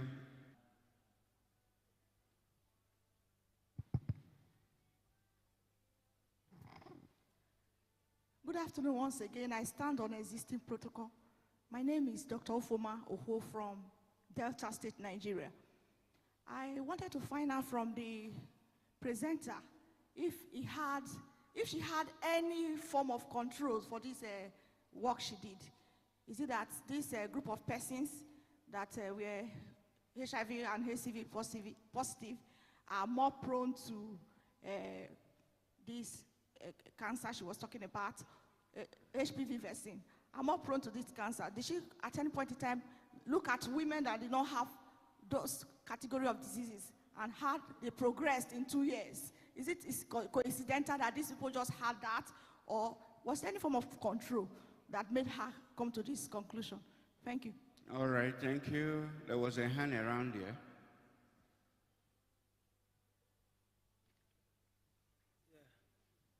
Thank you very much. Riding on the existing protocol as well. And then my question is also related to what Dr. I think the gentleman over here, I'm sorry, I mixed his name. So again, talking about treatment naive, so I wanted to know how the researcher was able to, find out or assess treatment naivety among these patients. So I don't know how they did it. And again, I know there are a couple of things like looking at if there's ARV metabolites in the system or what. So can they tell us how they did that? Thank you. All right, thank you. I will now invite her to present her answers. Thank you very much. Okay, hello. In response to the first question, I don't understand what he actually asked, but I'm just thinking that he's asking whether the women were on treatment or whether ethics clearance was given. So if the question can be asked again, because to be honest, I didn't understand what he said. The Maybe. first, Can you, no, wait, use this. The question is, some of the participants were not on drug. They were treatment. HIV positive patients, On treatment. and they were not on treatment. Okay. Okay? How did you get ethical clearance to proceed with research on HIV positive persons who were not placed on treatment? Okay, I understand now. Okay, sure. I do say that this was a pilot study that was nested on a bigger study. At that time, the treatment on ARV, you have to have a CD4 count around 350 mmQ. That was the guidelines in place at the time when we started the study. However, these women were recruited. Some were already on treatment, but some, their CD4 count was above the cutoff. So obviously, they were not going to be on ARVs at the time of the study. However, when WHO treatment guideline changed, that if your CD4 count is 500 and above, still you're gonna have below 500, you're still gonna be on ARV. Therefore, if you look at the presentation, by the 24th month, all of these women were on ARVs based on WHO guidelines. Does that answer your question? Okay. No, it wasn't. This was done in 2017. 2016, 2017. It's okay. It depends on, okay. you know, Please, each country have their treatment guideline, and they follow their treatment guideline based on what is in the country specific. So we also should bear that in mind, okay? Another question was on whether women that are HIV positive are, or immunocompromised are more prone to cervical cancer. Was that your question?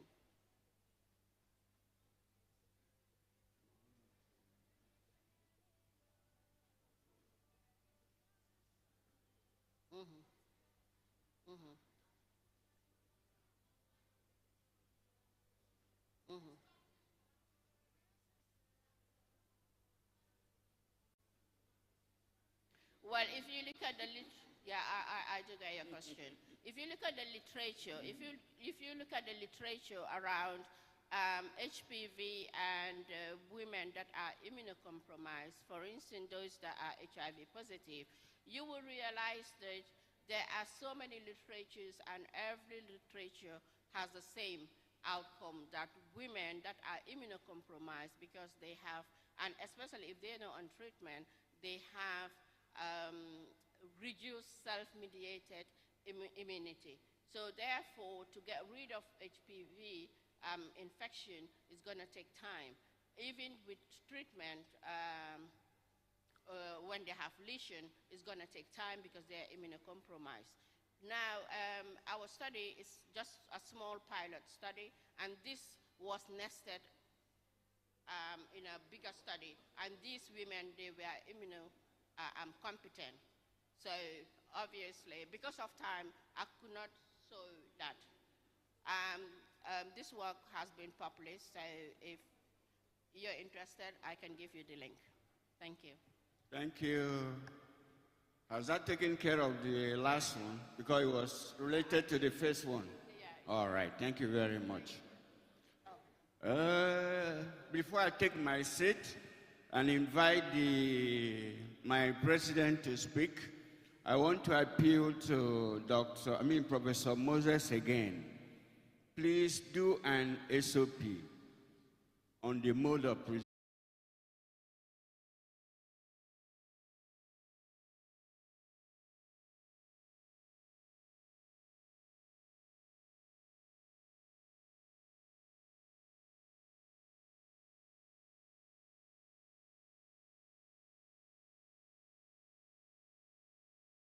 making me to share this. I am happy that I belong to this faculty. All right. So may God bless us all.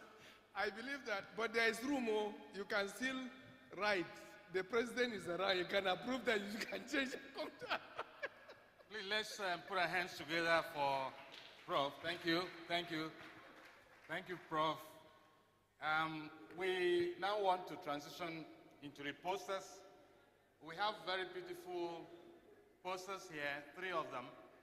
And I'll call the names. They're going to give explanations.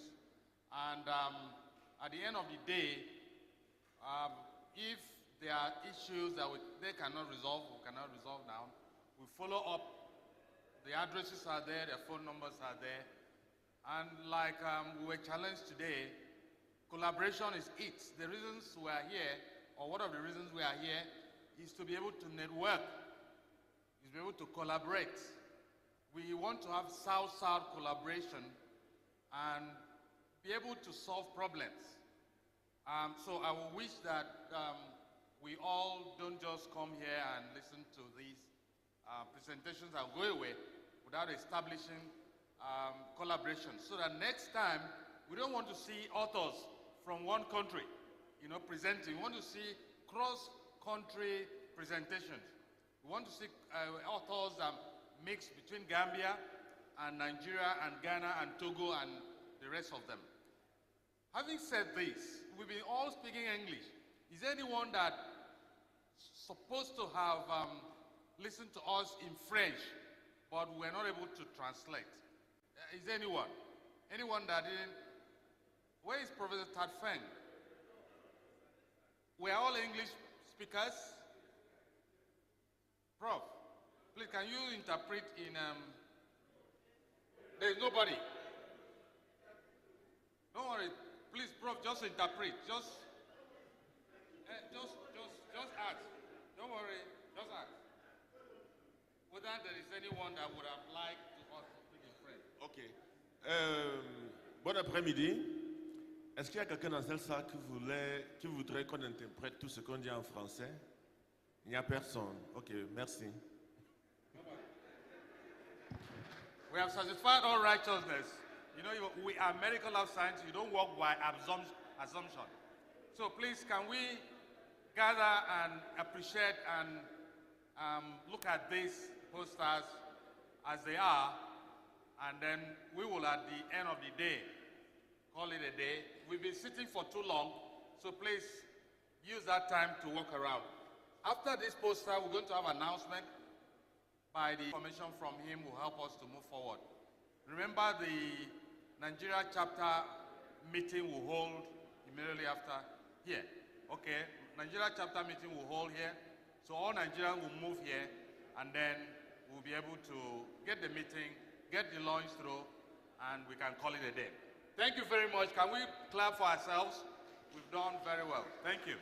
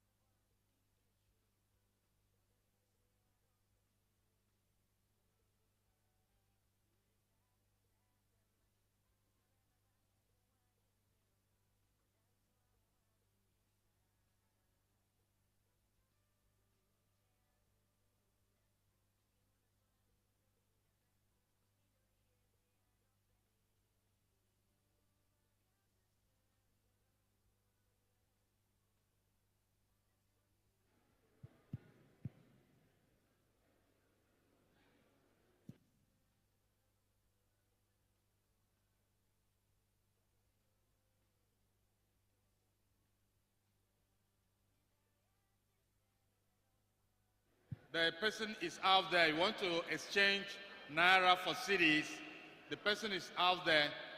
You want to buy those beautiful clothing, the person selling is also out there. Thank you.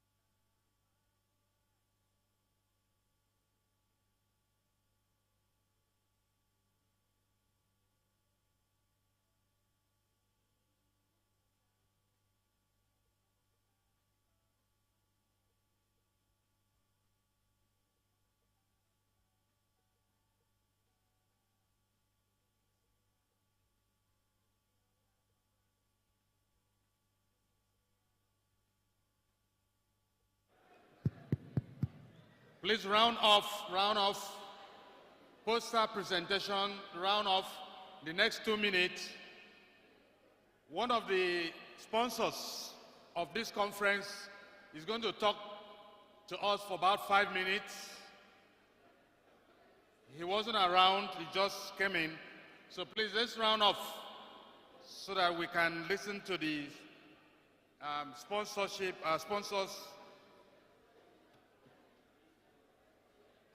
present his products.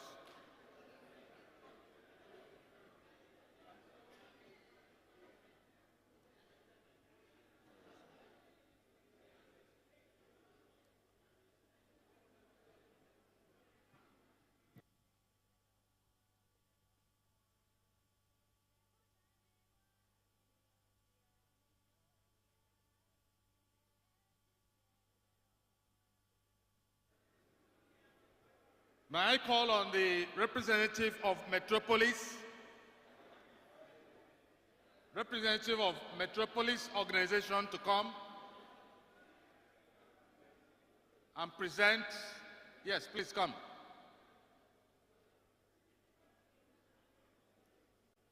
Please settle down as we listen to Metropolis, the pathology specialist, speak to us on his products.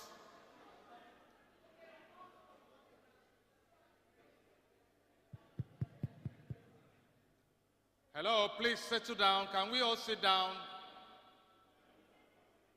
Can we all sit down, please? The poster will still be there. Even during lunchtime, we can keep discussing. Please, those standing, please, can you sit down? Do you need to project anything? Okay. Hello, hello, hello. Please sit down.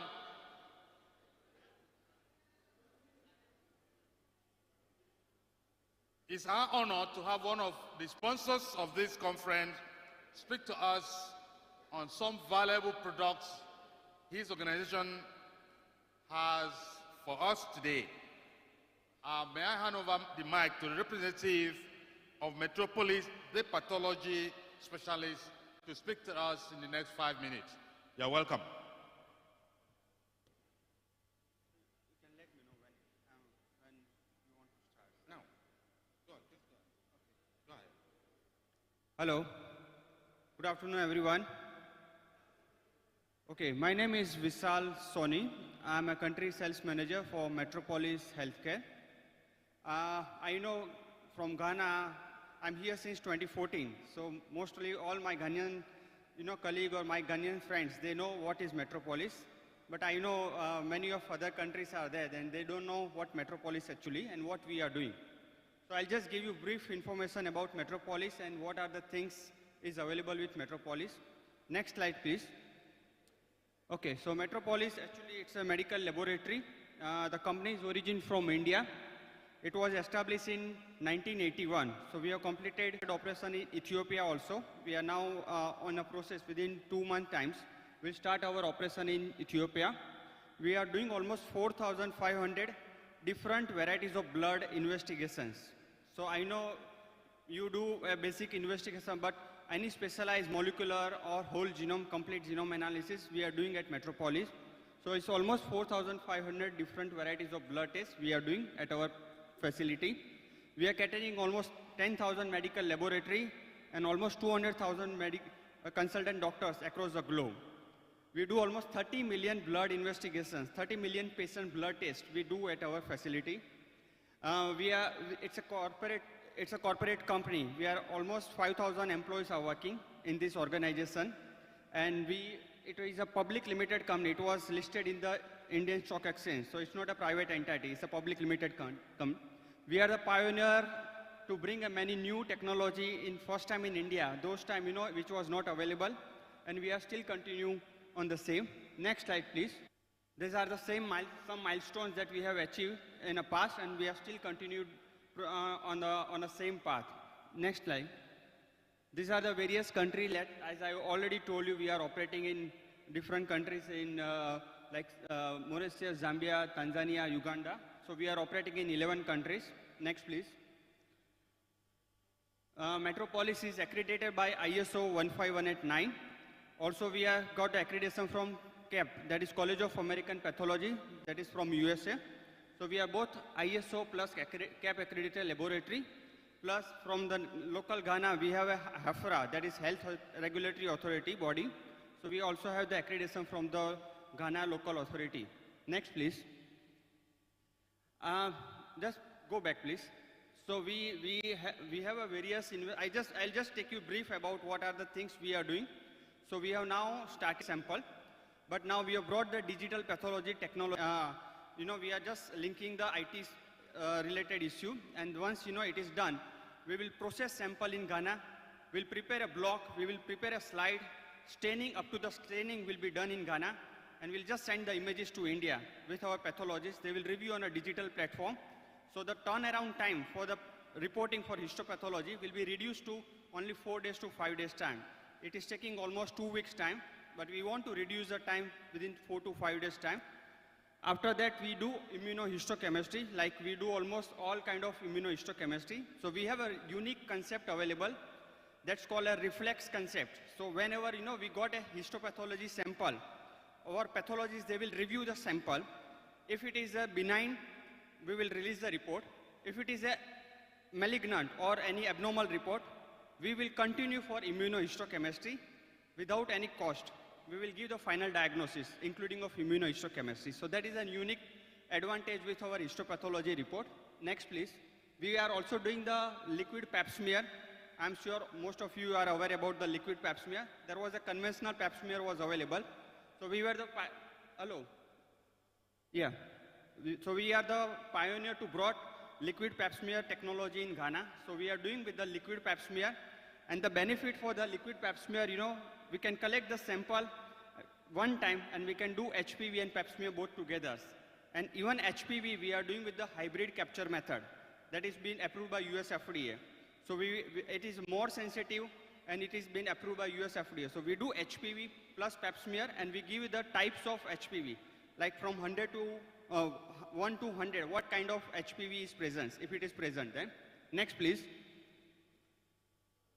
That is what I was talking, like we do HPV with a hybrid capture, plus we do PCR. So if hybrid capture will come positive, we will continue for PCR and will give the sequence, like type of HPV, which type of HPV is present.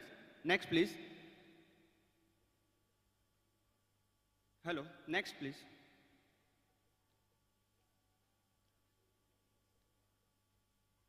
Next slide.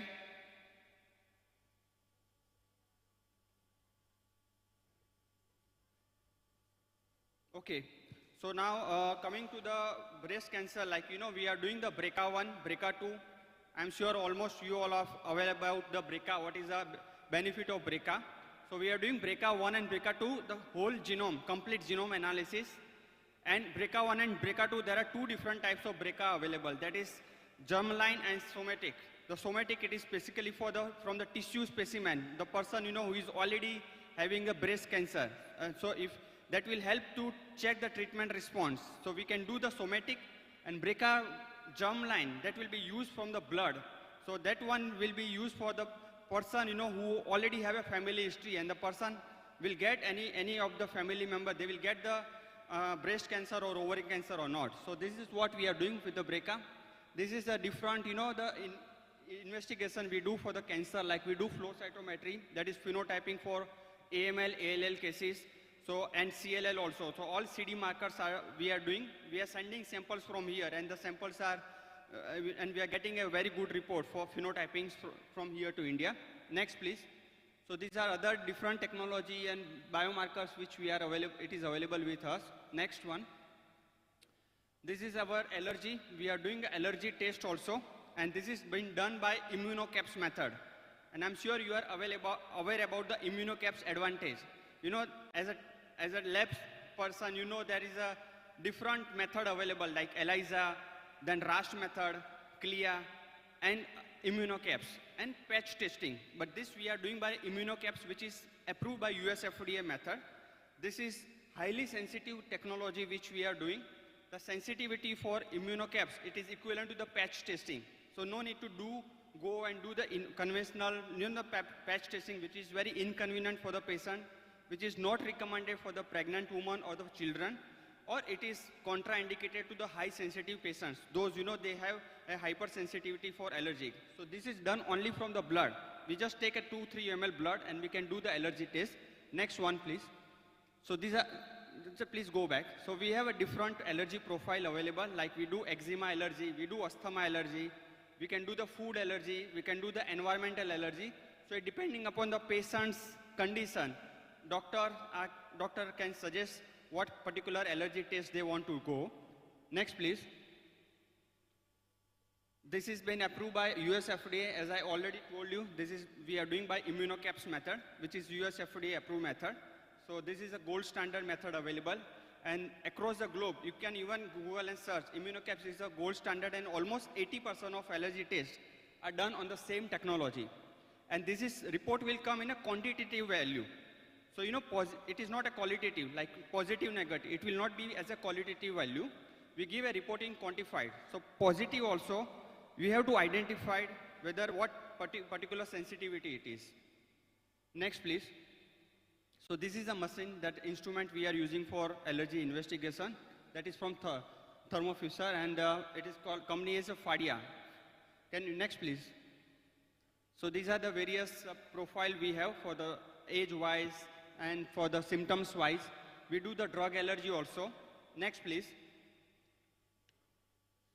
Then for the type 1 diabetes, type 2 diabetes, we do different investigation like anti-islet cell antibody, GAD antibody, C-peptide. So we are also doing the various investigation related to the diabetic patients. Next one.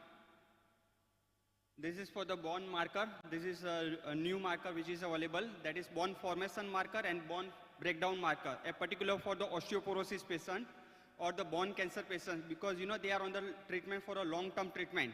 So whether the treater which we can identify the patient is responding with the drug or not. So one is a bone formation marker and another one is a bone breakdown marker. This is a new marker we have introduced particular for the ovarian cancer. As you know, CA125 is available, but CA125 is not a specific particular for in the first and second trimester of ovarian cancer. It may come negative in a first and second trimester, first and second, particular cancer. So this is HE4. It is a more sensitive, which is already been approved in a HOMA guideline. So now they are recommending CA125 and HE4 together. That will give more sensitive and specific report. Next one, please. We are also doing anti-Mullerian hormone and inhibin B. Next one, for fertility patients.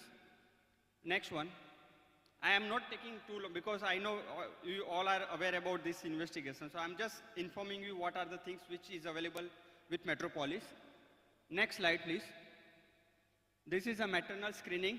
Like we do quadruple marker screening for the second trimester, and we are also doing the dual screening for the first trimester. That is Papa and free beta HCG in the first trimester screening. And for the second trimester screening, we do the quadruple screening. That is alpha-fetoprotein, beta HCG, unconjugated estriol, and inhibin A. These are the screening marker. We have also gone forward. Now, on this basis, you cannot take a decision whether to terminate the baby or not. We have to go for the confirmation. So if this report will come positive, we have to either go for the amniocentesis to do a karyotyping, or there is another new test. It's called a NIPS. I'm sure you are aware. Next one, please. So this non-invasive, that is what we have started. That is non-invasive fetal trisomy test. So in this particular, we take the mother blood, mother peripheral blood. From mother blood, we will extract fetal DNA, and we can do chromosomal study for fetal DNA from mother blood. So it's a completely non-invasive, very safe for the pregnancy.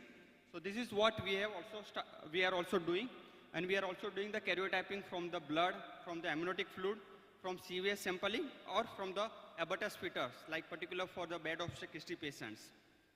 Next, please. Hematology, we have HPLC. We do HPLC, so it will give a quantified report, and it will give a quantified report for all the variants of HB variants. Next one, please. So this is the report will come. So we'll give the graphical report with the quantified value. Next one. Then we have a leukemia, like as I already told you, we have a different profile available for particular for the blood cancer, for leukemia, lymphoma, or CLL. So these are the various profiles. We can do it from the blood, and it is done from the bone marrow. So depending upon the doctor requirement, either we can do it from the blood or from the bone marrow. Next one, please. For microbiology, next, please. We do gene expert. Next one, please.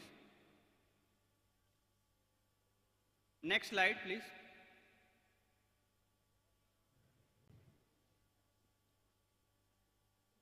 Please, can you change the slide? Yeah. So this is, as you are already aware, like there is a different investigations for TB, which is available, which is gene expert and PCR. So we are also doing gene expert and PCR. Next one. We are also doing the hepatitis C genotyping, hepatitis C viral load. We are also doing the IL-6 also, which is also new marker for hepatitis C patients. Next one. Next one, please. For HIV, we are doing the various investigation for HIV viral load. We are doing the HIV genotyping. We are also doing the HIV drug resistance, like particular for those, they are already identified the HIV, and before the start treatment, if the person is affordable, if you want to go for drug resistance, we can just do it. So we know what particular drugs will be sensitive to the patient. So instead of waiting for 6 months or 1 year time, we can get the idea whether the drug, which one is going to be effective to the patients. So we can do the HIV-1 and 2 viral load. We do the HIV-2 viral load, and we have now started HIV-1 viral load from the CSF sample also. So we can do HIV-1 viral load from CSF. I know it is very rare, but it is available with Metropolis now. Next one, please. So these are the various PCR-based tests available with Metropolis. So we can do malaria PCR, chlamydia PCR, H1N1 PCR. So we have a various range of available tests are available on a basis of molecular, on a PCR basis. Next one. This is a new investigation because we are always bringing in new technology and new investigation in the diagnostic industry. So this is something new. We have started a fecal calprotectin. I'm sure you might be aware about it. It's a new diagnosis to differentiate IBD and IBS cases because the symptoms of IBD and IBS are almost overlapping. So we don't know what actually whether it is IBD or IBS. So this fecal calprotectin will differentiate whether the patient is having IBD or IBS. So depending upon the value, you can now differentiate the IBD or IBS condition. So this is a new biomarker is available. For next one, please. So this is what, if the value of fecal calprotectin is less than 50, then it will indicate the IBS condition. And if the value of fecal calprotectin is more than 50, that will indicate of the IBD. So now you can differentiate with the one biomarker, the IBD or IBS. Next one, please. For the transplant patient, we do HLA typing and tissue cross matching. So we do almost high resolution HLA typing like A, B, D, or DQ. And plus we do the tissue cross matching also. Plus we do the donor specific antigen. If suppose you want to do for the donor specific antigen, we can do the donor specific antigen. So specifically for the, those they are undergoing for the kidney, liver transplant or bone marrow transplant, they need to do whether the tissue cross matchings are happening or not. So instead of patient, they are going, mostly the patients are going outside of the country. So before they go outside for the treatment, if they know if the tissue cross matching it is matching, then it is very easy for them to go and do the transplant. So it will reduce the stay for them and they will get the right treatment on time. Next one, please. This is all about the same. So we are also doing LC-MS. We got a machine, like we do the various drugs level on a LC-MS machine. So liquid chromatography, high performance liquid chromatography. So we do various investigation on LC-MS also. Next one, please. For genetic, we are doing various investigations in a karyotyping. We do on a fish.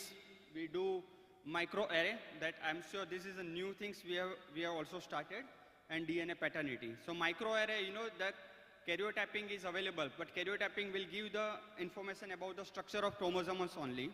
But the microarray, this is a new technology, new investigation we have started that we will go inside or deeper analysis of chromosomes, and that will give the various genetic disease. So from single blood sample, now we can identify 6,000 genetic disease from one single blood sample. So whether it is a Fragile X syndromes, Angelman syndrome, Prader-Willi, any kind of genetic condition is there, it can be identified with the microarray. Next one, please. So as you know, this is a difference between the FISH method and the chromosomal karyotyping. Next one. This is about the DNA sequencing. So we are doing the DNA sequencing as well. Next one. Next, please. Can you please change the slide?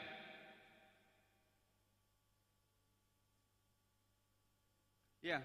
So this is about the microarray, which is 100 times higher resolution than the karyotyping, conventional karyotyping, and which will give you more deeper information, because karyotyping will just give you the information about the translocation or aneuploidy, anything is there. But this is going to be a deeper analysis on a chromosomal analysis, and it will be very useful, particularly for the autism cases where there is a multiple genetic disorder conditions could be there. So this will help you in a various conditions in autism patients or in a neurological condition. Next one, please. Next, please. This is the difference between so this is how the karyotyping looks like, and this is how the microarray will look like. So karyotyping, this is just a blurry vision, but on a microarray, it is on a deep analysis of the chromosomal analysis. Next one, please. This is about the genetic sequencing. We have a genetic sequencing instruments. So we do various investigation on genetic sequencing as well. Next, please. So NGS, we have got the NGS for the different, to do a different investigations. So these are the various investigations related to the genetic disorder, oncology, for infertility or infectious disease. So these are the various investigations which we are doing on NGS, next gene sequencing method. Next one, please. This is what I already discussed about the NIPT, that is non-invasive fetal trisomy test for the, to identify for trisomy 13, 18, and 21. Next one. We do DNA paternity also at our place. This is our laboratory, our reference lab in India. It's almost 50,000 square feet, a place. Almost 500 employees are working in that India. But we have a laboratory in Ghana also. We have 16 branches are there in Ghana. So, and we are operating since 8 years in Ghana. So, and very soon we are now planning to move into the other countries, like in Nigeria we are planning. And we are also planning in other like Sierra Leone, Liberia, and Gambia too. So next year we are going into the other countries also. Thank you very much. And Midase, in Ghana we say thank you, Midase. Thank you. Is there any question for him? Yes, there's one question. Any other question? Okay, let's hear from Prof. My own is, I want to thank you for your presentation. It's very apt. I'm from Nigeria. I'm happy that you have this type of laboratory equipment, and we are looking forward to welcome you to Nigeria. But I want to look at that your slide. You have not captured us. We are not pathologists. We are not microbiologists. We are not biochemistry. We are medical laboratory scientists. It should be put. We are medical laboratory scientists. So let him put that your slide, the first one, the first slide. Let us look at. Yes. Can I? We should be properly addressed. Oh, can I go, please? Yes. I think might be I have not changed the first slide heading. Possible, yeah. Okay, let him put.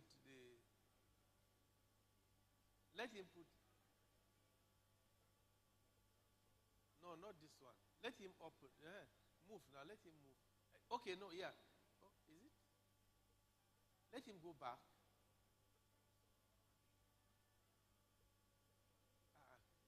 No, it's not.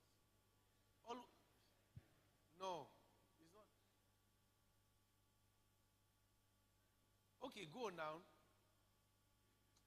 And he's just moving very fast.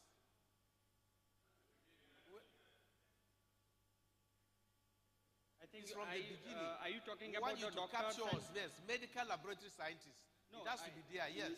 No, I can, like there are the doctors and the laboratory. I have included, sir. Put it there, yes, please. Yeah, it is That's there. just my observation. It is there, sir. Where? Okay, just go back, please.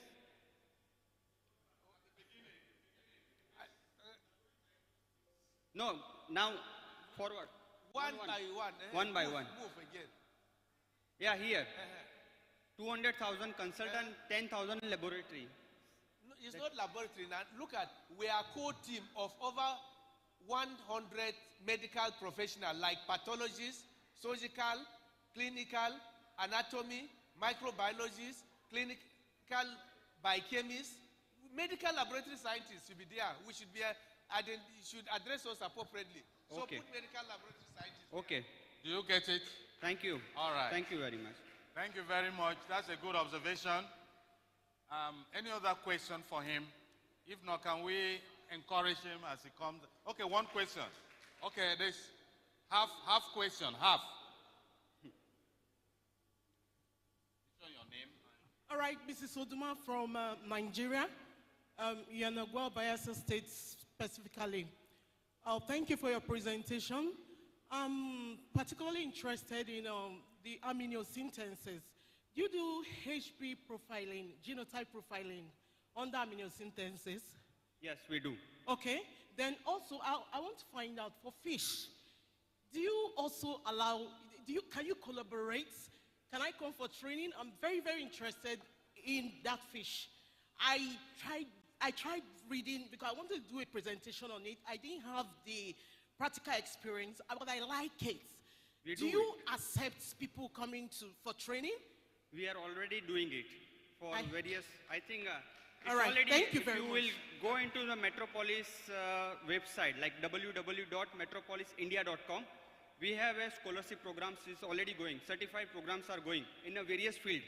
You can Google, I will share it to here, the local body. I think I will ask them to share it to you also. So we have programs are also going. It's a short program, 3-month program, 2-month program, depending upon the various field. So you just need to go to India because it is done in India, and it is a certified program. So you can definitely do it. Any question? One will only say it can only get better.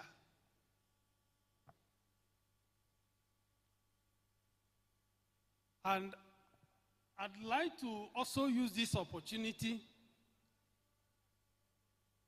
to introduce this book to you.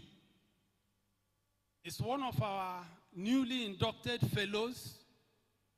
When we are talking about what we really are, it's not just about words of mouth. When we are talking about output, it also includes putting pen to paper to write textbooks, not only depending on the West. They don't have two heads. It is the same gray matter they have in their skull that we have. So this our colleague is a group captain in the Nigerian Air Force. He has done a lot of work laboratory. Group Captain Chukwuma Ohanele, that is the military man there. So you want to talk about taking your lab through accreditation, ISO 15189. This is the step-by-step method on how you will get it done. He has autographed about 5 copies to the West African Postgraduate College of Medical Lab Science. And he has 10 copies here. How much is he going for?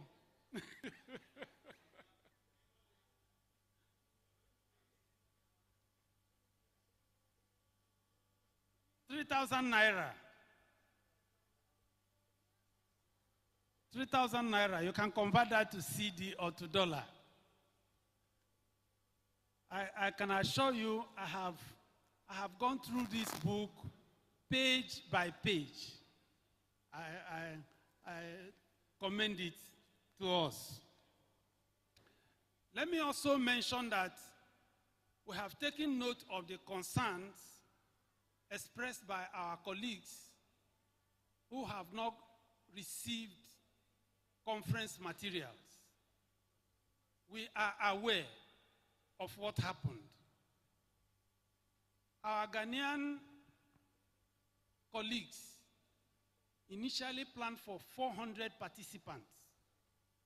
We told them that that was a tall order. That even last year in Abuja, we didn't have up to 400 participants. They asked us, like how many? We said 150. So they came down from 400 to prepare for 150. And there is one thing that is very characteristic of us Africans. We wouldn't like to register and prepare ahead of time for conference. We like last minute gate crashing. We get crashed on planners, take them by surprise, and expect that things will just happen at the snap of the finger. It doesn't happen that way. We just returned from a conference in South Korea. Everybody registered ahead of time. as you present yourself, they pick out your bag with your name and everything intact and hand over to you. And that is because of advanced planning. We need to imbibe it. I remember back home in Nigeria, at the initial stage, there wasn't a lot of enthusiasm about colleagues attending this conference. They said economic crunch, strike in the university, non-payment of salary for 8 months. So we were getting a bit uneasy. All of a sudden, last minute, we started seeing enthusiasm and preparations. Everybody was talking about coming to Accra last minute. So please, let's take it easy with our colleagues who have had sleepless nights to put together what we have seen. I want to assure our Nigerian participants, anything that you don't get, apart from conference bag, if we get to Abuja, we will give it to you. Let me say this. Even this muffler, we made 120. Bags for robe, we made 120. College pin-ups, key holder, and so on. All those things were made. But the ones we sent to Accra, 59 robes, custom, impounded, all of them. So our colleagues in Ghana said, instead of bringing all these things over and we start contending with custom and paying thousands of naira to get them out, that we should leave the thing in Abuja that they will make here. Well, they say necessity is the mother of invention. We started asking questions on how our older sister colleges that have been holding conferences. I called the Secretary General of the West African College of Surgeons. He told me that what they usually do, they will write a letter to the Controller General in Nigeria for a waiver. And that waiver letter, they will present it to the country they are holding their conference in. They will just list everything they are transporting to that country, and they will be given a waiver. And that is because there is Immunity Act of 1978 in Nigeria, which covers ECOWAS and all institutions of ECOWAS. So custom is aware of that. That Immunity Act confers on our college exemption from payment of duties, taxes, and what have you. We were not aware of it. My grandmother used to say, what you know, na him senior you. So, so now that we know, next time we will not have those challenges. So please, I would like to appeal to you to be patient and to accommodate and exercise a little bit of forbearance for our colleagues.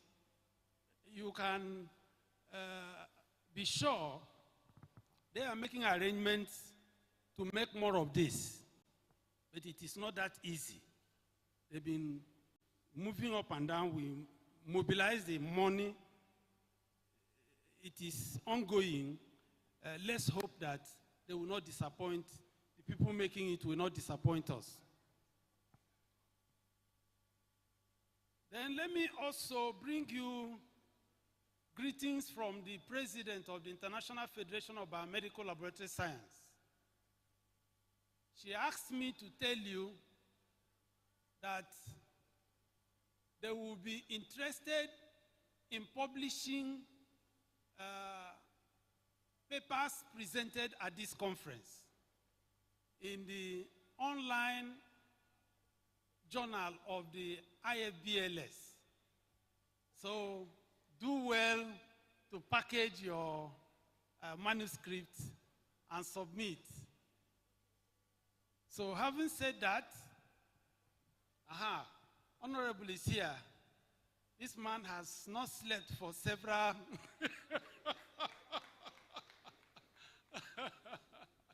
The Lord is your strength. So it appears the tables are ready for us. Thank you. Housekeeping. Respectfully, the lunch is set and ready. What we want to do is that you will sit down and get served. We don't like queues. Just sit down. If you don't get a seat, we'll sort it out.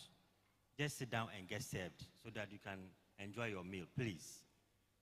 No, we are going, you pass out that way, then you sit down. Just behind this building, there are chairs and tables, so just sit down. Nigeria, we are meeting here, briefly. So you wait just 10 minutes. Wait, we have not closed, please. Wait. We have to remember we have an award for the best oral presenter and the best poster. Thank you. Would you like to see it? Would you like to know? Thank you, Chair.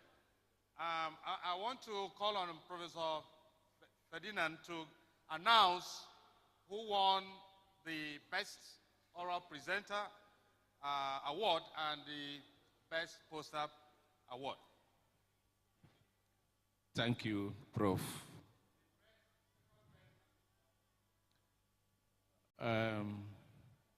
I'm standing on behalf of me and our Professor Ike, who took this assessment.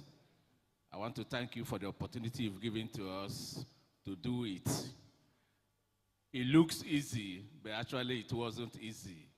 But as much as possible, we must get the best out of those that presented. And I want to thank all the presenters.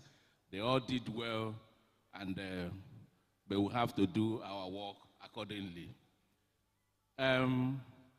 Our judgment was based on definitely all the indices of seminar presentation, because we looked at time management, we looked at your presentation style, we looked at the references, we looked at the slides you were presenting before us. We also looked at the content of the work based on your title and question and answer. In seminar presentation, we were watching the presenters. If you are talking to an audience, you are not expected to face your slides without looking at the people you are talking to now know whether they are following you or not. But you see some people, they just face the slide and they were reading, and then they ignored us. It wasn't a good presentation. But all being the same, let me save time. We looked at all these indices, and then we arrived at the conclusion that I'm about to present. I'm not reading all the results for each person. Coordinator, let me just call, you said I should call first, second, and third. Okay, let me just call the first, second, and third. The third position we have here is Hadiba, scored 66%. Where is our president? Are you not coming to give the handshake again? Oh, registrar, sorry. So, Hadiba, please come and take a handshake from